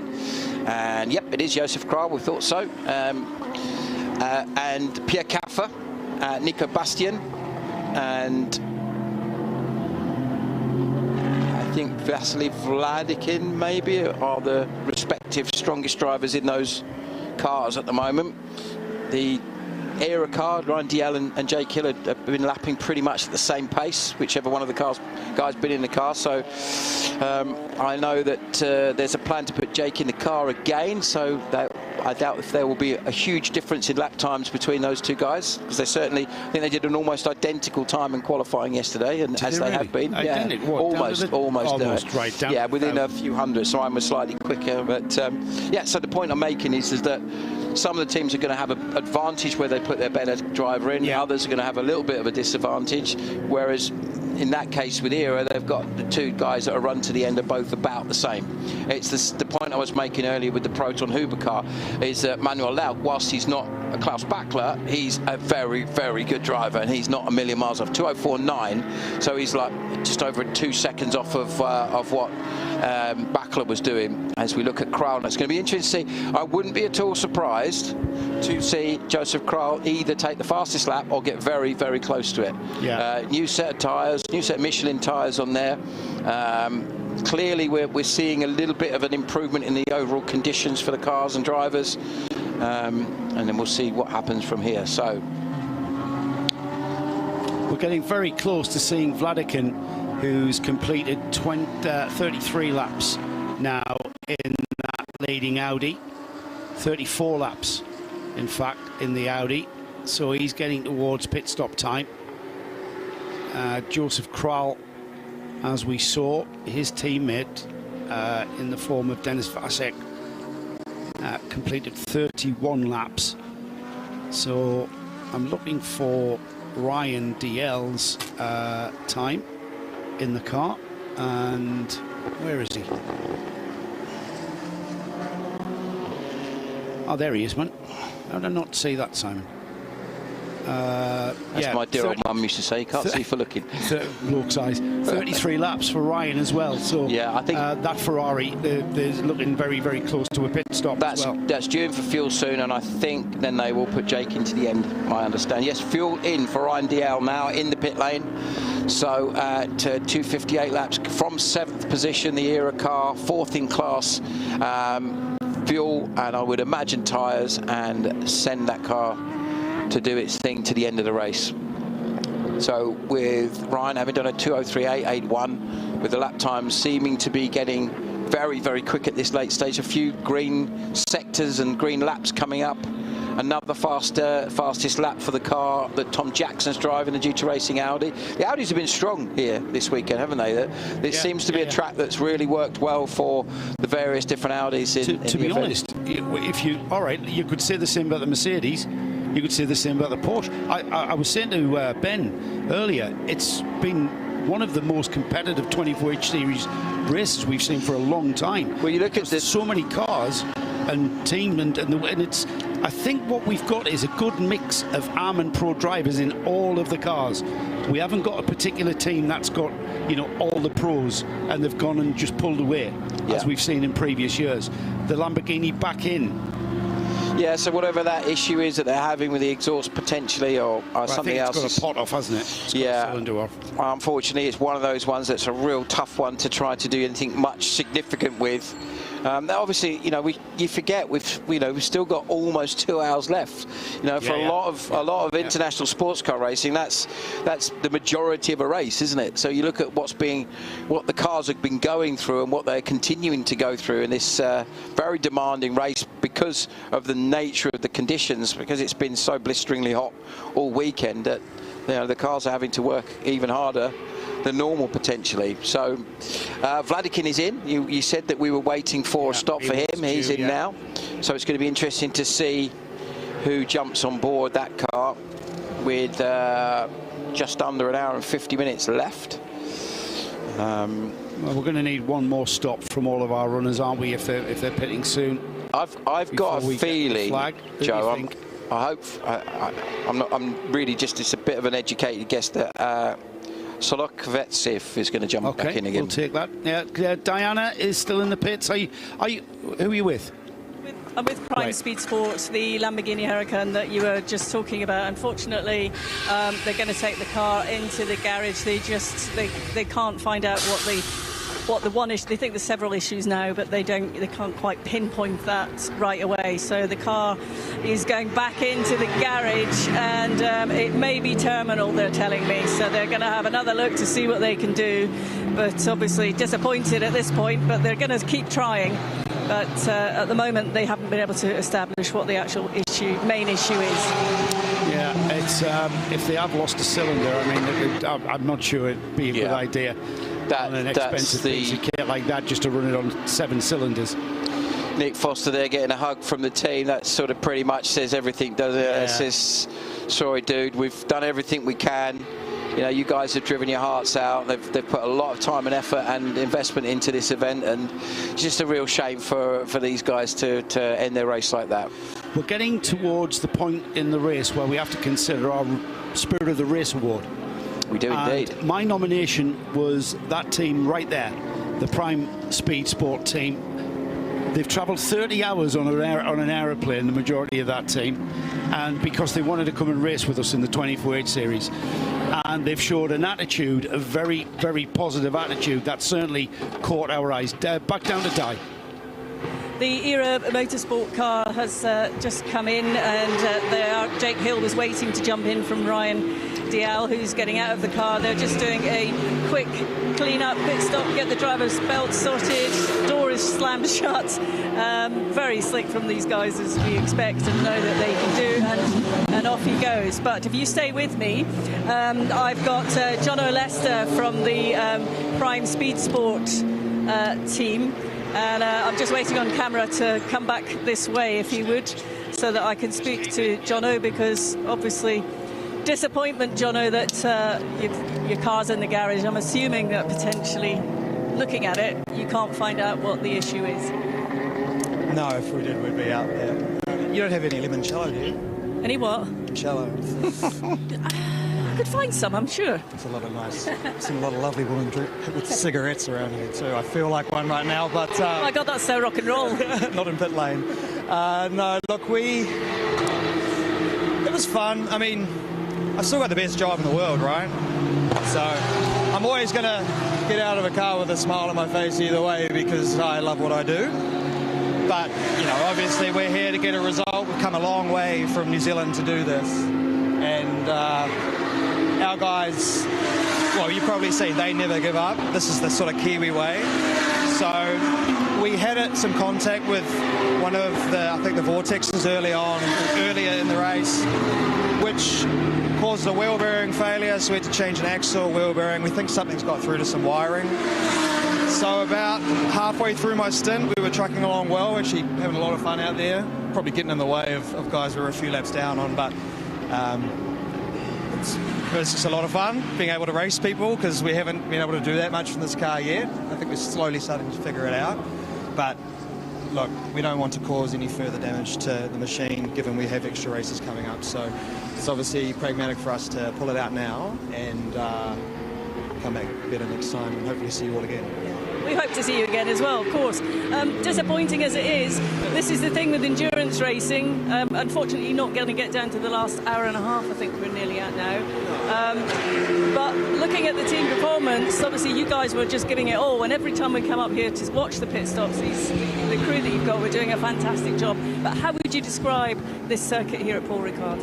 Well, I was going to compliment your series first. I really like the vibe here.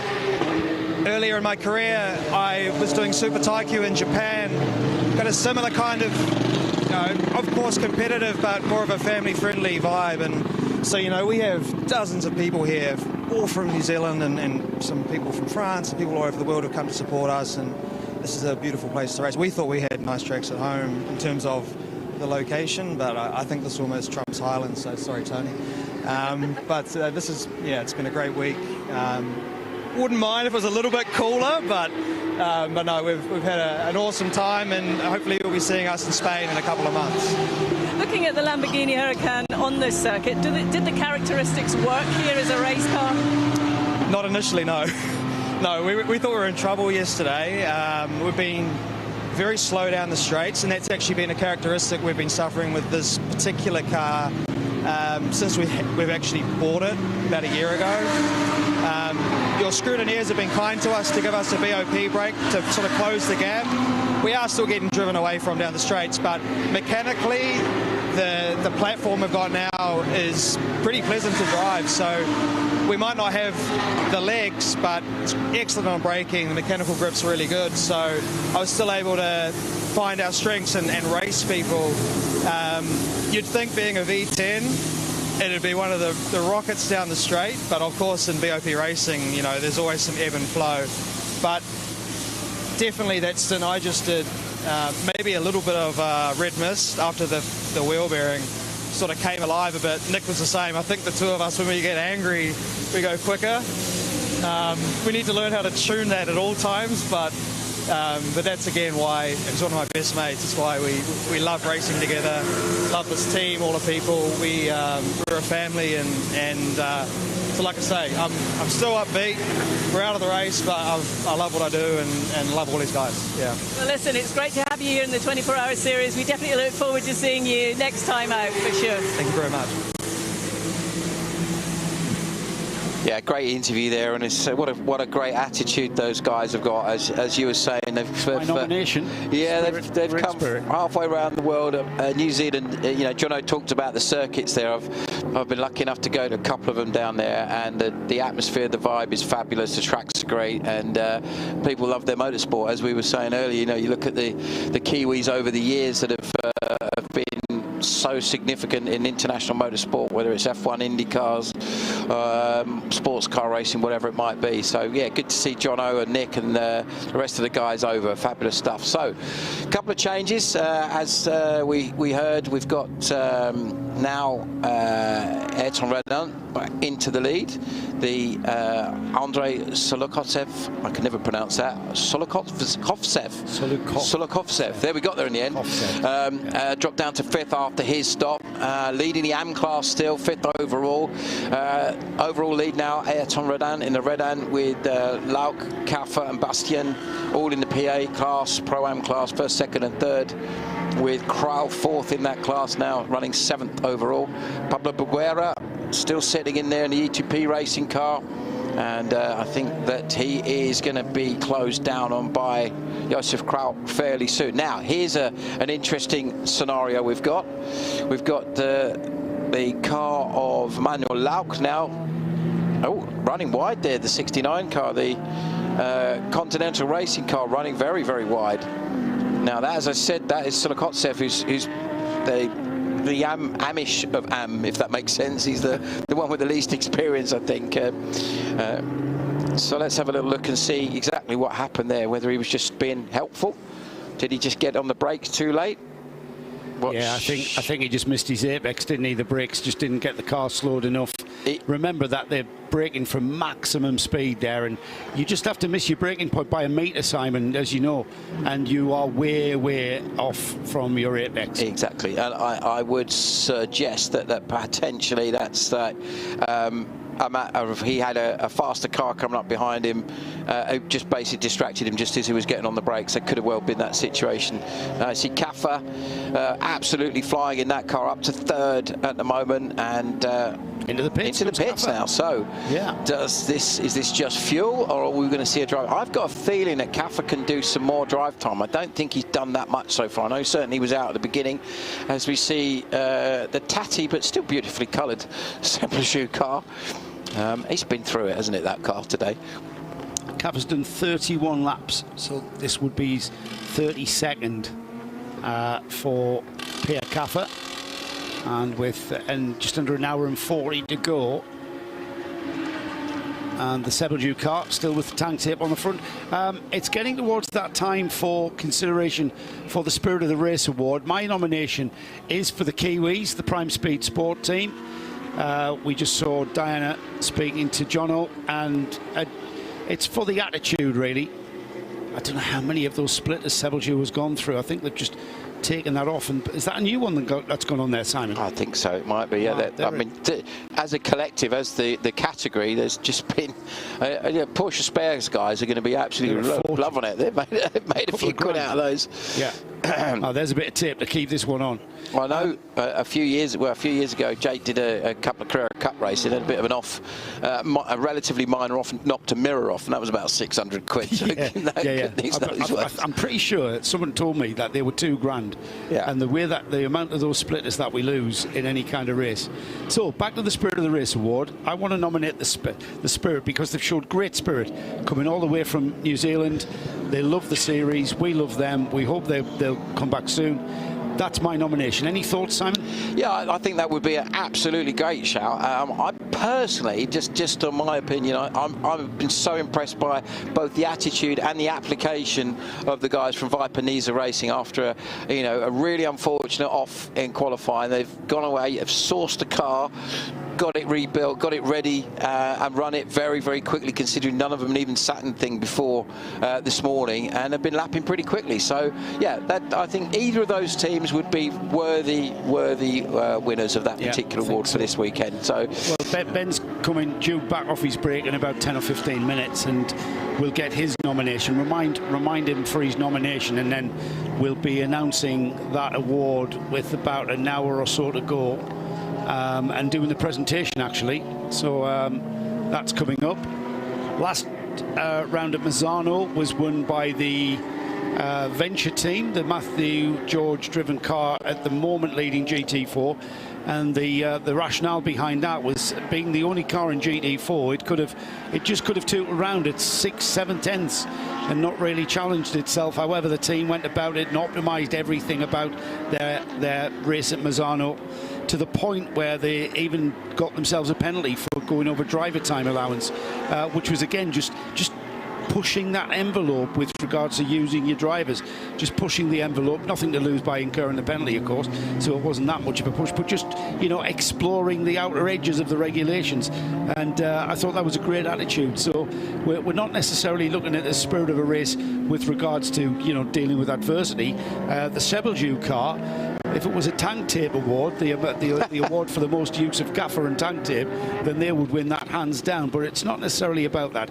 It's just showing a great spirit of endurance racing and spirit of going motor racing. So that's interesting. Gaffer still staying in the car, and new tyres going on, and you would suggest therefore that car is going to be very, very quick once it comes back out with new boots. Obviously, initially, as we've seen with a lot of the cars, the first few laps, even though they have the benefit of the newer tyres, they have a full tank of fuel. So unless, of course, it's been a refueling under the code 60 situation, which hopefully we won't get any more of until the end of this race, or before the end of this race rather. But so looking at some of the lap times that people are doing as the fuel load burns away a little bit, I think there's a sort of a bit of a sweet spot around about halfway through a typical fuel stint, which is about an hour for a GT3 car, where that's where they seem to be at their quickest. Light enough to perform. Yeah, exactly. In a more nimble way. Yeah, and it's about the way that the sweeps and turns of Paul Ricard, that will suit a more nimble car, isn't it? It's a bit. If your car's heavy, it's the changes of direction, isn't it? Yeah. Where you gain the time. Yeah. And now you transition from left into the right, and there's a lot of those transitions here at Paul Ricard. But it's saying some of the onboards we've seen really do give you a much better impression of just how much undulation there is on this circuit, because you quite often look at it from, when I've certainly watched it over the years when they've had F1 here, and it kind of always looks a pretty flat circuit, quite interesting challenge, but a very flat circuit, and you can certainly see there's a lot more rises and falls, certainly cambers and things like that in the middle of the circuit, and you really notice it when they come over the start-finish straight. The crest of the hill as they go under the bridge is quite a significant rise that they have there. So yeah, quite interesting to see how that looks when you look at the onboard stuff. As you look at Matthew Detry in Ajith Kumar, 5th in class, as we just have a little bit of a drama with our pictures. Hopefully they'll come back. We went away from seeing a lot of green lap times and sectors, etc. We've just seen Martin Rump do a 2:07.686, sitting in 3rd position in the 992 class. I'm just looking down the list to see where are we on that one. I think we might have seen a, yeah, 204, no, sorry, 206 looking at that. So, yeah, let's focus on what's happening at the front. We've still got Red Ant leading ahead of the Manuel Lauk car, and they're lapping up not too dissimilar on pace. Red Ant slightly slower than Lauk in the Proton Huber car. Bastien very quick, 2:03.3 last time lap, and as I thought, Solokotsev slower of the drivers in that car, in the 4th place Continental Racing car. And just to remind everybody that that leading Red Ant car, the leading Red Ant Mercedes, carrying that damage at the front end, so that's going to be really affecting the aero at the front of the car. And the fact that he's got a 2 minutes 5, all right, to the high 2 minutes 5, 2 minutes 5 point, let's call that a 9, 2 minutes 5.9, he's gotten it into the 2 minutes 5, and I think that's the quickest we've seen that car. So he's getting to grips with maybe a little bit more understeer than he would like, but I think carrying that damage has been to its disadvantage.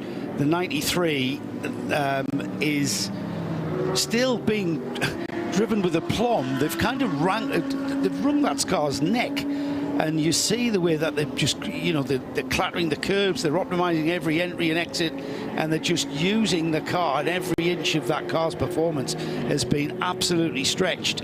And you can't tell me, looking at that front right corner, that that's not causing it time, because there's just a big duct that's going to be like an air brake on that left front corner.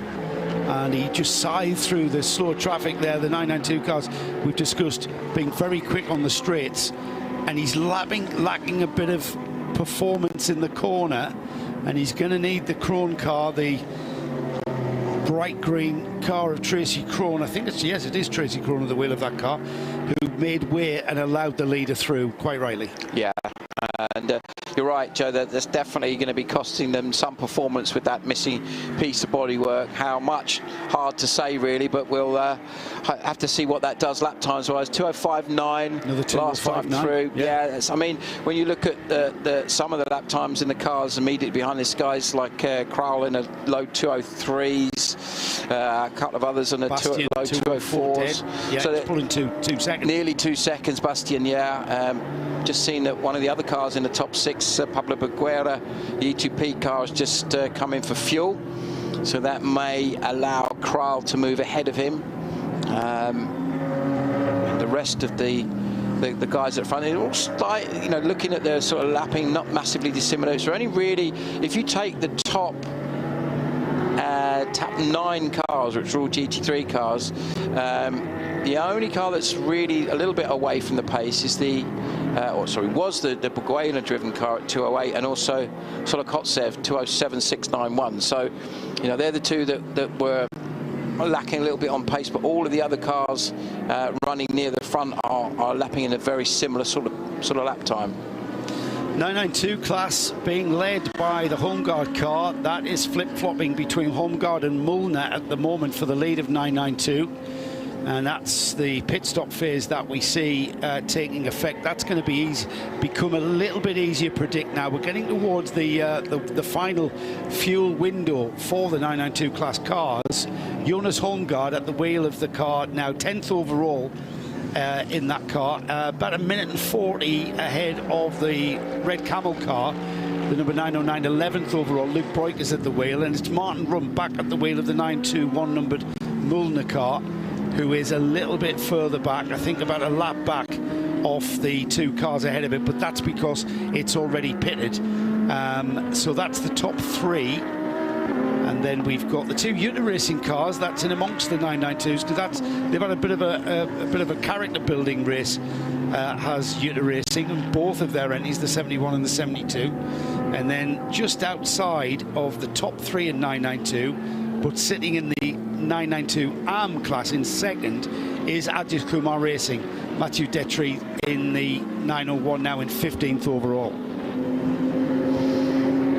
So Raidan still struggling on with that damage to the front of the car. 2:06.7 last time round, 2:05.1 for Manuel Lauk. Nico Bastien in the TFT car coming in for fuel from 3rd position. I've got a feeling he may be jumping out of that car.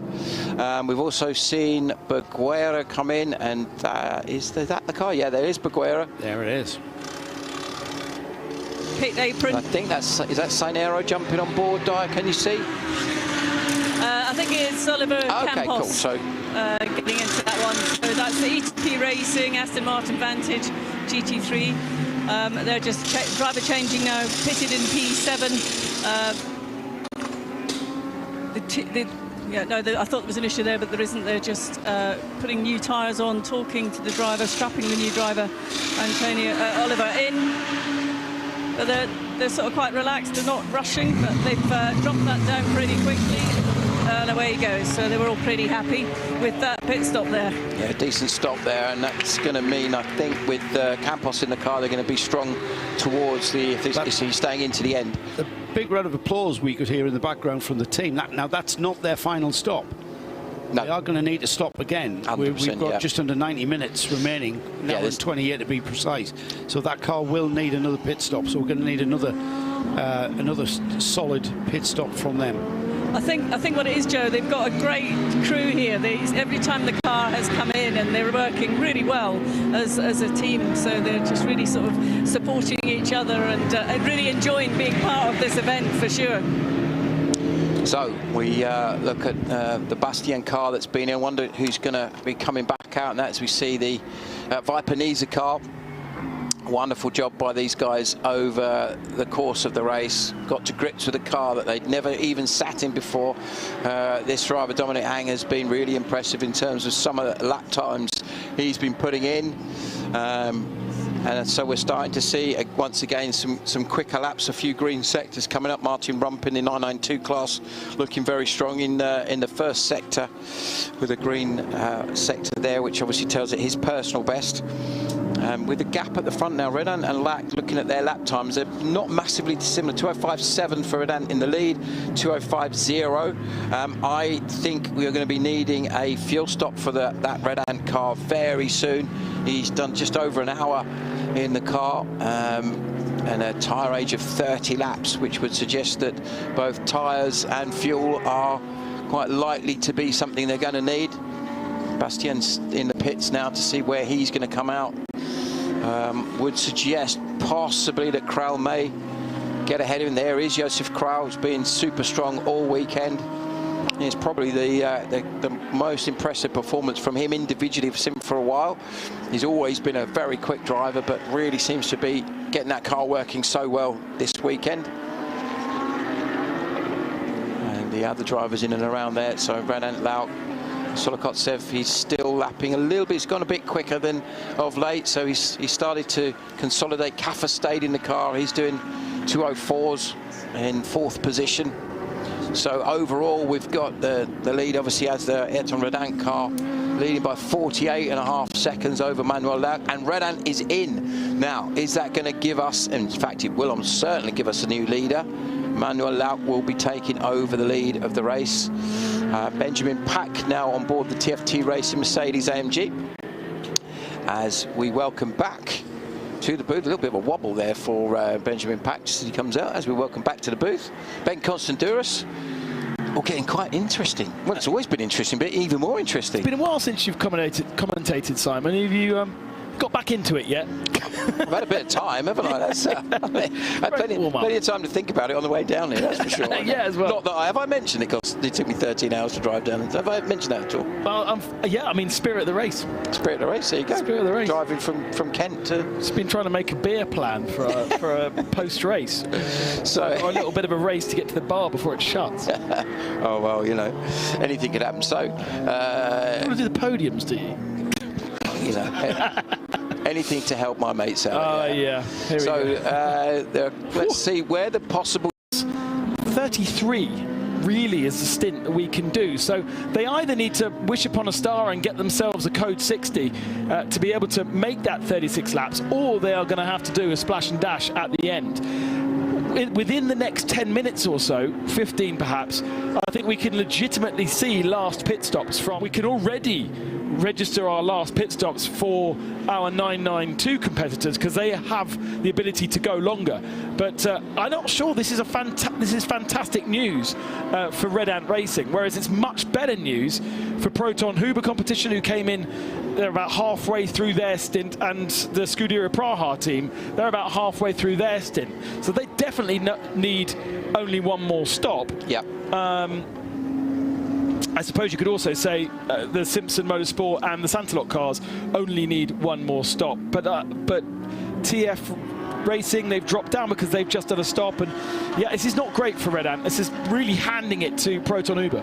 Yeah, I totally agree. I think that's.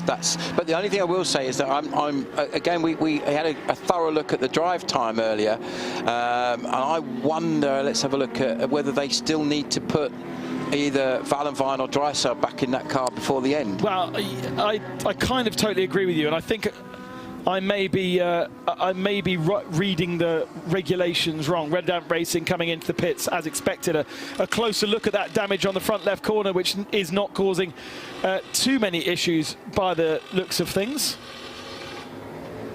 See, there's a bit of bodywork missing from that, but they're saying that they can live with it. Kobe De Bruyker has jumped in behind the wheel as the team change tyres and get that car back underway. So they fired it up and it's just quickly stalled, but off it goes. Right, so regulations for the 73 car, they have a pro in that car, and they're in the Pro-Am category. So that puts them, meaning that the Am and the Am Plus combined need a minimum of half the race. Now, they have 4 drivers in their car. They're Am and Am Plus, a Jorg Drysoff and Mark Valenvine, unless the regulations or an entry list has changed to put Manuel Lauk as an Am driver.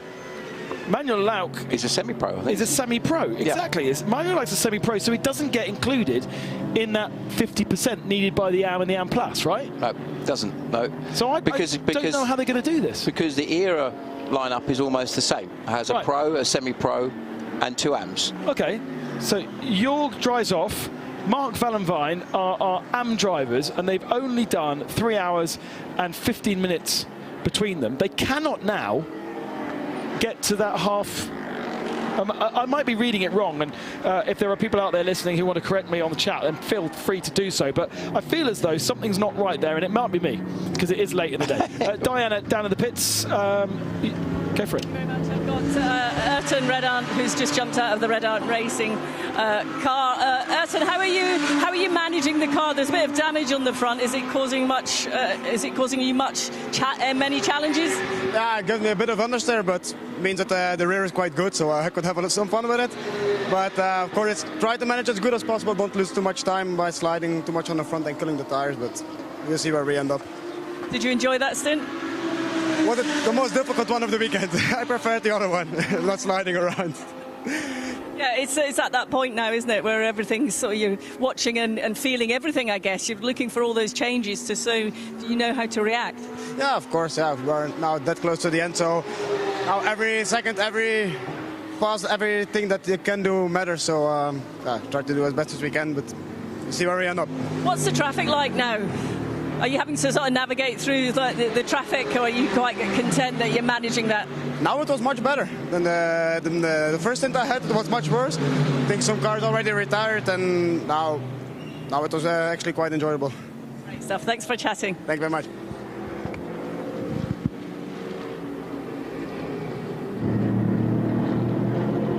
Thank you, Diana. I don't know if you have the ability to do so, but we really don't think in the commentary box here that Proton Uber competition will do their driver stint times correctly, and maybe there's a possibility to go and talk to Proton Uber and find out what their understanding is, because the Am and the Am Plus must do half the race, and the Am and the Am Plus in the Proton Uber competition cars are Jorg Drysoff and Mark Valenvine on both entry lists that we can find. If Manuel Lauk has been also put as an Am Plus, then his time adds to it and everything's fine. If he's a semi-pro, as we see him on the entry list, then he's free to do what he wants, but the first rule still applies, which is the Am and the Am Plus must do 6 hours. It is a bit confusing. There is no doubt about it. But I think it's easy to trip up. And so I don't know really who else to ask. This is where we get Trossers in, and he tells us exactly what it is. But he obviously won't do that because he's working for... He's busy. He's busy working for another team. That's how I read the regulations. I've read them twice off air, and I've read them once on air now. And I'm not sure I agree these guys are in the right place. And again, just to use as a point of reference, the Era car has the same mixture of driver levels, if you see what I mean, as a pro, a semi-pro, an AM Plus and an AM. And they have focused on making sure there was 6 hours out of the 2 AM drivers and then put their other drivers in for the rest of it, which, looking at the times that we're looking at here, from what we can see, Valentine has done 1 hour and 12. Dryso has done 2:03, so what's that? 3 hours and 15 minutes. Yeah. Which would mean they need to be changing soon. No, they can't do it.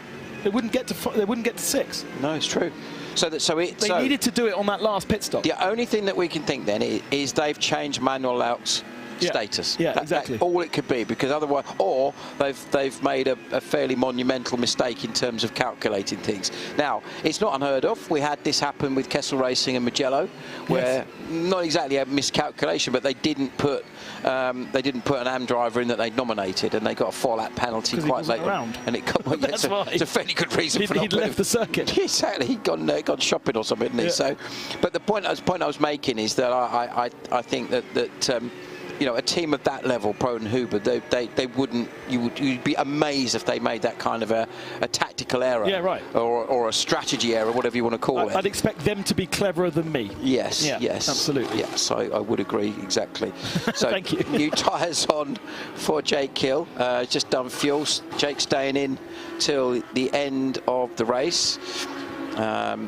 Significantly cooler out there now. You can't tell by the camera shots because the camera iris adjusts, and they're refilling the hydraulics there a little bit. No, oil. Is that oil top up? Yeah. So that's just basically, as with all high-performance race engines, you need to stay on top of that. Marco and Mark and the rest of the guys down there. There's Jake making his way down there. I know, because I've just had a message that his mum Tina is at home watching. Well done, Tina. She's looking after Goldie the dog, and that's always important. Di will appreciate that comment, because Di and I are fellow dog lovers. So yeah, Jake's certainly not thinking about that at the moment. He's focusing on getting the job done, and I think there's still a reasonably good chance, looking at where they are with what they've got left now, just over 1 hour and 15, that there's enough pace in that car with a new set of boots on to be able to potentially make his way a little bit further up the GT3 order. There's going to still be some shake-ups ahead of us, I'm sure there will be. There always is. Every endurance racer you've ever seen, there's always a twist in the last hour, isn't there? We've got 1 hour and 15 left, the length of a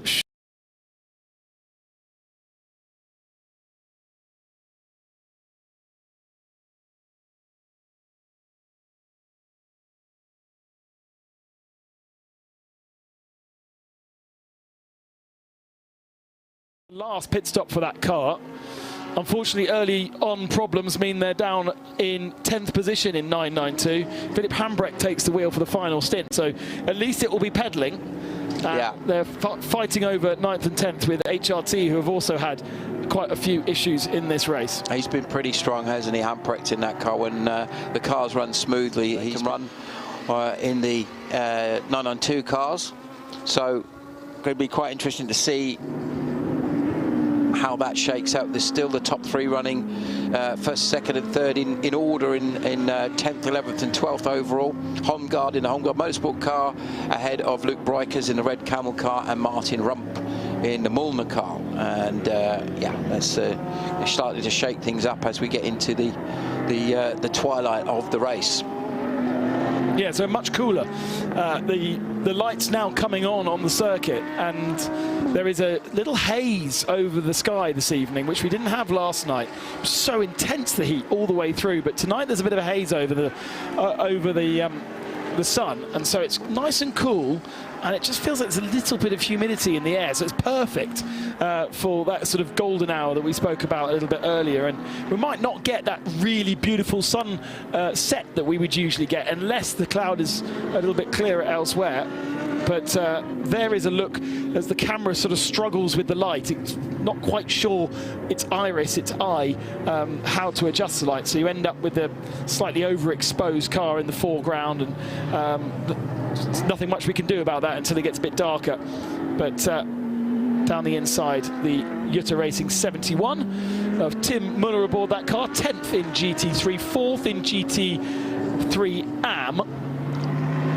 Bearing in mind that they are racing the Continental Racing by Simpson Motorsport Audi, which is 3rd overall and also in the AM. It's been a proper effort from those guys. They're not necessarily the surprise of the race for me, but I'm impressed the most by them. Yeah, they've done a tremendous job, haven't they? And as I was saying earlier, I think the Audis have been very, very strong across the board, all of the various different teams that are running them. It's been it really has been quite an even race in terms of the performance from all of the top brands and marques in this event this weekend. You know, whether it's in qualifying on the races, Ferrari have been strong, they were on pole obviously. The Audis have been up there, the Mercs have looked quick throughout, and of course the Porsche that's leading. So in comes that 71 car from 10th in class, or 10th in GT3 rather, in the AM class, currently sitting in a 4th position, or was before he came in. Now it's showing Tracy Krohn in that car. I'm pretty sure that's wrong, because Tracy got out of that car and Hamprecht got in. Yeah. So I think that's a bit of a swerve there from Hamprecht as he comes up behind the 701. Look how quick that thing is in a straight line. It's still pushing some run, isn't it? Pulling away. Yeah, exactly. Because it's going to be rubbish through senior now, and that's going to be really annoying for Philip Hamprecht, who has to back off early and be really careful through senior, losing a bit of ground. In fact, the front's not quite there, and I was giving some space to the Audi R8 coming through the inside. Now that Audi makes a bit of space on the Vortex, through he goes, and should make that pass stick as the 98 goes round. Yeah, so drama relatively late in the race. Let's hope that's Khalid Al-Marzouk on board the Into Africa car. At least he's got it going again, so we're not going to have a code 60 as a result. We would have had a localised yellow for that particular incident. So they've had a real up and down weekend. They pole position, led the race, and then that issue with the fuel system costing them a load of laps and dropping them right down the order. Very frustrating for what's been an incredibly impressive performance by the Dragon Speed car, or the Into Africa by Dragon Racing car. So let's see if they can make up a little bit of time as the race unfolds towards the end. The 992s, as we were saying, it's still Jonas Holmgold in the top 10 at the moment, with Luke Breukers in the Red Camels car, and the quicker drivers in that car sitting in 2nd place, and Martin Rump in 3rd in the Mauler Motorsport. As we now look at Pierre Caffer, just set his personal and the car's fastest lap of the race, 2:03.186 for Caffer, and he is around about 4 seconds a lap quicker than Solokovtsev, who's in 3rd in the Continental Racing car. Remember, that Continental car leads the AM category, so going to be important for them to try to at least maintain that position. So with the laps starting to unfold, we're looking at the lap times now. Interesting, Ben mentioned about the conditions, and from our commentary position, where we've got slightly smoked glass, it looks very cloudy. I don't think it is. It is actually. I had this sudden thought of one of these kind of sudden thunderstorms late in the race. How interesting would that make things? Well, I mean, we've got mountains around us that would kind of very quickly create that kind of storm, but that should have rolled in earlier, I would have thought, if we were going to have it. It is just hazy this evening, and it wasn't like this yesterday. It was completely blue sky right the way to when it got dark.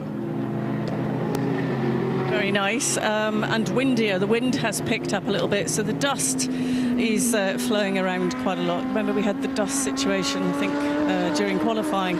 So I think that wind's just moving it around, but definitely a little bit cooler down here. Yeah, good news for everybody involved in the pit lane, because as we were hearing earlier, there's these lovely little offices which are beautifully air conditioned that all the engineers and the management can sit in and observe what's going on, but the actual garages themselves where the mechanics and the crew there are actually working on the cars, doing the stops, etc.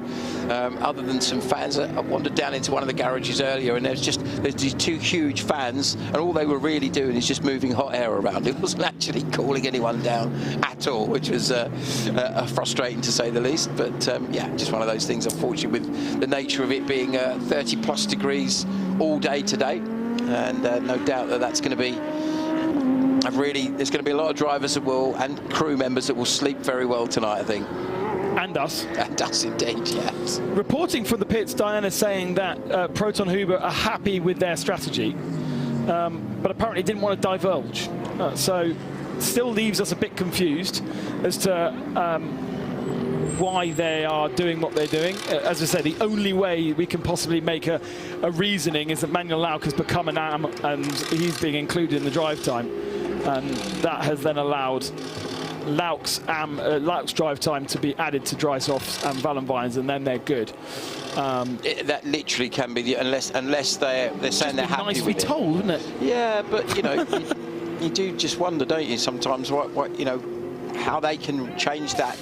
I mean, I wouldn't have thought Lauk, looking at the level that he's at, there's no way that you would have put him as an AM under any circumstances. No. He's far too experienced, far too quick a driver.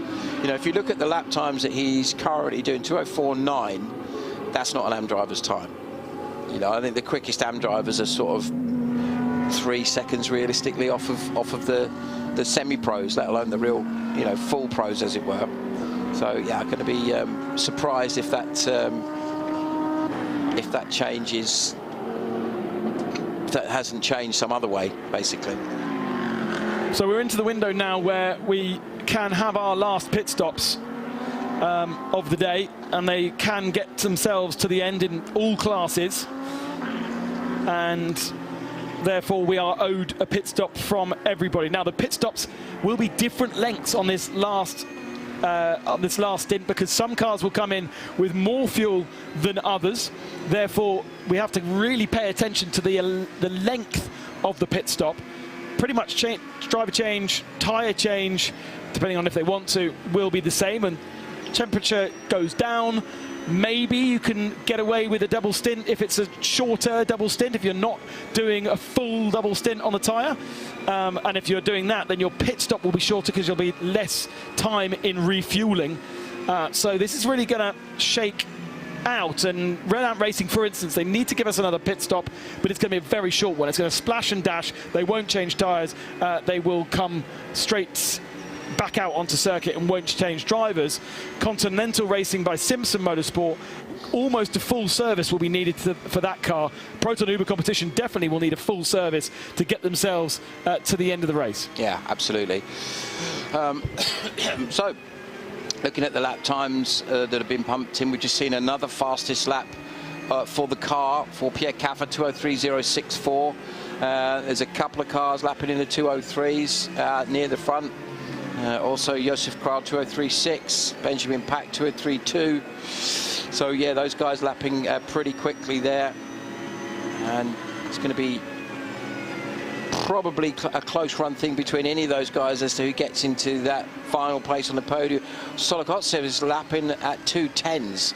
So yeah, he's currently 8 seconds a lap slower than Pierre Caffa in 4th place. So if Caffa can stay into the end, which I think he possibly can with the drive time they've got, there's a good chance that they could nick a podium fairly late on in the race, and that would be an overall podium and 2nd place in Pro-Am if that was to unfold that way. Let's have a look at the stints of Solokotsev. Is he capable of faster? This last stint, an average of 2:08 on his stint. All of those drivers, by the way, doing very similar drive times in the 69 car. But he is the slower of the 3 drivers, I think, in that car. Yeah, did a 2:07, I think, in his last average. Yeah, 2:07. So a 2:10 was a particularly slow lap. He's back down to 2:07s now. Yep. But if you look, Manuel Lauk, Kobe de Bruyke, Pierre Caffer, Josef Krau, Benjamin Pack, Oliver Campos, all the faster, or maybe even the fastest driver in their lineup. Solok Seb is definitely the odd one out in that group. Yeah. And so he is the target, but there's a big gap, to be fair. Pierre Caffer is still 55 seconds off the back of that Continental Racing by Simpson Motorsport Audi. And so it's going to be more now on that last pit stop, how it compresses the pack, and then what pace and what drivers we've got in. In the pits, Red Camel Jordan doing their last pit stop then. So quite close to their sort of limit, be a pretty sizable service for Luke Breukers, who's in that car, who is the slower of the brothers, not quite as slow as Dad, but presumably they needed, no, they're free actually, because they are in the 992 Pro category, so they're free to do whatever they need to, but I imagine there's going to be a full service there and a change of driver. Now, just been queued up that Simon and I need to have a quick chat, because Spirit of the Race Award is coming up very shortly. Joe's already proposed the New Zealanders for coming over, and I think I would have agreed with Joe on the New Zealanders had they got to the end of the race, but they're preserving that car for another day, completely understandably, but therefore that sort of plays a little bit against the Spirit of the Race for me in that award. And looking up and down the entry list, I don't know if I've got any other drivers that I can really, or teams that I can really suggest and think they've something particularly special, other than perhaps the likes of Patrick Niederhauser, who's done other 24-hour races over the last weekends and is also here. That would be another one, but there's probably more than just him who've done that, and I bet you there's engineers out there who've done 3 or 4 weekends, and it would be wrong to ignore them. Yeah, I think there's lots of, I mean, my personal vote was for the Viper Racing team because of the job they've done to, you know, bounce back from a fairly disastrous accident which involved them needing to get a new car prepared and run, and they've run that car very quickly, and they're currently sitting there in potentially in a podium position for AM, which is a really impressive job. I know that we usually are the ones to decide the Spirit of Race Award, so it's a difficult one to award ourselves, but I do think Simon Hill should be given a mention for his return back to the commentary box and the commitment to getting to this commentary box after a 15-odd hour drive all the way from the UK. So I don't know if we're allowed to award the Spirit of Race Award to the commentary box, but that is definitely worth a mention. And if it can't be Simon Hill, from my opinion, then I think it's a good shout that the Viper Nisa guys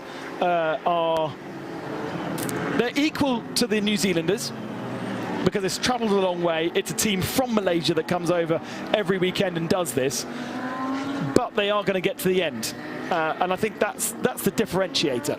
Yeah, and I think, you know, you look at the commitment both of the crew themselves to get the car prepped and ready. There was an awful lot of work that needed to be done in a very short period of time. They jumped in a car that although of course it's the same brand of car, it still was a completely unfamiliar car to them. So overall, for me, that's just shown the genuine spirit, you know, that they've absolutely got stuck in, and no doubt that they would have potentially been even stronger in terms of in their own car, performance-wise, but just to get the car out there or get themselves back out onto the grid, that's one hell of a performance in my mind. And I think it should be shared with the Red Ant Racing team, and a special mention for them to supply the car and even be able to sort of, I know it's a business deal in there, but to say yes to a competitor and you can use our spare car, thanks Red Ant Racing for that too. So sort of a Viper Nisa, but special mention to Red Ant for helping.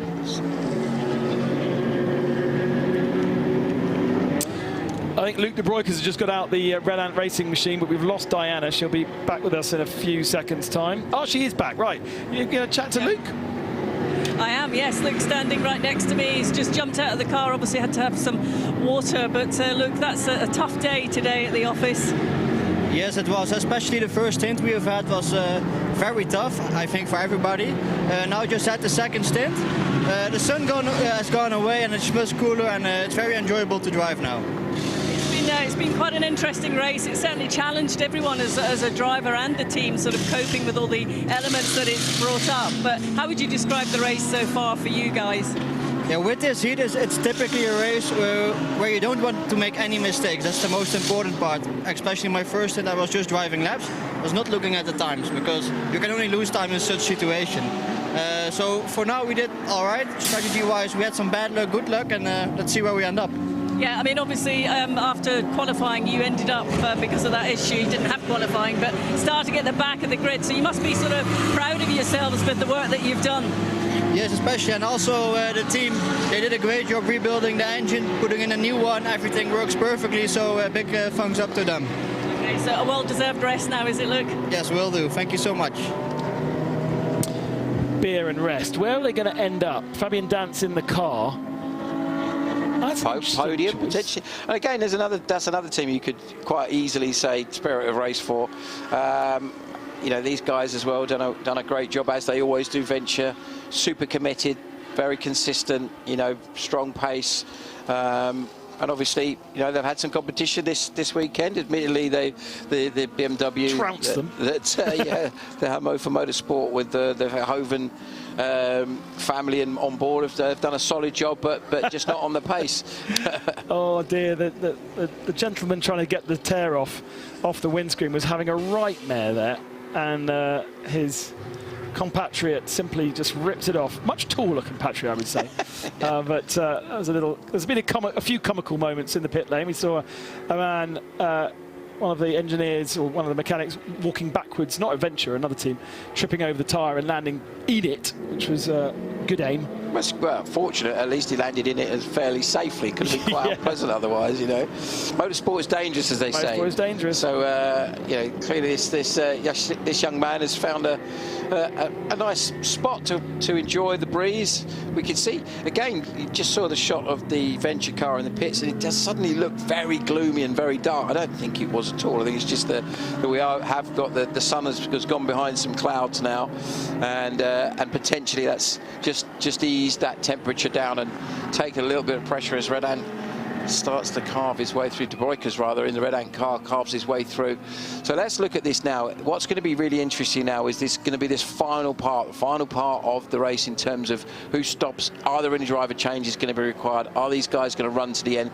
So Vladikin is back in the Continental car, and he's relatively recently got back in again. So that will improve the pace of that car for sure. And then the other possible changes, you've got Campos, Ang and Hill all running relatively close to each other in terms of lap times. They all need to give us a pit stop, though. Every single one of those cars needs to pit again. The significant thing is the Simpson Motorsport guys did a 4:11 on that last pit stop, so that was a much stronger stop than the previous one. Yeah. And every pit stop from now on will be, in theory, slightly shorter than that, because they needed the most fuel, and as we get closer to the end, the cars will need less fuel, so they'll be able to do a faster pit stop as their last stop. Still confused by the 73 driver time thing. Nobody's given us any kind of clues or answers as to what on earth's going on. Yeah, so De Broeker now lapping quickly, but still not quite at Laut's pace, which again goes back to the point that the theory that we have is that Laut must have been nominated as an AM driver, but the lap times he's doing are as far away from an AM driver as you can imagine. You know, they really are. So, you know, I'm quite a bit of a head scratcher on that one.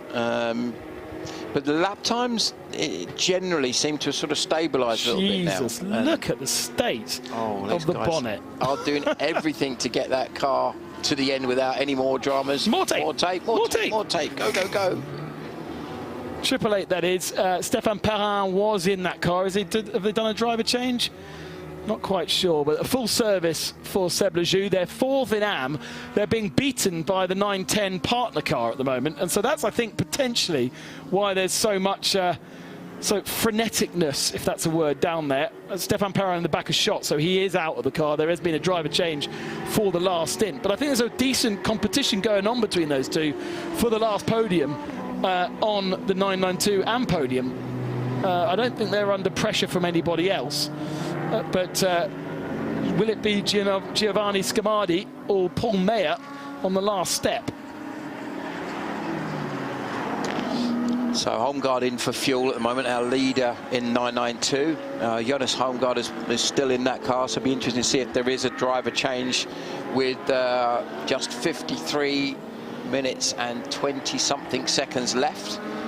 Maybe the Spirit of a Race award should have gone to the duct tape on the front of the Sticker of the Race award. Sticker of the race. Duct tape is a marvellous thing. It's a wonderful thing. What a great invention there. You know, many a household item is being held together by that at some point. We had, you know, in your fridge where you got the shelf at the bottom where you put your bottles, your milk and all that kind of stuff.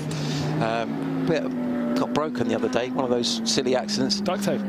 Super glue and duct tape. Yeah, boom. 36 quid for a replacement one. I mean, come on, what's the world coming to? But now you can't see through it. No, you can't. It's all right. There's not that much stuff in there. My fridge isn't that interesting, I can assure you. So anyway, sorry about that, ladies and gentlemen. Diversifying once Leader again. in the pits. He is indeed. Leader in the fuel area at the moment. Then we'll come to the pits. Then what are they going to do about... I mean, Manuel Lauck can stay in the car, right?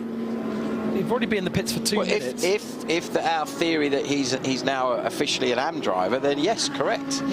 He must do, because there's no way that that they can make the time up with the other two drivers. It's now only 52 minutes. By the time they make a driver change, there'll be less than 50 minutes left.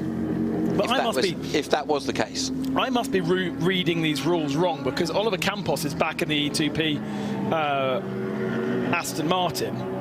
And I thought we said that he's done all of his drive time. So we just need somebody more clever than me in this commentary box. Well, glad to help, Ben. So where's E2P Racing on my list? There. Right. So the driver stint times in E2P Racing. Oliver Campos is in that car and he's just gone over 4 hours. 4 hours in the 12-hour race is a third of the race, right? Correct. So he's gone over a third of the race. He is in an Aston Martin GT3 AM category car, Class AM, with a pro driver, with a semi-pro driver, because that's what Oliver Campos is, a maximum of a quarter of the duration. A quarter of the duration is 3 hours. Yes. So he's done 4. So again, unless I've suddenly got a load of different regulations out there, that doesn't work.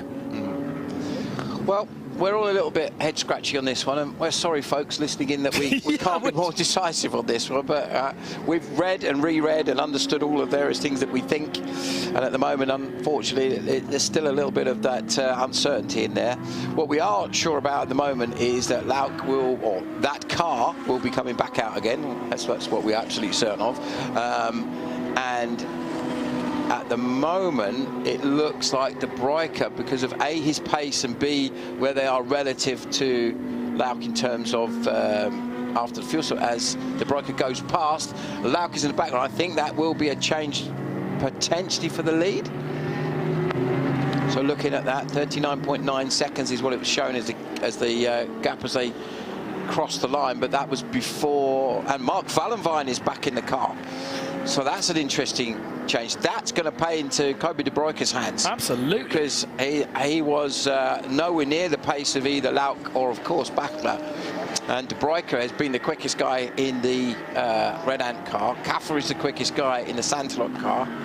Pack, I think, is probably, along with Bastien, is as quick as each other. Kral is in the pits as well now. So that may help the Continental Audi that's behind it. And lap times now, yeah, so they definitely dropped off what we were seeing a little bit. We had that little golden hour a while ago where we suddenly saw a lot of personal bests for each team, and the fastest lap was set, which I think still stands, by the Into Africa car, and Azam was in the car at the time. So Valenvine is on his outlap now, as we saw. Crowell is in the pits being fueled at the moment. Can Crowell go to the end? If that, yeah, that's his last fuel stop. That must be. Yeah, but okay. I'm thinking of the drive time. Drive time. How long's he been in that car? Remember, they've already? got 3 drivers in that car. Yeah. So, and I know Vibo did who's their proper AM, as it were, did quite a long stretch, as did Vasek. So I think they're probably okay on time there. Now this is an interesting battle here. We've got Ang and Campos running close to Ang and Campos running close to each other. Could that potentially be a change? There's a 1 lap difference, I think. That's exactly a 1 lap difference. So Campos, on that timing screen, 2:07 ahead of Ang. Yeah. And then Jake Hill, half a lap behind them, closing both of them down, no doubt. Yeah, pushing hard as the laps unfold. I think there's still another stop for the Era Motorsport Ferrari as he comes down to the first part of the chicane. Now, is that battle ahead? If it is, that would be quite interesting that he's got a bit of a carrot, as it were, to charge after. Jake could potentially get to the end. He's got to do an hour and 15. It's a bit of a stretch, isn't it? So the car's ahead. That's the Benjamin Pack car, the TFT Racing, which is quite a long way ahead of the Era Motorsport car. It's about 3 laps ahead. So although he may be quicker on track, he won't be as quick. In fact, Pack did a 2:05.6, Jake did a 2:05.4, so nothing really in it in terms of 0.2 of a second.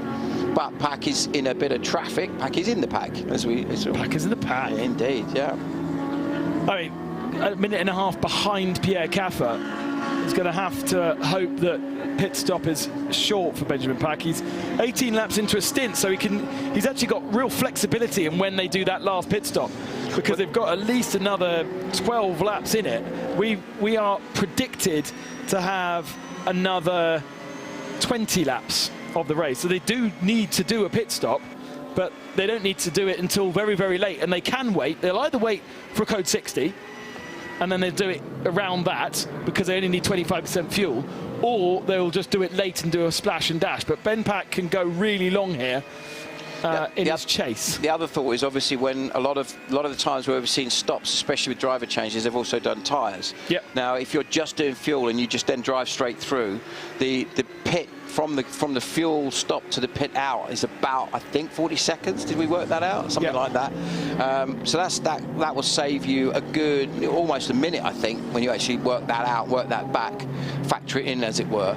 So that could be a significant way. Now, Valenvine hasn't done a flying lap yet since he came out the pit, so it's going to be interesting. I think this is him. Is this him coming across the line now? Let's have a look. 15 seconds back from 6.9. 50 seconds back is quicker. Yeah, well, yeah. But also 50 seconds back from Red Ant. Red Ant still owe us a pit stop. Proton Uber competition do not. No. So he can afford to lose about half a minute here and still retain the lead. So the interesting scenario we've got is De Bryker and the Red Ant car are definitely quicker than Valenvine in the Proton Huber car, as far as we can see. So that may change, obviously. If that is the case, then you've got to see as to whether there's going to be a significant enough change in terms of the gap for De Bryker to be able to come in and make another fuel stop. He has to. He has to make it, but how long a fuel stop? That's what I'm saying, is that would he be able to get to, say, like 20 minutes to go or 15 minutes to go, and maybe just do the equivalent of a code 60 style stop, a 2-minute fuel stop? I think so. I think both Red Ant, Sansalok and TFT are in the position where they can come in within 5 to 7 laps of the end of the race. That's 15 minutes before the end of the race. Yeah. And that, therefore, is even a code 60 stop would be enough. What Valenvine needs to do is not lose, what would we say, a drive through without stopping is 40 seconds. So he basically needs to not lose any more than 25 seconds over the next 45 minutes.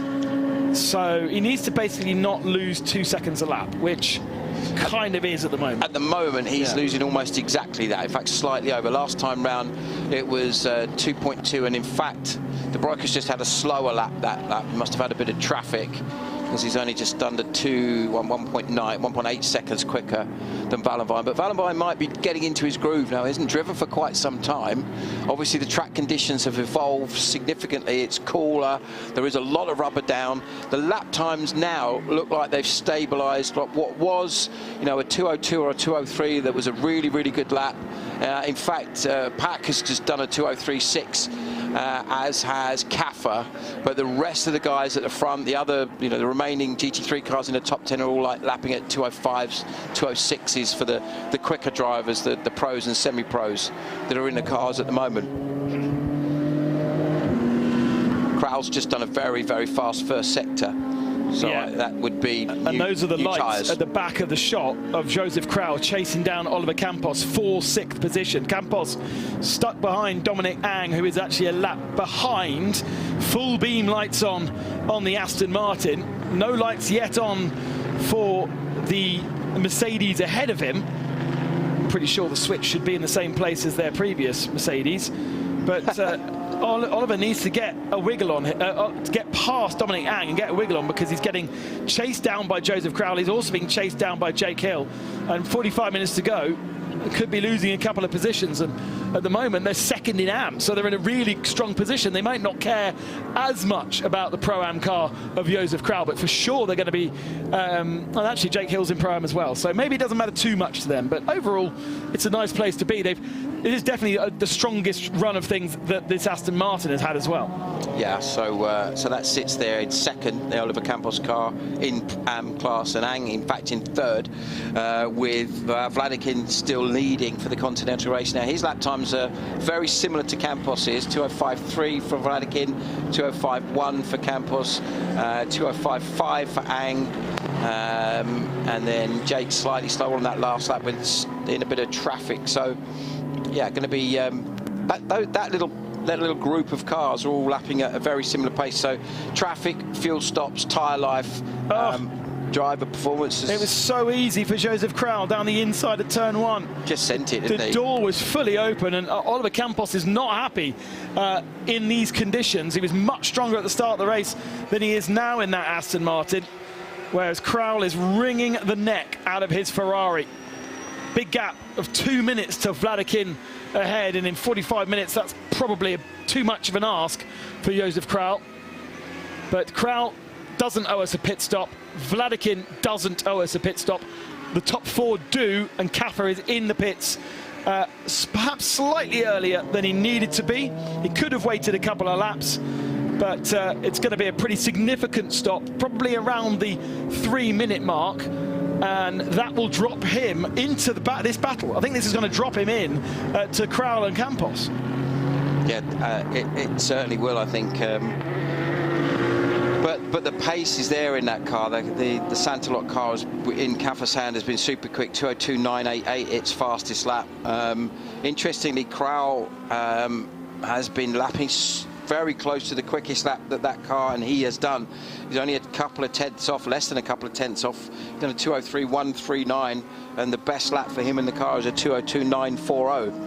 So relatively close to the ultimate lap pace, whereas quite a few other cars are maybe a second and a half off of the time that the driver or the car has done.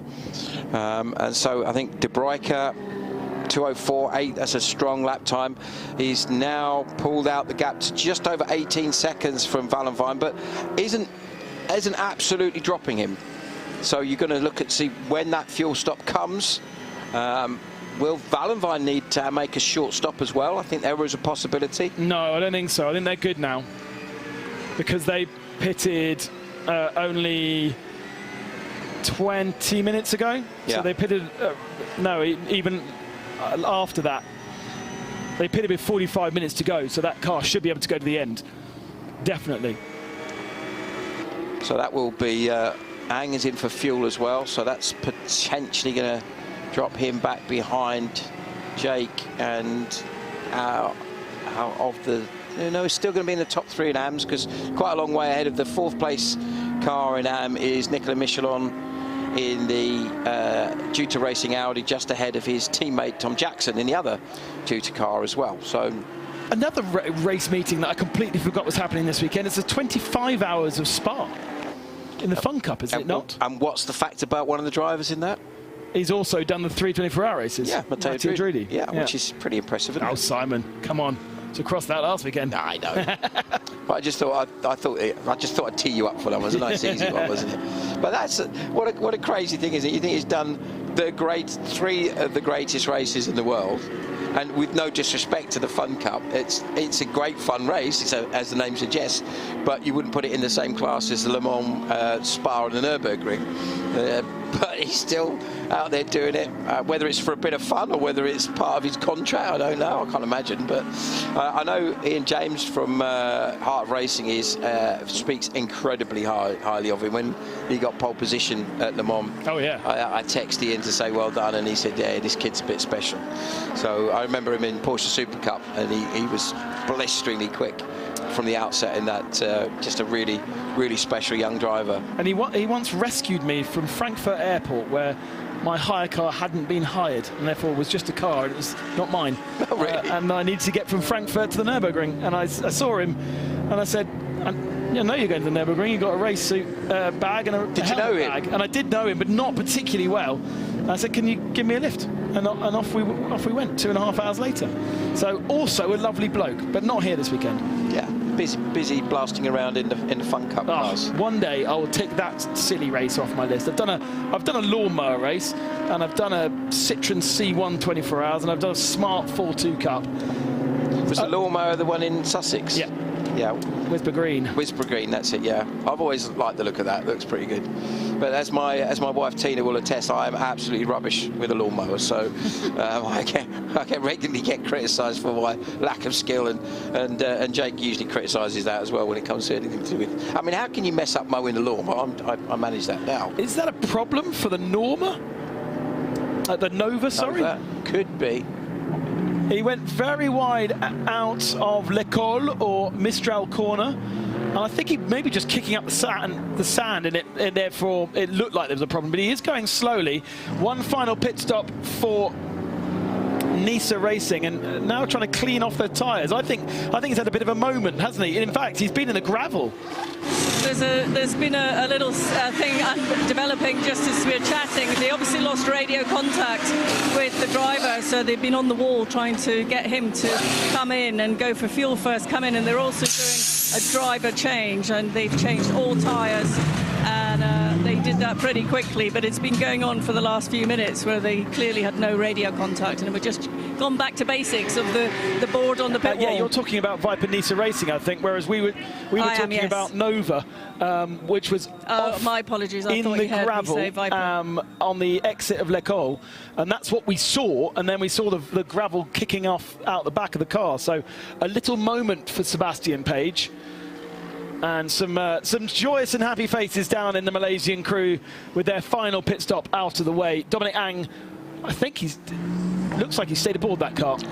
Yeah, I think so. Let's have a look. Where did he? Yes, he did. He stayed in the car. In comes Sebastian Page. I had a thought, actually. We were discussing the pronunciation in Page. Oh, yeah. Was it Page, Paye? And I was thinking, like the yogurt, Faye, could have been a silent G. Yeah, true. Like a Y, Faye, Page, but obviously not. Anyway, I think we're getting a bit of hallucination. I didn't say halloumi then. It's because I'm hungry. A bit of halloumi. Yeah. Diana, take us away from the halloumi. Yeah.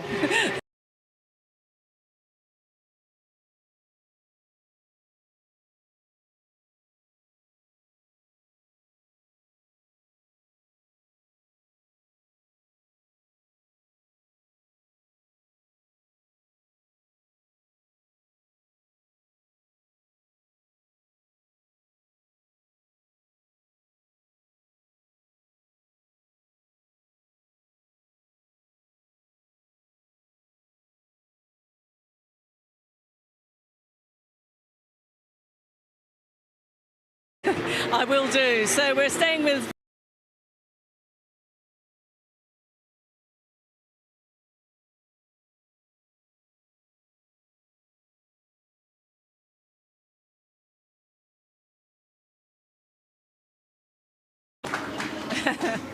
There you go. What does that mean to you? Ooh, this is really good because with hard work, the guy do the yesterday, and then we get this thing. Oh, no, it's right. Yeah. Thank you very much. Thank you, guys, and thanks for all your hard work. That absolutely the right choice when you see that reaction. That is such a lovely thing to see. You know, do you know what? It's interesting in all forms of motorsport, certainly in endurance racing, as we know. Of course, it's a team sport, but a team effort. But you know, the interesting thing is whether the car's fighting for a win or running around at the back.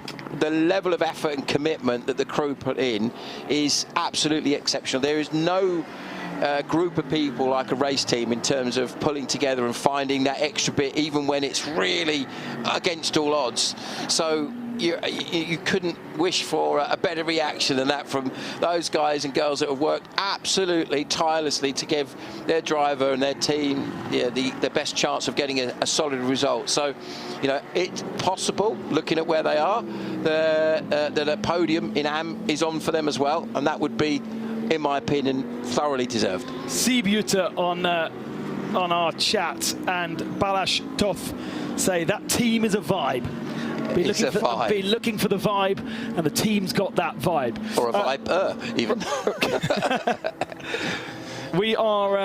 We're getting close now to the nitty-gritty of this. We've just had Santalok Junior Team in the pits. Pierre Caffer handing over to Ella Earhart. There he is in the 18 machine, just 5 seconds off the back of the 69 Simpson Audi. They've both pitted. They've both done their final stops, and Earhart has halved the gap on that one-out lap. This is a big battle now. Third position, Benjamin Pack. Fourth position, Vladikin, directly behind him, but one lap back. Earhart with a big old lap, and he's closing in and could be taking that fourth position away from the Continental Racing by Simpson. It doesn't change their lead in AM, but it is going to be very, very close. And interestingly, TFT still owe us a pit stop as well. So they Podium deciding move. Yeah.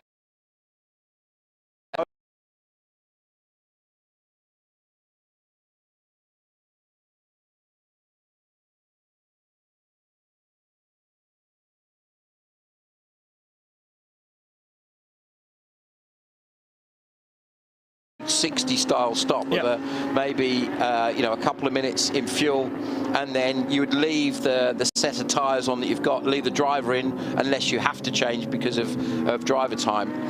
So just also looking at, there's been a change in the lead of the 992 class. Martin Rump in the Muller Motorsport got ahead of the Holmgard car because Marco Kesaja has got on board that Holmgard car, and that's going to be very close. So it's going to be interesting to see who owes us a stop. Well, Rump is the last one to owe us a stop. So he needs to come in, and at the moment has an advantage of 2 minutes and 18 seconds. It's going to have to be a really short stop for Muller Motorsport to come back out ahead of Holmgard for the win in 992. Bearing in mind, Holmgard is an AM car as well. We await to see how long that final stop is for Rump. He's kind of coming to the end of his stint as well, so doesn't have much flexibility and probably needs to come in within the next 10 minutes, I would say. Yes, I think you're right. So there's the Ajith Kumar car in. Matthew Detrey on board at the moment. I think he's staying in the car by the looks of things. Don't think we've seen a driver change.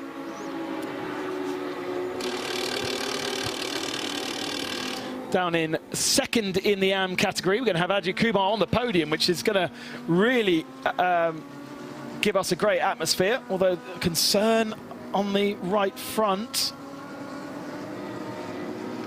Look at Detrey's is exasperated as oh my goodness, what's going on? Is something in the suspension assembly or possibly steering that they're looking at? I think they've haven't actually done anything.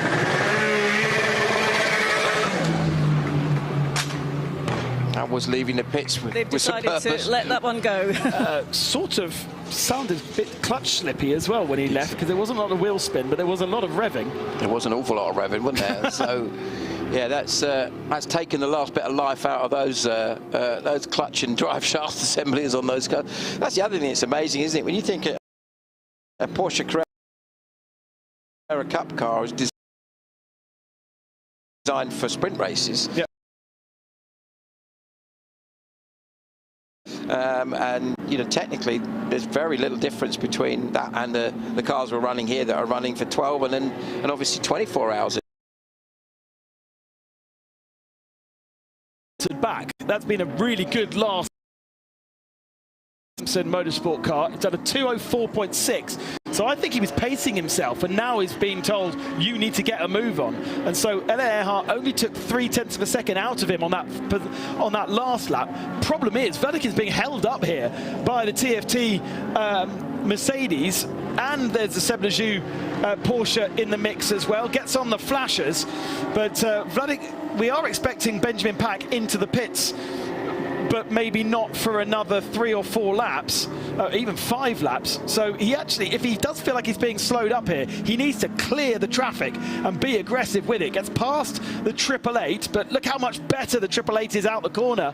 And there's also traffic, and we've got a stationary car. This changes things massively. If that car does not move, we have a code 60, and it's the Lion Speed. It's the Ajith Kumar car. Oh, what a disaster that. I wonder if that's linked with the whatever it was they were looking at under the front right wheel assembly as we look at it. Or is it linked to the very, very aggressive lift leaving the pits? Could he have popped a drive shaft? In which case he's shot himself a little bit in the foot, because whilst, yes, you want to get out of the pit lane quickly at this late stage where the cars are tired and they've done an awful lot of driving, you know, trying to look after them with avoiding things like that. Now, again, this is all an assumption. It could be something completely unrelated. It could be something just very unfortunate. But are we going to get? In fact, I'm sure we're going to get a code 60. Only if the car cannot move. Turns the lights off, opens the door, so that is saying I can't go any further. That is definitely going to be a code 60. Code 60 within 20 seconds. Teams now need to not come into the pits, or they can actually come into the pits. They're coming just past the pits, but this plays into the hands of those that still need to pit. That is Red Ant Racing, that is TFT Racing, and who else did we say? Era. E2P Racing. And Era need to pit, maybe. They're a bit on the edge of whether they need to or not. Code 60 is called free pit stop. And of course, Mulner Motorsport at the head of the 992 category, on cue into the pits. Nice cheap stop, and they are going to hold on to the lead comfortably of 992. What drama with half an hour remaining. Right, it's going to be interesting to see how long this takes as well. Now, if the marshals have been really good at getting the quad bikes out there and towing these cars away, now I would, and again, it's just an assumption there. Is there something under? Just looking where the front right.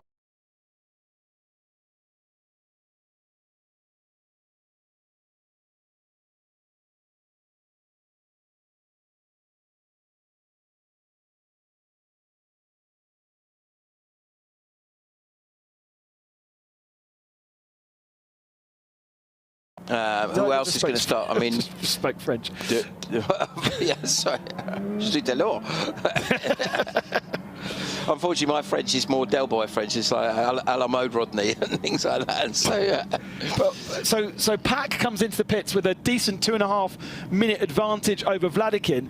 I think he can get serviced and out before that. And so it might be close, but we're going to have a real battle on for third position between TFT. Do they need to change drivers? They might do. Vladikin and Earhart. I don't think they do need to change drivers, but I'm again, without checking out, that's the Kumar car being TFT. How long's he been in the car? Obviously, my data doesn't tell me. 29 laps is so was in the car at 9:30, so he's been in the car bang on 1 hour. So no, they can keep Ben in that car to the end of the race. The other thought I've got here with this is obviously this is a big gamble for teams. Some of the teams that haven't stopped under code 60 may be working on the theory that by running, let's say, for example, 3 or 4 laps at code 60, you might be just saving enough fuel that you can eke out these final, what will probably be 20 minutes of this race and whatever fuel you've got left. And I think the car closest to that option is possibly Era. Yes, yeah, I think you're right.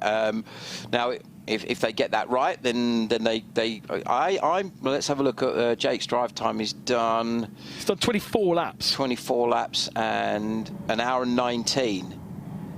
Now that to me sounds too long. 1 hour and 19. That's okay because he can get to the end of the race within a 2-hour limit.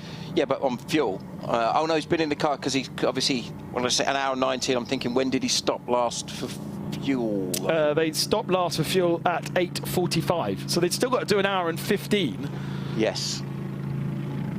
Which is marginal. So De Bruyker in for fuel. And, yes, now De Bruyker comes in, so he was at the wrong part of the racetrack to take advantage of this. Everyone else coming back out now. Back out onto circuit, Benjamin Pack already really hard with these lights to tell exactly where on circuit Benjamin Pack is and where in relation to Vladikin and Earhart is Benjamin Pack. Campos in the E2P car. Need the tracker up, don't we? Here we go. Let's find the 93 machine. 28 is at turn 2. Pack. Yeah, that is. Okay, so that, therefore, where is Vladikin in relation in sector 2? So there is a decent chunk of circuit between them.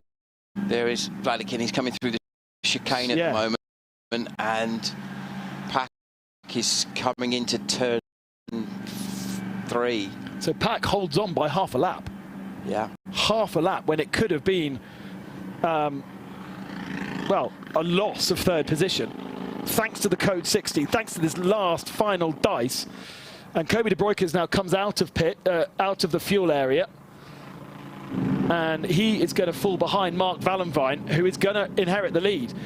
Proton Uber competition, despite Red Ant Racing pitting under code 60, will still have the advantage. And I also think, just going back to the Era car, just noticing the lap times, the last few laps, were very consistent, but off of what the car can do. And I know, speaking to the team earlier, they were trying to do some lift and coast. If you remember, they went very long in the first part of the race where they had Andreas in the car, and I think they were the last car to stop. They actually stopped from the lead because of that, and that was using that approach of lift and coast and trying to sort of eke out the fuel mileage in a Scott Dixon-esque way, dare I say it.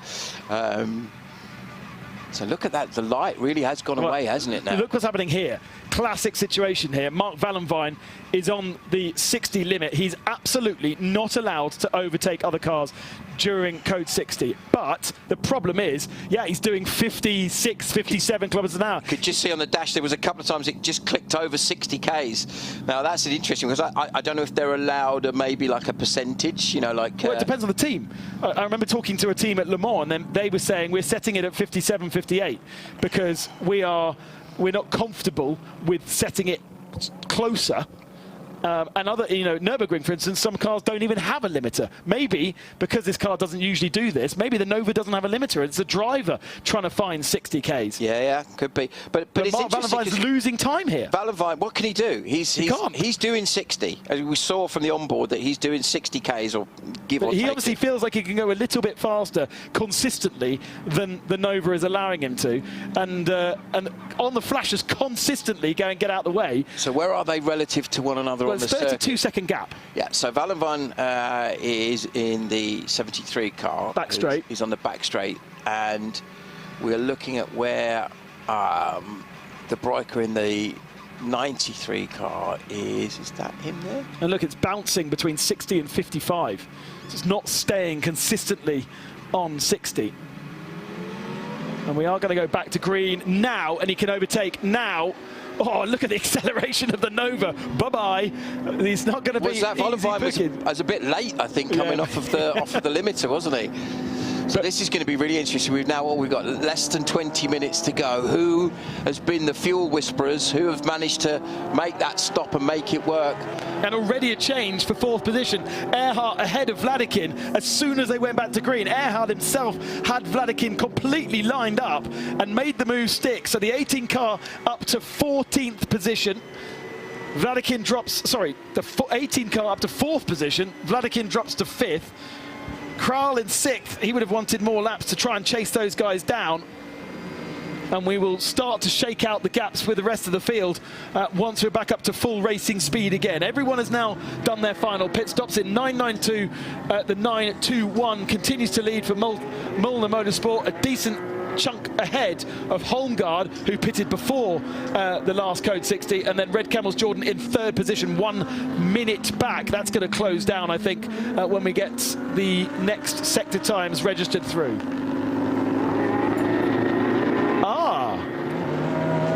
So on the screen then, 69 ahead of 18. So I think they might have passed and repassed. Either they passed and repassed, or Earhart passed before we went to green and realised he had to give the place back. Meanwhile, down in the pits is Joe Bradley. Joe, what are you seeing? Yeah, the 901, the Ajith Kumar racing car, has been brought back in on the end of a tow rope. And with only literally, I mean, what time is it? Oh my goodness, 18 minutes to go, and this car is looking like it's got a drivetrain issue. Whether it's a drive shaft, there's literally no time to repair this car. Now, dejected driver, not quite sure who the driver was. Matthew you guys Dutré. Be able to tell me. Yeah. Oh, it's Matthew Dutré. He was so dejected. His Joe, body that's language. completely on him, I'm afraid. We saw in the pit stop, I'm not sure you were there, but they were checking the front right corner for an issue. They delayed it, they didn't do anything, and then when he left, he dropped the clutch and wheel spun out of the pits. But we didn't see any wheel spin. We heard it rev, but we didn't see any wheel spin. Right, Exactly. let's see if I can get my head in there and see if I can. Now, I think there's also, just looking at this, we've got 6.6 seconds between Valenvine and De Bruyker, according to our timing screens, with 6.6, wow. 6.6 with how long left? 17 minutes. Just on 17 minutes exactly. So on my maths, that's around about, what's that? Just over 7 and a bit laps, isn't it? 7 and something. How have we been doing 12 hours of racing, 11 hours and 45 minutes, and we've got a gap of 6.6 at the end of the race between 1st and 2nd. We've got another battle for 4th position with only 1.2 seconds between those two drivers, and we think they've already swapped around twice already. This is phenomenal. Yeah, I mean, you look at it. Oh, an engine failure. Oh, massive smoke for the 18. This is huge. That is a proper expiry of something in that Audi. He's still moving. He's still pushing on LAR, but he's leaving the circuit covered in steam and smoke. And that kills off the battle for 4th. Well, let's see if he can get the car back to the pits. That's the key thing. Parked off. Is that him stopped? So surely that's going to be another Code 60, and that could potentially neutralise the race as we ride on board with Jake. Well, I think this car is being driven very much with fuel mileage in mind. We won't need you now. Now we've got another Code 60 coming. Well, exactly. But is that a good thing? I don't know. Yeah. That's, I mean, GT3 cars just do not expire like that. He's out with a fire extinguisher, obviously concerned that there's going to be fire at the Code 60 coming now. Oh, well, so tragedy for the Santalot car and tragedy for the Ajith Kumar car. You can see the whole body language of the Ajith Kumar guys in the pits. And I think he's trying to get the engine cover off of that Audi. Remember, when you open and expose the engine to more oxygen, then sometimes that encourages a fire. But he obviously feels as though there is something there, or he's just trying to cool the engine down. It's got the extinguisher, sort of, I think he's ready to go if the car gets too hot, but it looks like it's just glowing from the exhaust. Like, rarely do you see a GT3 car expire like that. Rarely do you see any motorsport racing car expire like that. That's an engine failure from the 90s, that. It isn't just. So what does this mean? Well, let's have a little think also about a championship situation at the moment. So we came into this with Scuderia Praha leading GT3 from... oh, my brain's gone. It's been a long day. Scuderia Praha leading from Juta Racing, RAFA Racing, Proton Huber and ERA. I think we're going to leave here with Scuderia Praha still leading from Proton Huber, from ERA. That's what I think we're going to get. Possibly, no, I think possibly Red Ant will overtake ERA. In fact, I'm sure they will. Now, so Ella Earhart's now saying, do not spray this engine compartment unless we are on fire. I do not want to ruin this engine if I don't have to. I mean, it's kind of ruined anyway, isn't it? But the amount of damage you do with fire extinguisher, yes, please absolutely. do not touch the car. Look. There's different sorts of extinguishant that can be used. Obviously, some are far more damaging to the car and the electrics, etc., than others. But, you know, you would think at this stage it looks like his reaction is that there's no real risk of it catching fire. Famous last words now.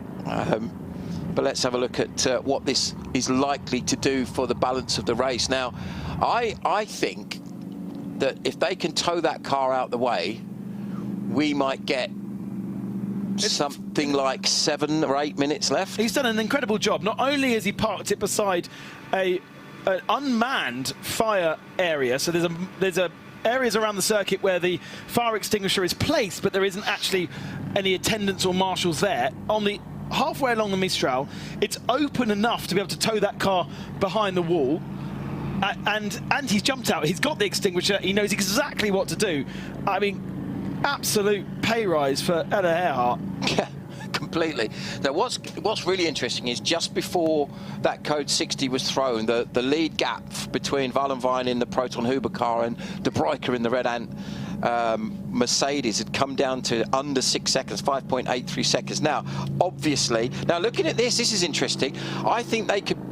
Yeah. Look, he's getting dragged away. They could push this behind the wall. Yeah, absolutely. Really quickly. Easy. So that could be literally, let's get it behind the wall, let's go racing, let's see if we can get 10 minutes out of the remainder of this race. What a grandstand finish we could potentially have here at Paul Ricard in the darkness. I feel so sorry for Elia Earhart, Josef Kral and the rest of the crew. They are going to be absolutely devastated, as anybody would be, as of course are the Ajith Kumar guys.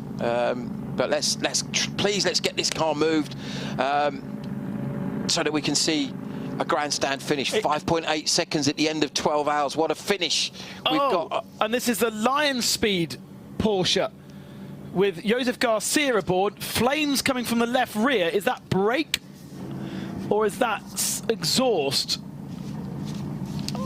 Simon, going to need your eyes on that one. Looks like it's got the centre of the car. That's something is on fire in the rear hub assembly, and I think that's in the final sector. Yeah, I know where on the track is. I want to know what's on fire, because the engine is in the back of that car, don't forget. There's a lot of sparks, sort of metal. I wonder if something like an part of the exhaust system's collapsed, maybe. Could be dragging on the floor, and it's then caught fire to something in the rear suspension assembly, but it's sort of hopping and bouncing around, isn't it?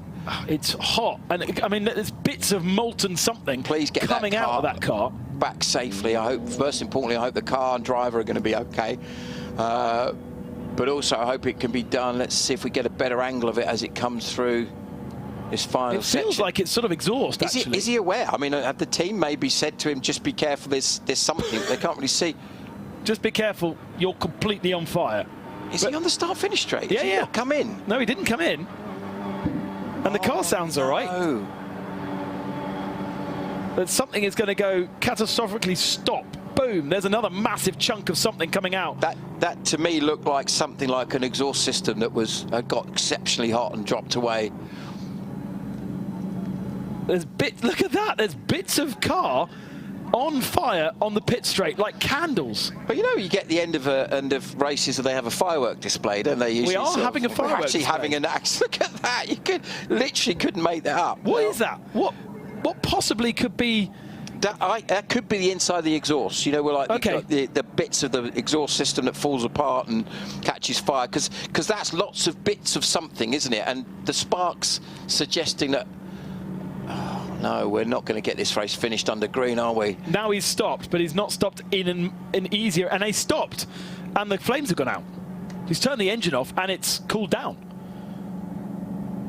Exhaust wadding is exactly what I think it is, as Joe's just offered his opinion on that. Oh, it'd be nice to get this car away from harm's way and go racing. Let's also see what's happening with the Elia Earhart car.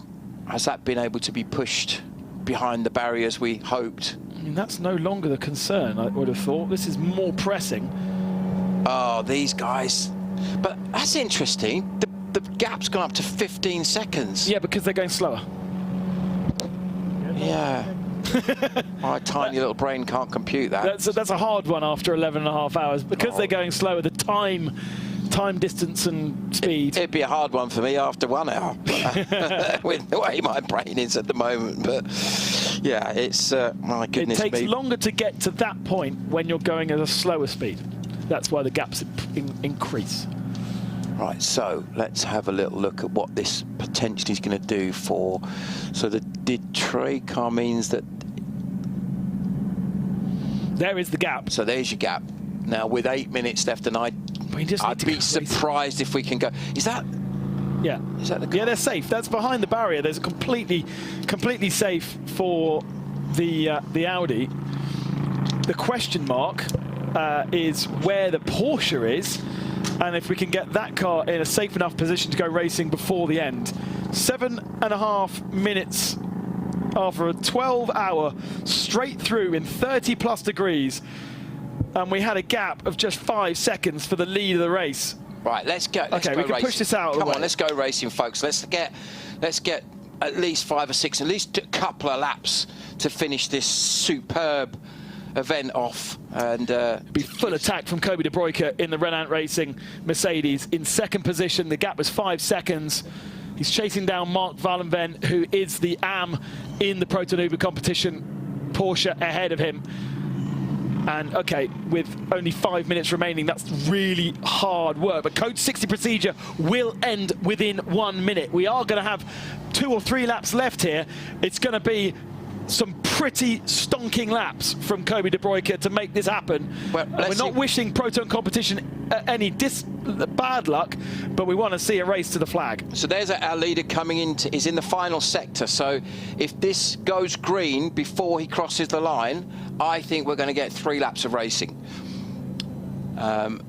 Let's have a look and see. It's counting down. I think he might just get there before it goes, get to the line.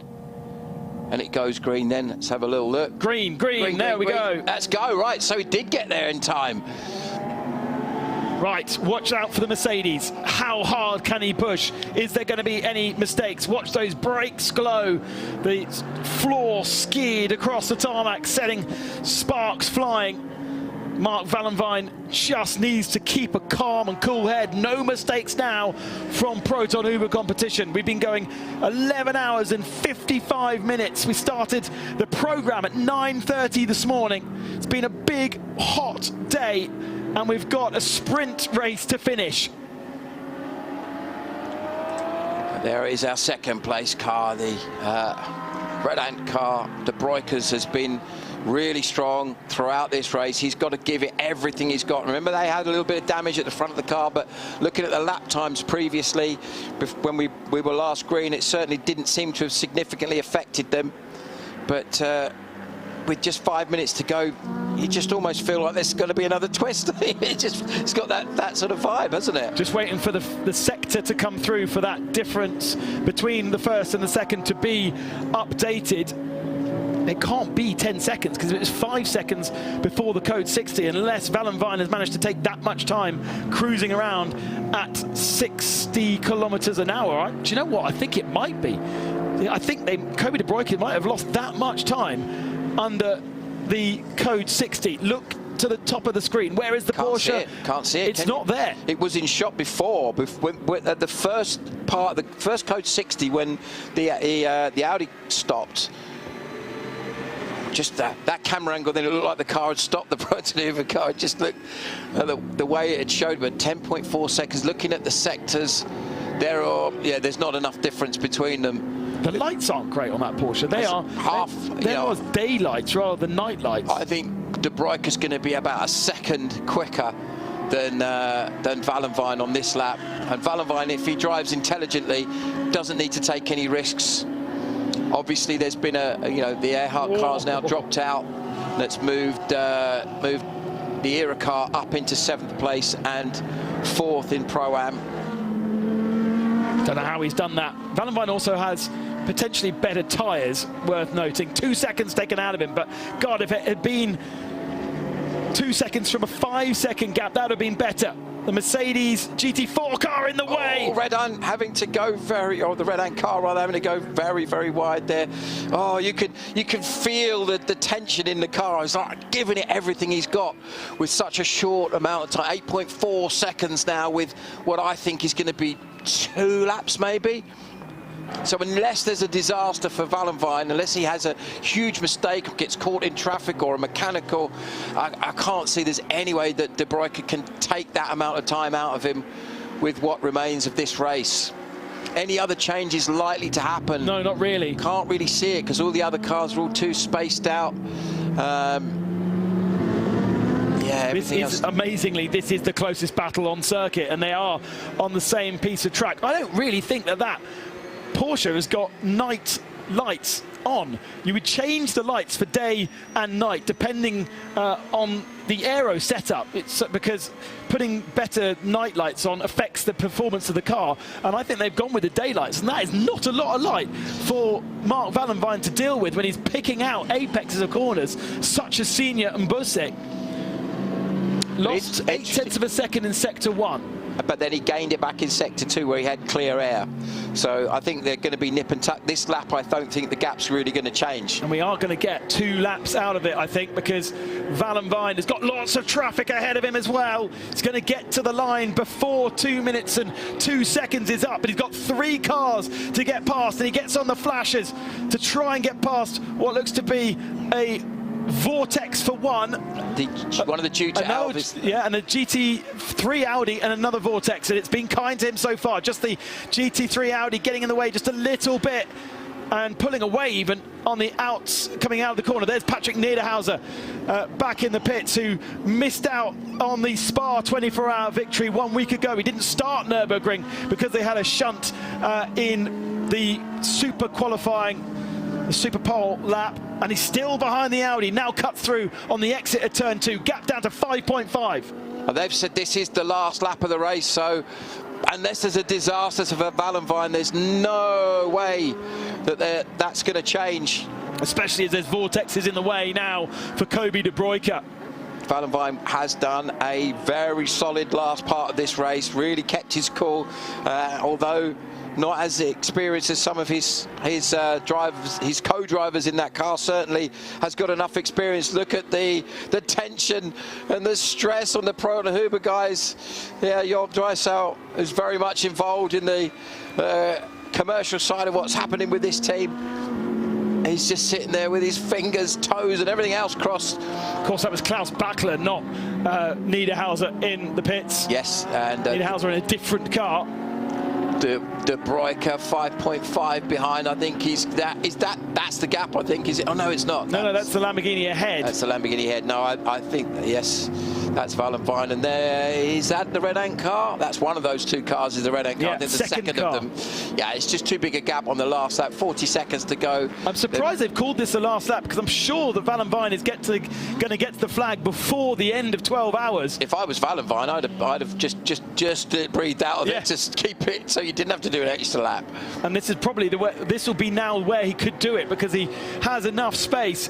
What a race for Proton Huber competition. They had to put their AM driver in for the final hour, and some dice thrown and some code 60s to really spice up the pressure in the final couple of laps. He lost time under the first code 60 in the last hour, being stuck behind another car, but he gained it back in the second code 60, and Mark Vallenvine comes over the line to take the checkered flag and to take victory here at Paul Ricard. The fireworks fly above the start, finishing straight. It's a spectacular performance from Proton Huber competition, who win by just 3.4 seconds over Red Ant Racing. And what an atmosphere. Let's go down to Joe Bradley. Yeah, let's just join in with the fervour that's happening on the pit wall here. The Proton Huber team are absolutely delighted. Let's get in amongst this lot. Jörg, congratulations. How tense was that finish for you? Too tense for me. Yes. Too tense for me. I don't know, a few seconds after 12 hours, so many emotions flowing through my body. It's unbelievable. Unbelievable. It was a great team effort to get the car to victory. All of you guys behind the wheel, the crew, everyone. It was a great effort. Yeah, it's such a win is always a big team event. Everybody, the mechanics, the driver, the tire man, everybody. It's emotion. It's very good art. Everybody going to bed early tonight? Everyone going to bed early tonight? No. No. Early tomorrow. Maybe tomorrow. Yeah, well done. Great stuff. Waiting on the 921 to take the victory in 992. This spectacular firework performance here at Paul Ricard. What a performance from the fireworks.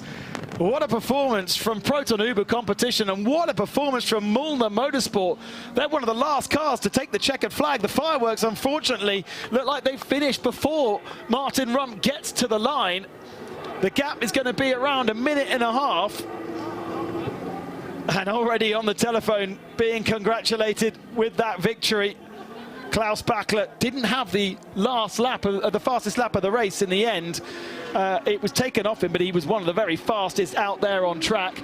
And now Martin Rump comes over the line and wins in 992. The 921 of Mulner Motorsport, a minute and a half ahead of Holmgard Motorsport, the best in the AM category. What an effort from Holmgard. Marco Gonzaga finishing in that car. Fabian Dance took half a minute out of them in the final couple of laps, some of which I think under code 60. But there is the 73. What a way to finish. 3.47 seconds in the end after 12 hours. That's a hell of a race, isn't it? Josef Kral started to close right down on Valikin. I think without the code 60s, that would have been a change of position. They wouldn't have changed the class positions. It still would have been a win for Valikin Continental Racing. So just to quickly sum that up, then the AM class was Continental Racing winning that class from E2P Racing in second, and then a podium for Viper Nisa Racing, as well as the spirit of the race. They get a podium in class. The other podiums, of course, the Pro-Am for the overall winners, Proton Huber, TFT, a great performance by them to get second in Pro-Am, and Scuderia Praha third. And then, of course, let's not forget GTX, all of the cars bringing it home, with Sebastian Page and the Graf Racing Nova winning the class from Leona Amarouche and the Vortex car in second, and Solène Amarouche in third, and GT4 Venture winning from the Hannover Motorsport. So wonderful stuff. Another massive slap on the back to Venture, because they have managed to take victory in GT4 with competition this time, and an absolutely faultless run. Their third victory of the season, and they're just missing out on that Spa victory where they had to retire. Let's go back down to Joe Bradley, who's got more celebrations. Manuel Lauck and Klaus Bachler. Manuel, when did you think that you had actually won this race? Honestly, we wait until the last minute, because it was so... let's say it was not even an opportunity that we can slow down or have any margin. So we pushed until the end and we won, yeah. Yeah, you did indeed. I'll leave you to greet your teammate who's just brought the car home. The winning car is greeting us just underneath the podium, guys. And as you can see, the Portland Hoover team absolutely delighted, and commiserations to the Red Ant team who chased them down. We'll get a chance to speak to their drivers as well. It was Kobe de Bruyker that finished the car. It's been pulled up into second place. The relief is clear from Mark Vallenvine. There is no doubt about it. He's got an absolute racing race suit on, hasn't he? Very similar. But there is going to be a mixed emotions there, Simon, of absolute elation, but also relief, I think. Yeah, completely. You know, you got to that late stage of the race where, you know, those code 60s were really throwing things up in the air. And actually, ironically, it worked in their favour in the sense that, obviously, the Red Ant car didn't have a chance to try and close that gap down, but the gap extended. It was, you know, what was it, 6 seconds before the last code 60, and then it went up to 10, which was, you know, obviously just one of those things that happens sometimes. But you got to give it to Vallenvine that he kept his cool, made no mistakes. As we saw, there was a point where he was stuck behind one of the GTX cars when the code 60 was on, and it looked like he was getting super stressed. But Joe has got our second place finish as Red Ant Racing. Well, guys, I've got to say thank you so much for entertaining us, but it's commiserations because the win was so close, Ayrton. Yeah, indeed. We were hoping for a code 60 because we needed a splash and dash, but fortunately it was one of our own, and it was on the wrong moment. We just passed the pit entry, so hit the pit. We were still in the race, and then the second code 60 came out, which we really didn't need. And of course, then somebody decided to keep on driving with a burning car, and then we are 2 more laps on the code 60, and now we missed the win by 3.5 seconds. Of course, still had to pass them, but yeah. Disappointed now. Yeah, I bet. Kobe de Bruyker, you chased that Porsche down all the way. So how much more time would you have needed to catch him and overtake him? Yeah, I mean, if the Audi hadn't break down, I think we would have got him. We were around a second faster a lap, and my tires weren't even up to temperature, so maybe 1.5 seconds faster with 20 minutes to go would have been enough. So yeah, but thank you to the team because they did everything they could. So we can't be disappointed. We have to be happy with second, especially in our first year in GT3. So big thank you to the team. I want to ask you about the damage on the front of that car. Did it affect the car at any performance-wise? Yeah, of course. We had less downforce on the front, so we had a massive understeer. Most noticeable in Senior. Senior was, yeah, I had to brake now, and before it was just a small lift. So yeah, we lost half a second to a second a lap because of the damage. You guys must be looking forward to the final round of Barcelona, though, Ayrton. Kobe, you're going to come back to Barcelona stronger than ever, I would imagine, Ayrton. Let me... Yeah, of course. Barcelona car will be brand new again. New engine, new gearbox. Everything will be redone, and we'll fight for the win there. Congratulations and commiserations, because that was a great fight at the end. Thank you, guys. Massive shout out for the third position car, because a new team to the championship, TFT Racing, having to get your head around so many of the Creventic special rules, and yet they find themselves on the overall podium, second in Pro-Am. Patrick Charlier, Jordan Boisson, Benjamin Pack and Nico Bastia there and thereabouts, but I think really perhaps helped from that code 60 right at the end. Joe's heading away from the GT3 category and over to GT4, where he'll find his friends at Venture, who've taken another victory. Yeah, they had another car to race in GT4 this weekend, but Neville, you guys once again, you pushed and pushed. He was never out of the car. Every time I looked, he was in the car. Great team effort as ever. Yeah, no, it was really good. Matt did his fair share. He did a bit, didn't he? Yeah. Chris was struggling a bit. His balaclava was a bit thick and it was making him a bit hot. But apart from that, it all went to plan. Chris, your experience, enjoy it? Yeah, really enjoyed it. I enjoyed the first stint, but yeah, for some reason my driving wasn't so good after. And then that last stint was kind of horrible. I was driving like grandma, basically, getting around the track. I'm going to ask Matt, who's your driver coach. Matt, come in here. Fastest lap in GT4 came right at the end there when the car was tired, the drivers were tired, you should have been tired, but purple right at the end. Yeah, I mean, I've been training not to be tired, so I'm quite glad. But no, I was lucky. I probably had the best stint out of all the guys with the sun setting, the cool track. And we had a good lead, so, you know, just gave it a go. Have a bit of a show for the boys. Chris is beating himself up. What's your take on his stint? To be fair, he's done a great job all weekend, but I'm kind of glad because I beat him up a bit as well.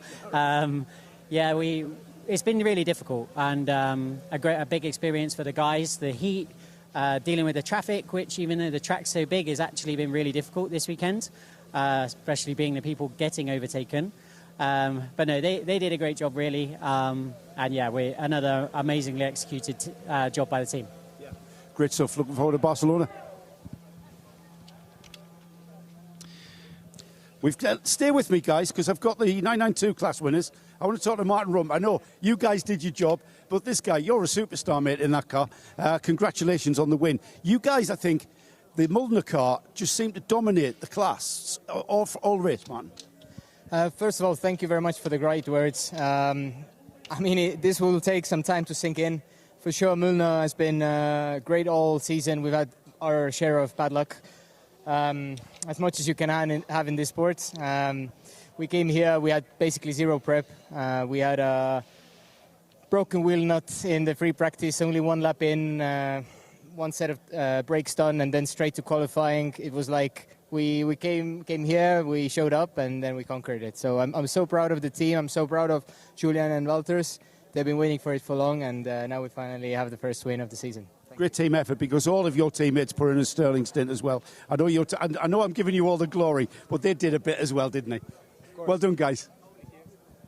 Julian, let's talk to you. I've got time. Julian Hansis. Sure, I noticed some of your lap times as well in your stints, and you guys seem to be pushing from the off.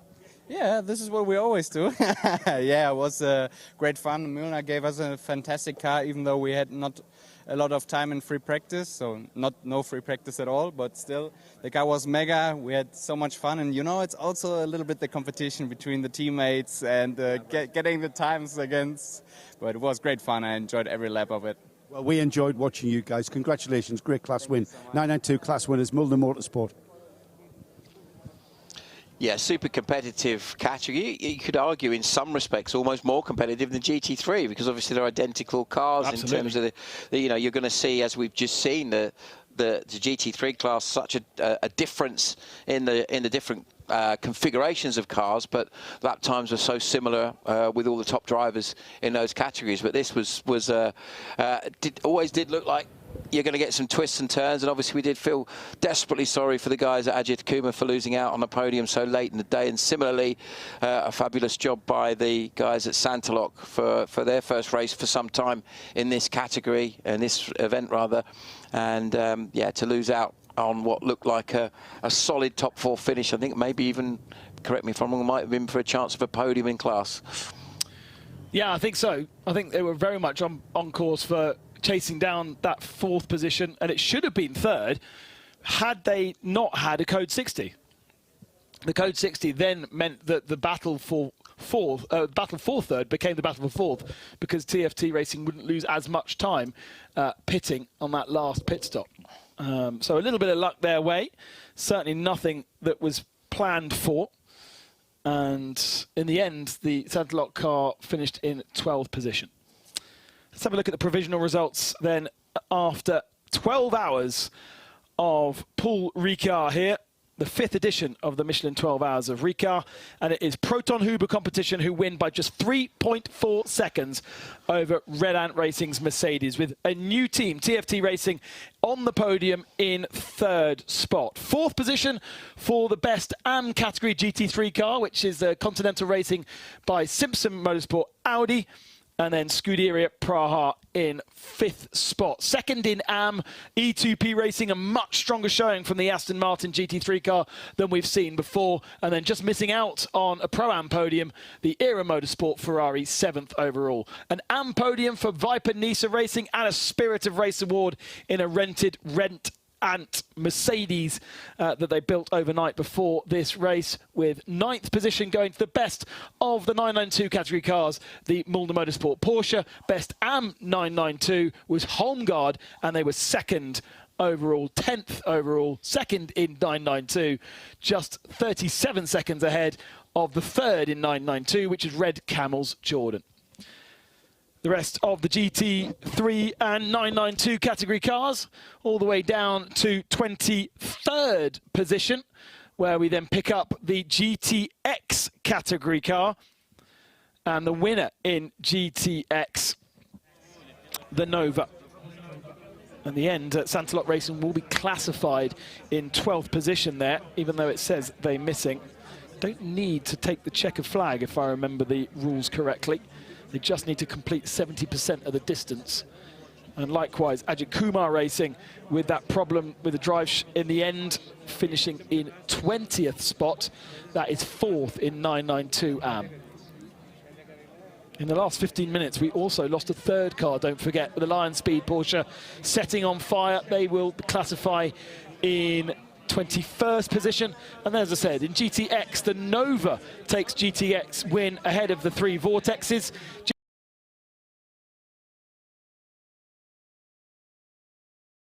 GT4 won by Venture by 10 laps in the end over Hermofa BMW, and a couple of 992s and GT3 cars there with issues and retirement.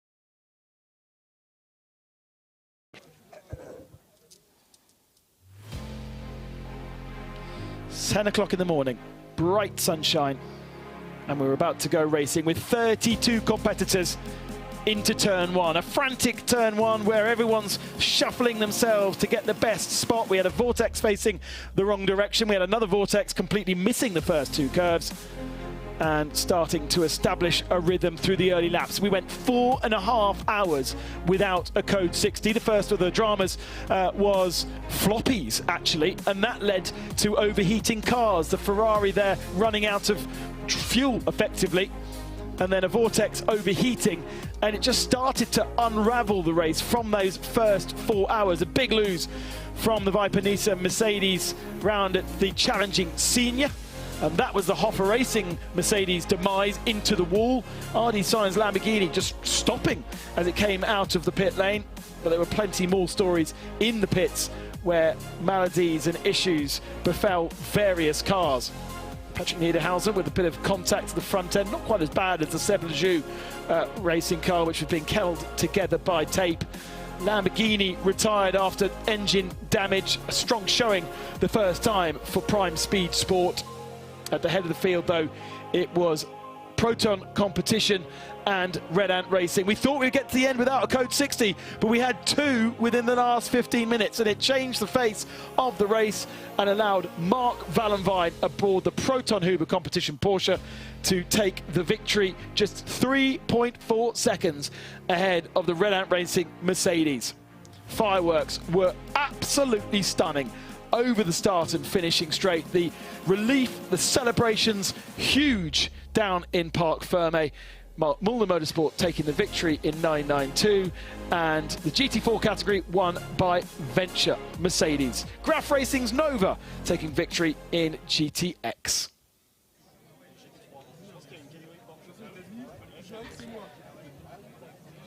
And now we await the podium ceremonies on top of the central part of the pit lane here at Paul Ricard. We've got a few different podiums to get to. Joe Bradley will be the man to conduct the ceremony. And we just await the thumbs up to collate. We've got to collate all the drivers up there. It's not far a walk, but it's amazing how many you lose from Parc Fermé to a podium. I think there's some of them that forget they've actually got to do that part of the event, the important bit, in the sense that that's your reward for all the work that's gone on for yourself as a driver, for the team, and for all of your partners, sponsors, everybody else that's involved in the program. And it is the commitment to get these cars racing and for the teams and everybody that's involved to actually get themselves in that position is absolutely remarkable. So yeah, fair play to everybody who's got themselves a podium today. A huge thank you to Diana Binks, who's been down in the very, very hot pit lane alongside Joe Bradley today. We are going to hear from Joe during the podium ceremonies in a few moments' time. And a massive thank you to Simon Hill for making his debut after 10 years or so in the commentary box. Long enough. And it's been a pleasure to do such a mammoth stint alongside you today, Simon. Thank you for your commitment. And I think we are nearly ready. I can just about spot the Bradley there getting ready to go. Give the drone a wave. Thanks for joining us, everybody. It's been a real pleasure to guide you through the Paul Ricard race. 24 Hours of Barcelona is the next one. End of September, usually well subscribed. If you are fancying a race, make sure you get your entry in as quickly as possible. And then don't forget, if you fancy a visit to the Sepang 12 Hours, Creventic have recently taken on the promotion of that event and will be running their first Sepang 12 Hours around the Kuala Lumpur circuit at the end of November, the start of December. Lots of teams out there who will be racing anyway, but I'm sure Creventic will be wanting to bring a decent chunk of European cars over there. And then the Middle Eastern season begins before Dubai in January and Abu Dhabi.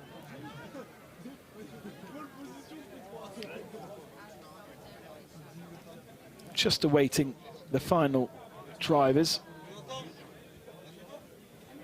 I'm looking forward to stopping talking. It's been quite a challenge for everybody, whether it be mechanic, whether it be driver, whether it be cameraman out on circuit, whether it be the tech team who've had a few challenges today back in Cologne at 0221 or around the circuit here. It's been a mammoth adventure for everyone. No thanks to the sweltering heat. And we've still got adventures coming tomorrow because I don't think France are quite out of the woods yet when it comes to travel. Luckily, we've got some cars. Roll on the car, sack off the plane. Well, although Simon's got to get back from work on Monday. I have got work on Monday, so looking forward to being back at Bespoke Handling on Monday. We look after a lot of the transport, so let's have a look at our thoroughly deserved podium finishes with our great friend Joe Bradley.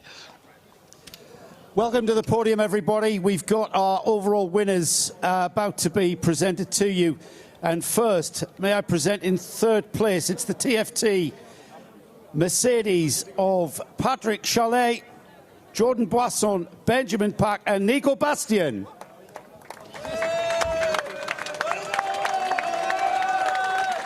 In second place, it's Red Ant Racing Mercedes. Please welcome Yannick Redon, Ayrton Redon, Kobe de Broeke and Kenneth Heyer.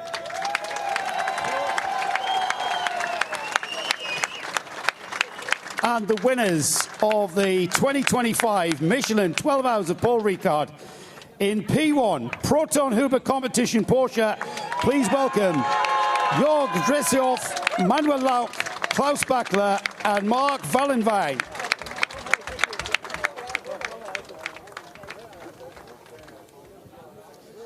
And now the national anthem of the winning team.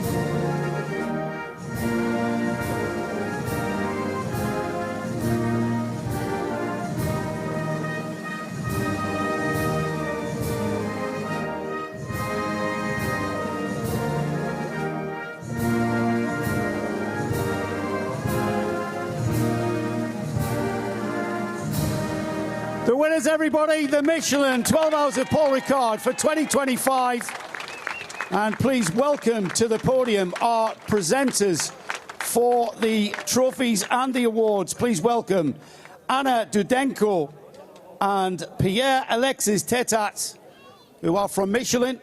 Anna is a compound designer and Pierre-Alexis is a tyre designer. First trophy is going to P3. In third place, it's the TFT Racing Mercedes. Hold those trophies up, gentlemen. And our second place trophies to the Red Ant Racing Mercedes team.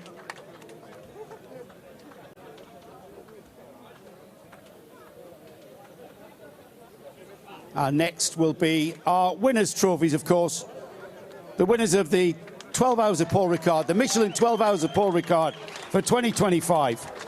Proton Huber competition, Jörg Dressiov, Manuel Lauk, Klaus Bachler, and Mark Vallenwein. We have our watch presentation, our winning watches to be presented now. We've got one more.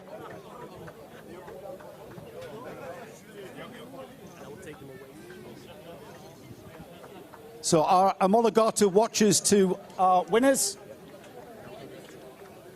But please raise your trophies high in the air, gentlemen, for the photographers. Please raise your trophies high in the air for the photographs. There it is. Big round of applause, everybody. The Michelin 12 Hours of Paul Ricard. And now we better get rid of the watches, Peter, because we're about to go into the champagne.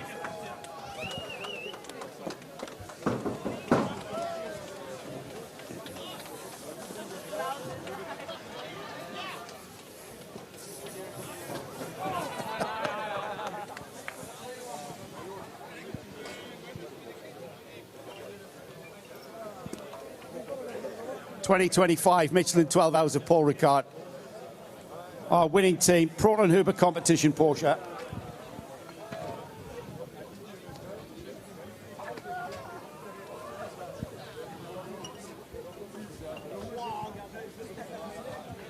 Well done, everybody. Well done.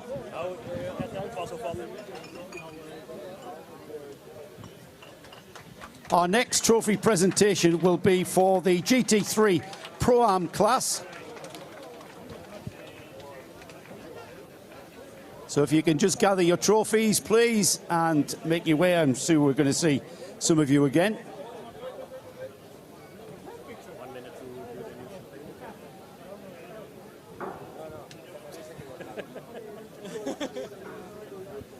Well done. Our next trophy presentation will be for the Pro-Am class of GT3.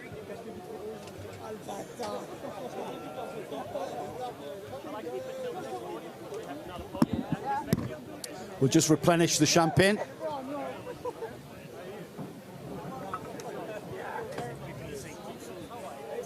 And once we've replenished the champagne, we'll get on with presenting some trophies. Quick work from our Creventic staff. Thank you, guys. Let's have a big warm welcome for our Pro-Am podium winners. It's in third place. That's Scuderia Praha Ferrari, Miroslav Weibo, Josef Kral, and Denis Vacek. Big round of applause. Third place. In second place, it's TFT Racing back to the podium. Patrick Charlet, Jordan Bossin, Benjamin Pack, and Nico Bastian. And our Pro-Am winners are our overall winners. Please welcome back the Proton Huber Competition Porsche team, Jörg Dressiov, Manuel Lauk, Klaus Bachler, and Mark Vallenwein.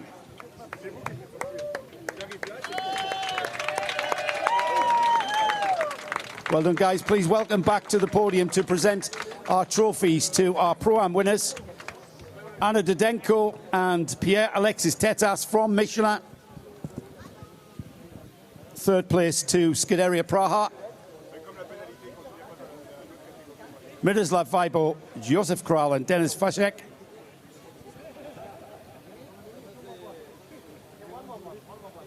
our second place trophies to TFT Racing's Patrick Charlet, Jordan Boisson, Benjamin Pack and Nico Bastian.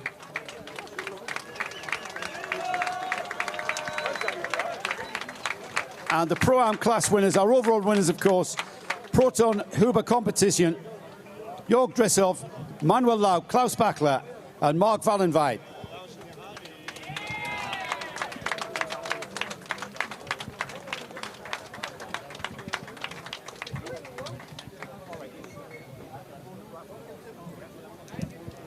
Well done, everybody. Just raise your trophies high in the air for the mega photograph that's going to live with you forever. Raise your trophies high in the air, please. Well done. And now the champagne, the Pro-Am class for GT3.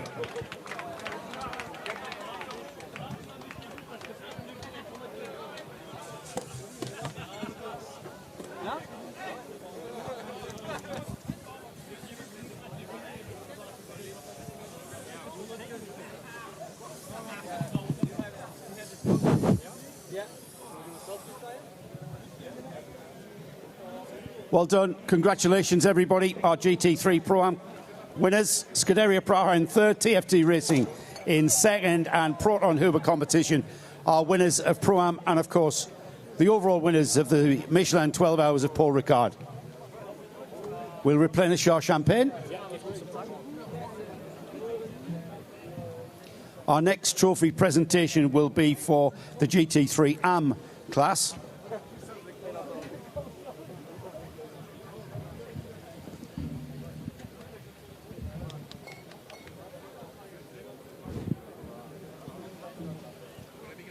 Our podium for GT3 AM, please welcome in third place, it's the Viper Nisa Racing, the Mercedes of Douglas Koo, Dominic Ang and Melvin Moore.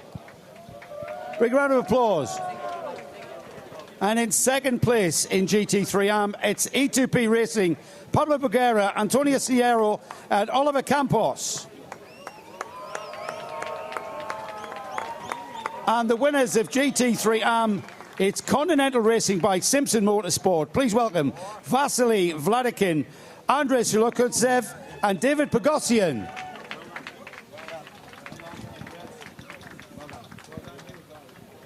Welcome back our trophy presenters, Anna Dudenko and Pierre-Alexis Tetas from Michelin. In third place, Viper Nisa Racing.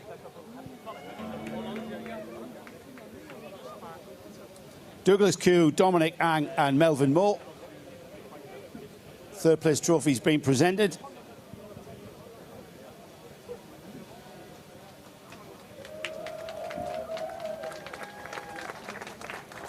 Flag of Malaysia, this team all the way from Malaysia.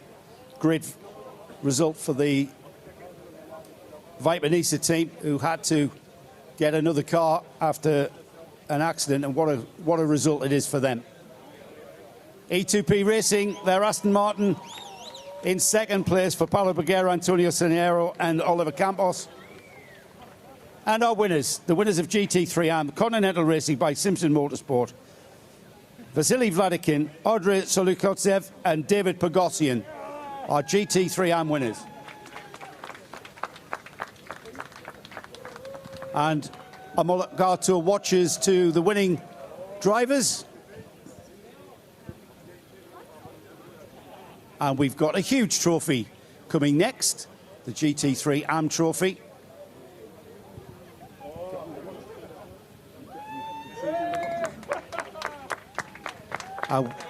Nice photograph, please. Please raise your trophies high in the air. That's going to be a heavy ask for that massive trophy. Before the champagne, let's get the watches. And if we're happy, let's go for the champagne.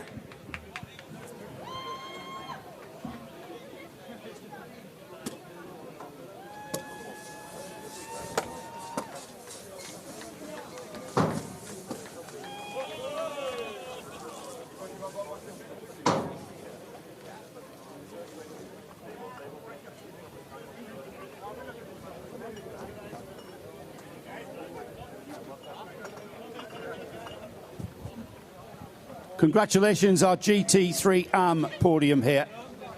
Big round of applause, everybody.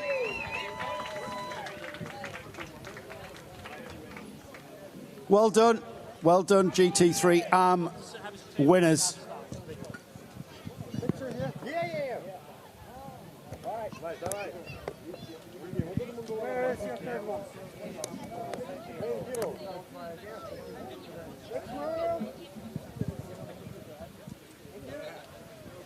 Well done, our winners of GT3 Continental Racing by Simpson Motorsport, the British team, with the Audi R8 having a great victory in that category.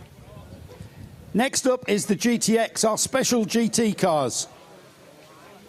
In third place is car 702. That's the Vortex V8 of Solène Amarouche, Philippe Borel and Frank Lefebvre. In second place, their teammates, car 701, the Vortex V8 of Lionel Amarouche, Philippe Bonnel and Cyril Camon.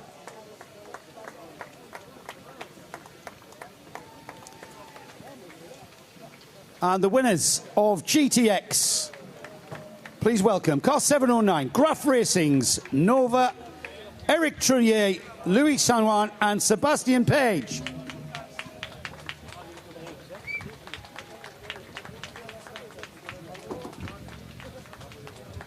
Our GTX podium, ladies and gentlemen.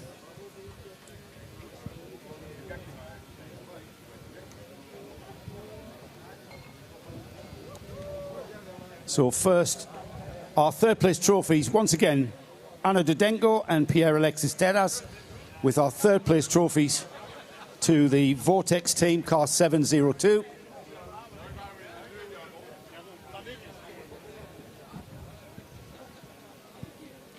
And second place trophies will be awarded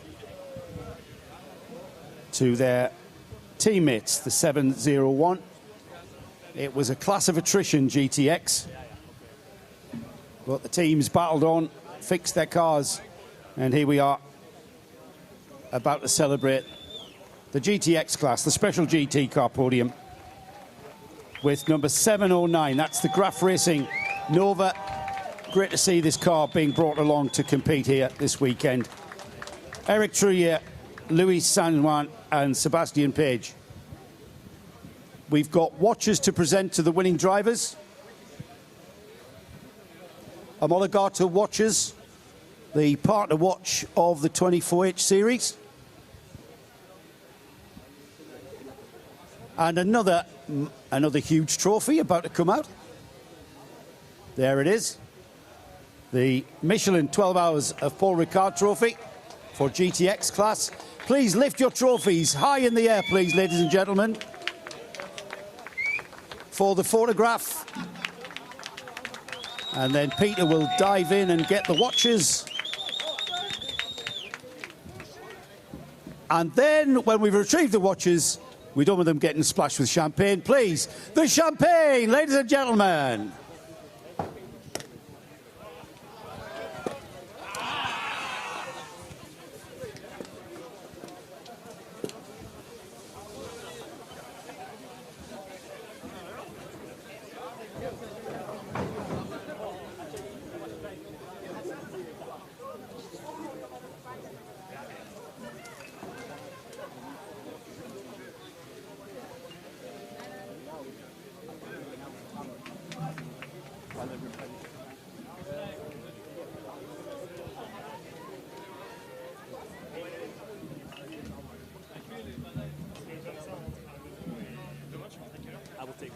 All right. So we replenish the champagne, and our next class will be for the 992 class, the Porsche Cup class. And then I look forward. Well done.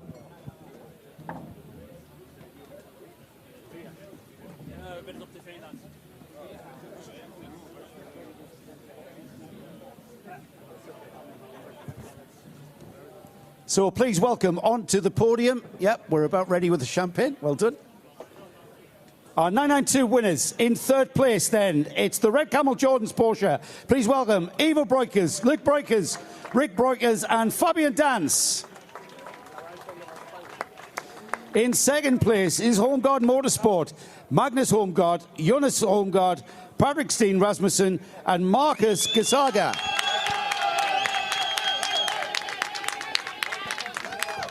And the winners of the 992 Porsche Cup class for the 2025 Michelin 12H of Paul Ricard is Mulder Motorsport, Valters Vedres, Martin Rump and Julian Hanses.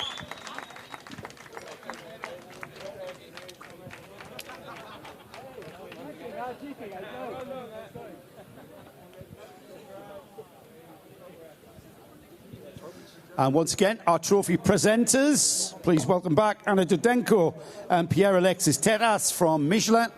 Third place trophies going to the Red Camel team, the Red Camel Jordan's team, Ivo, Luke and Rick Breukers and Fabian Dance.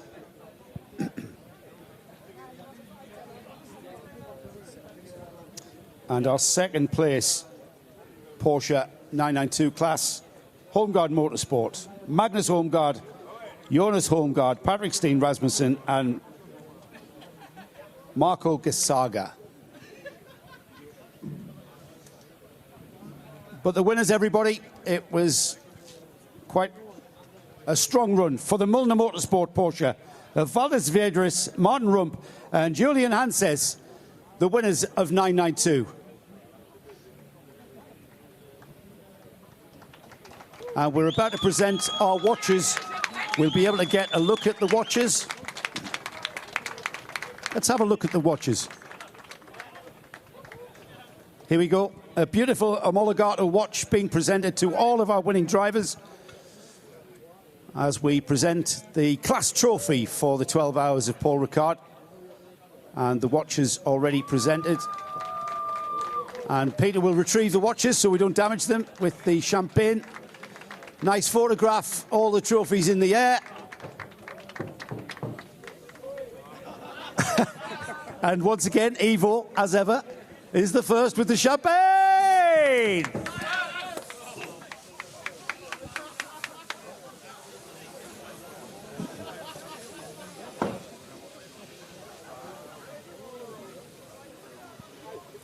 Well done, our 992 Porsche class. And the winners, once again, special mention, Mulder Motorsport.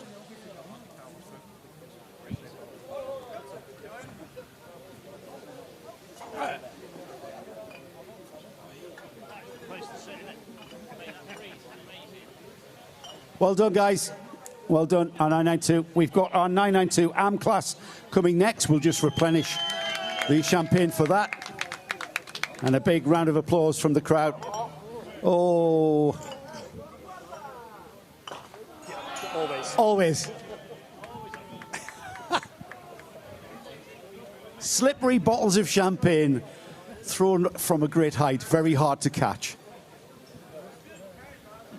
Nice try, Valtieras. The 992 AM category is coming next. Well done, guys. Just replenishing a very wet podium now. It's the 992 AM class. And there's been a little shuffle with the positions of the three cars. In third place, please welcome to the podium, it's car 888, Sebelju Racing's Porsche of Sebastian Lejoux, Stefan Perrin, Carlos Rivas, and Paul Meyer in third place. In second place is their team's sister car, the 910, Sebelju Racing's Jeremy Follegant, Jean-Laurent Navarro, Pierre Arnaud Navarro, and Giovanni Scamardi. And winners of the 992 AM class, that is Holmgaard Motorsport, car 902, Magnus Holmgaard, welcome back, Jonas Holmgaard, Patrick Steen Rasmussen, and Marco Gasaga.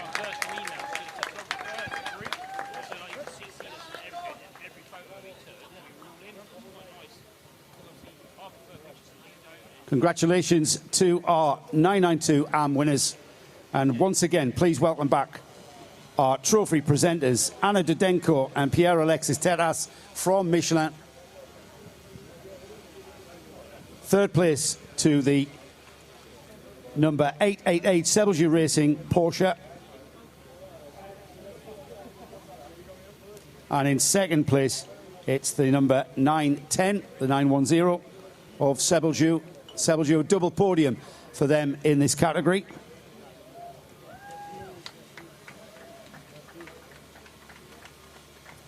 And the winning team, of course, in the AM class, the subclass of 992.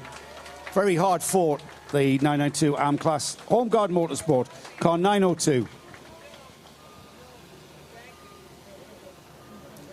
Trophies being presented. We'll next present our Omologato watches. Please hold back the champagne for now. And we've got our wait.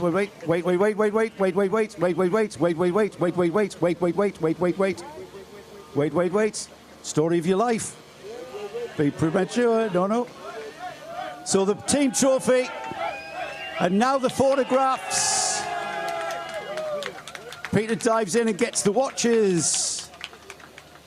And now the champagne!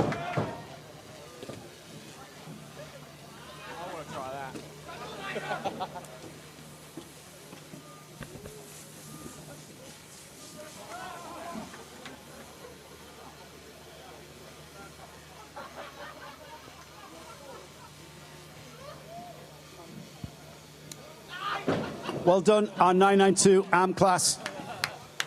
Well done and congratulations for the podium. It's our GT4 class podium next. We always leave the best till last.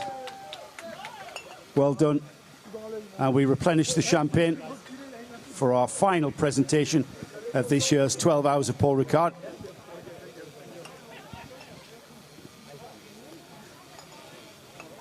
So please welcome to the podium for GT4 in second place, Hannover Motorsports BMW of Rob Verheuyen, Chris Verheuyen and Mark Verheuyen.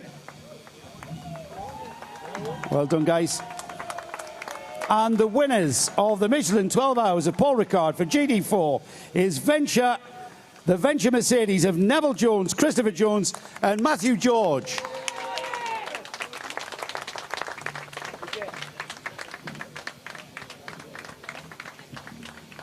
Once again, and for the final time, a big round of applause, please, for our presenters, Anna Dudenko and Pierre-Alexis Tetas from Michelin, to present their final trophies of the evening. In second place, the Hannover Motorsport BMW team.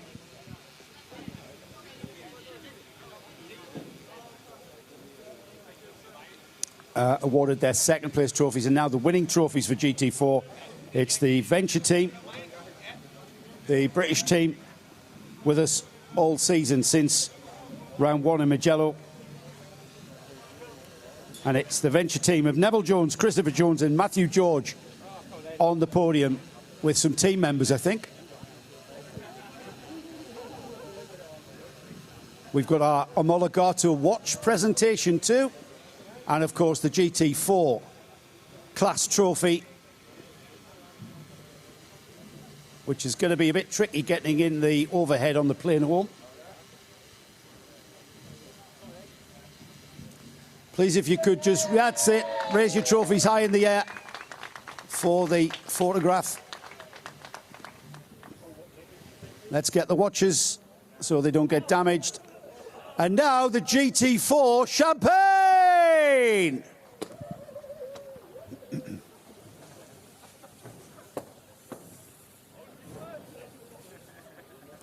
And that concludes our podium for the Michelin 12 Hours of Paul Ricard. It's been a hard one, as ever. And we'll see you next time for the Barcelona 24 Hours at the end of September for what will probably be equally as hot and equally as hard. We'll see you then. We hope you enjoyed the show. We know we have. See you next time.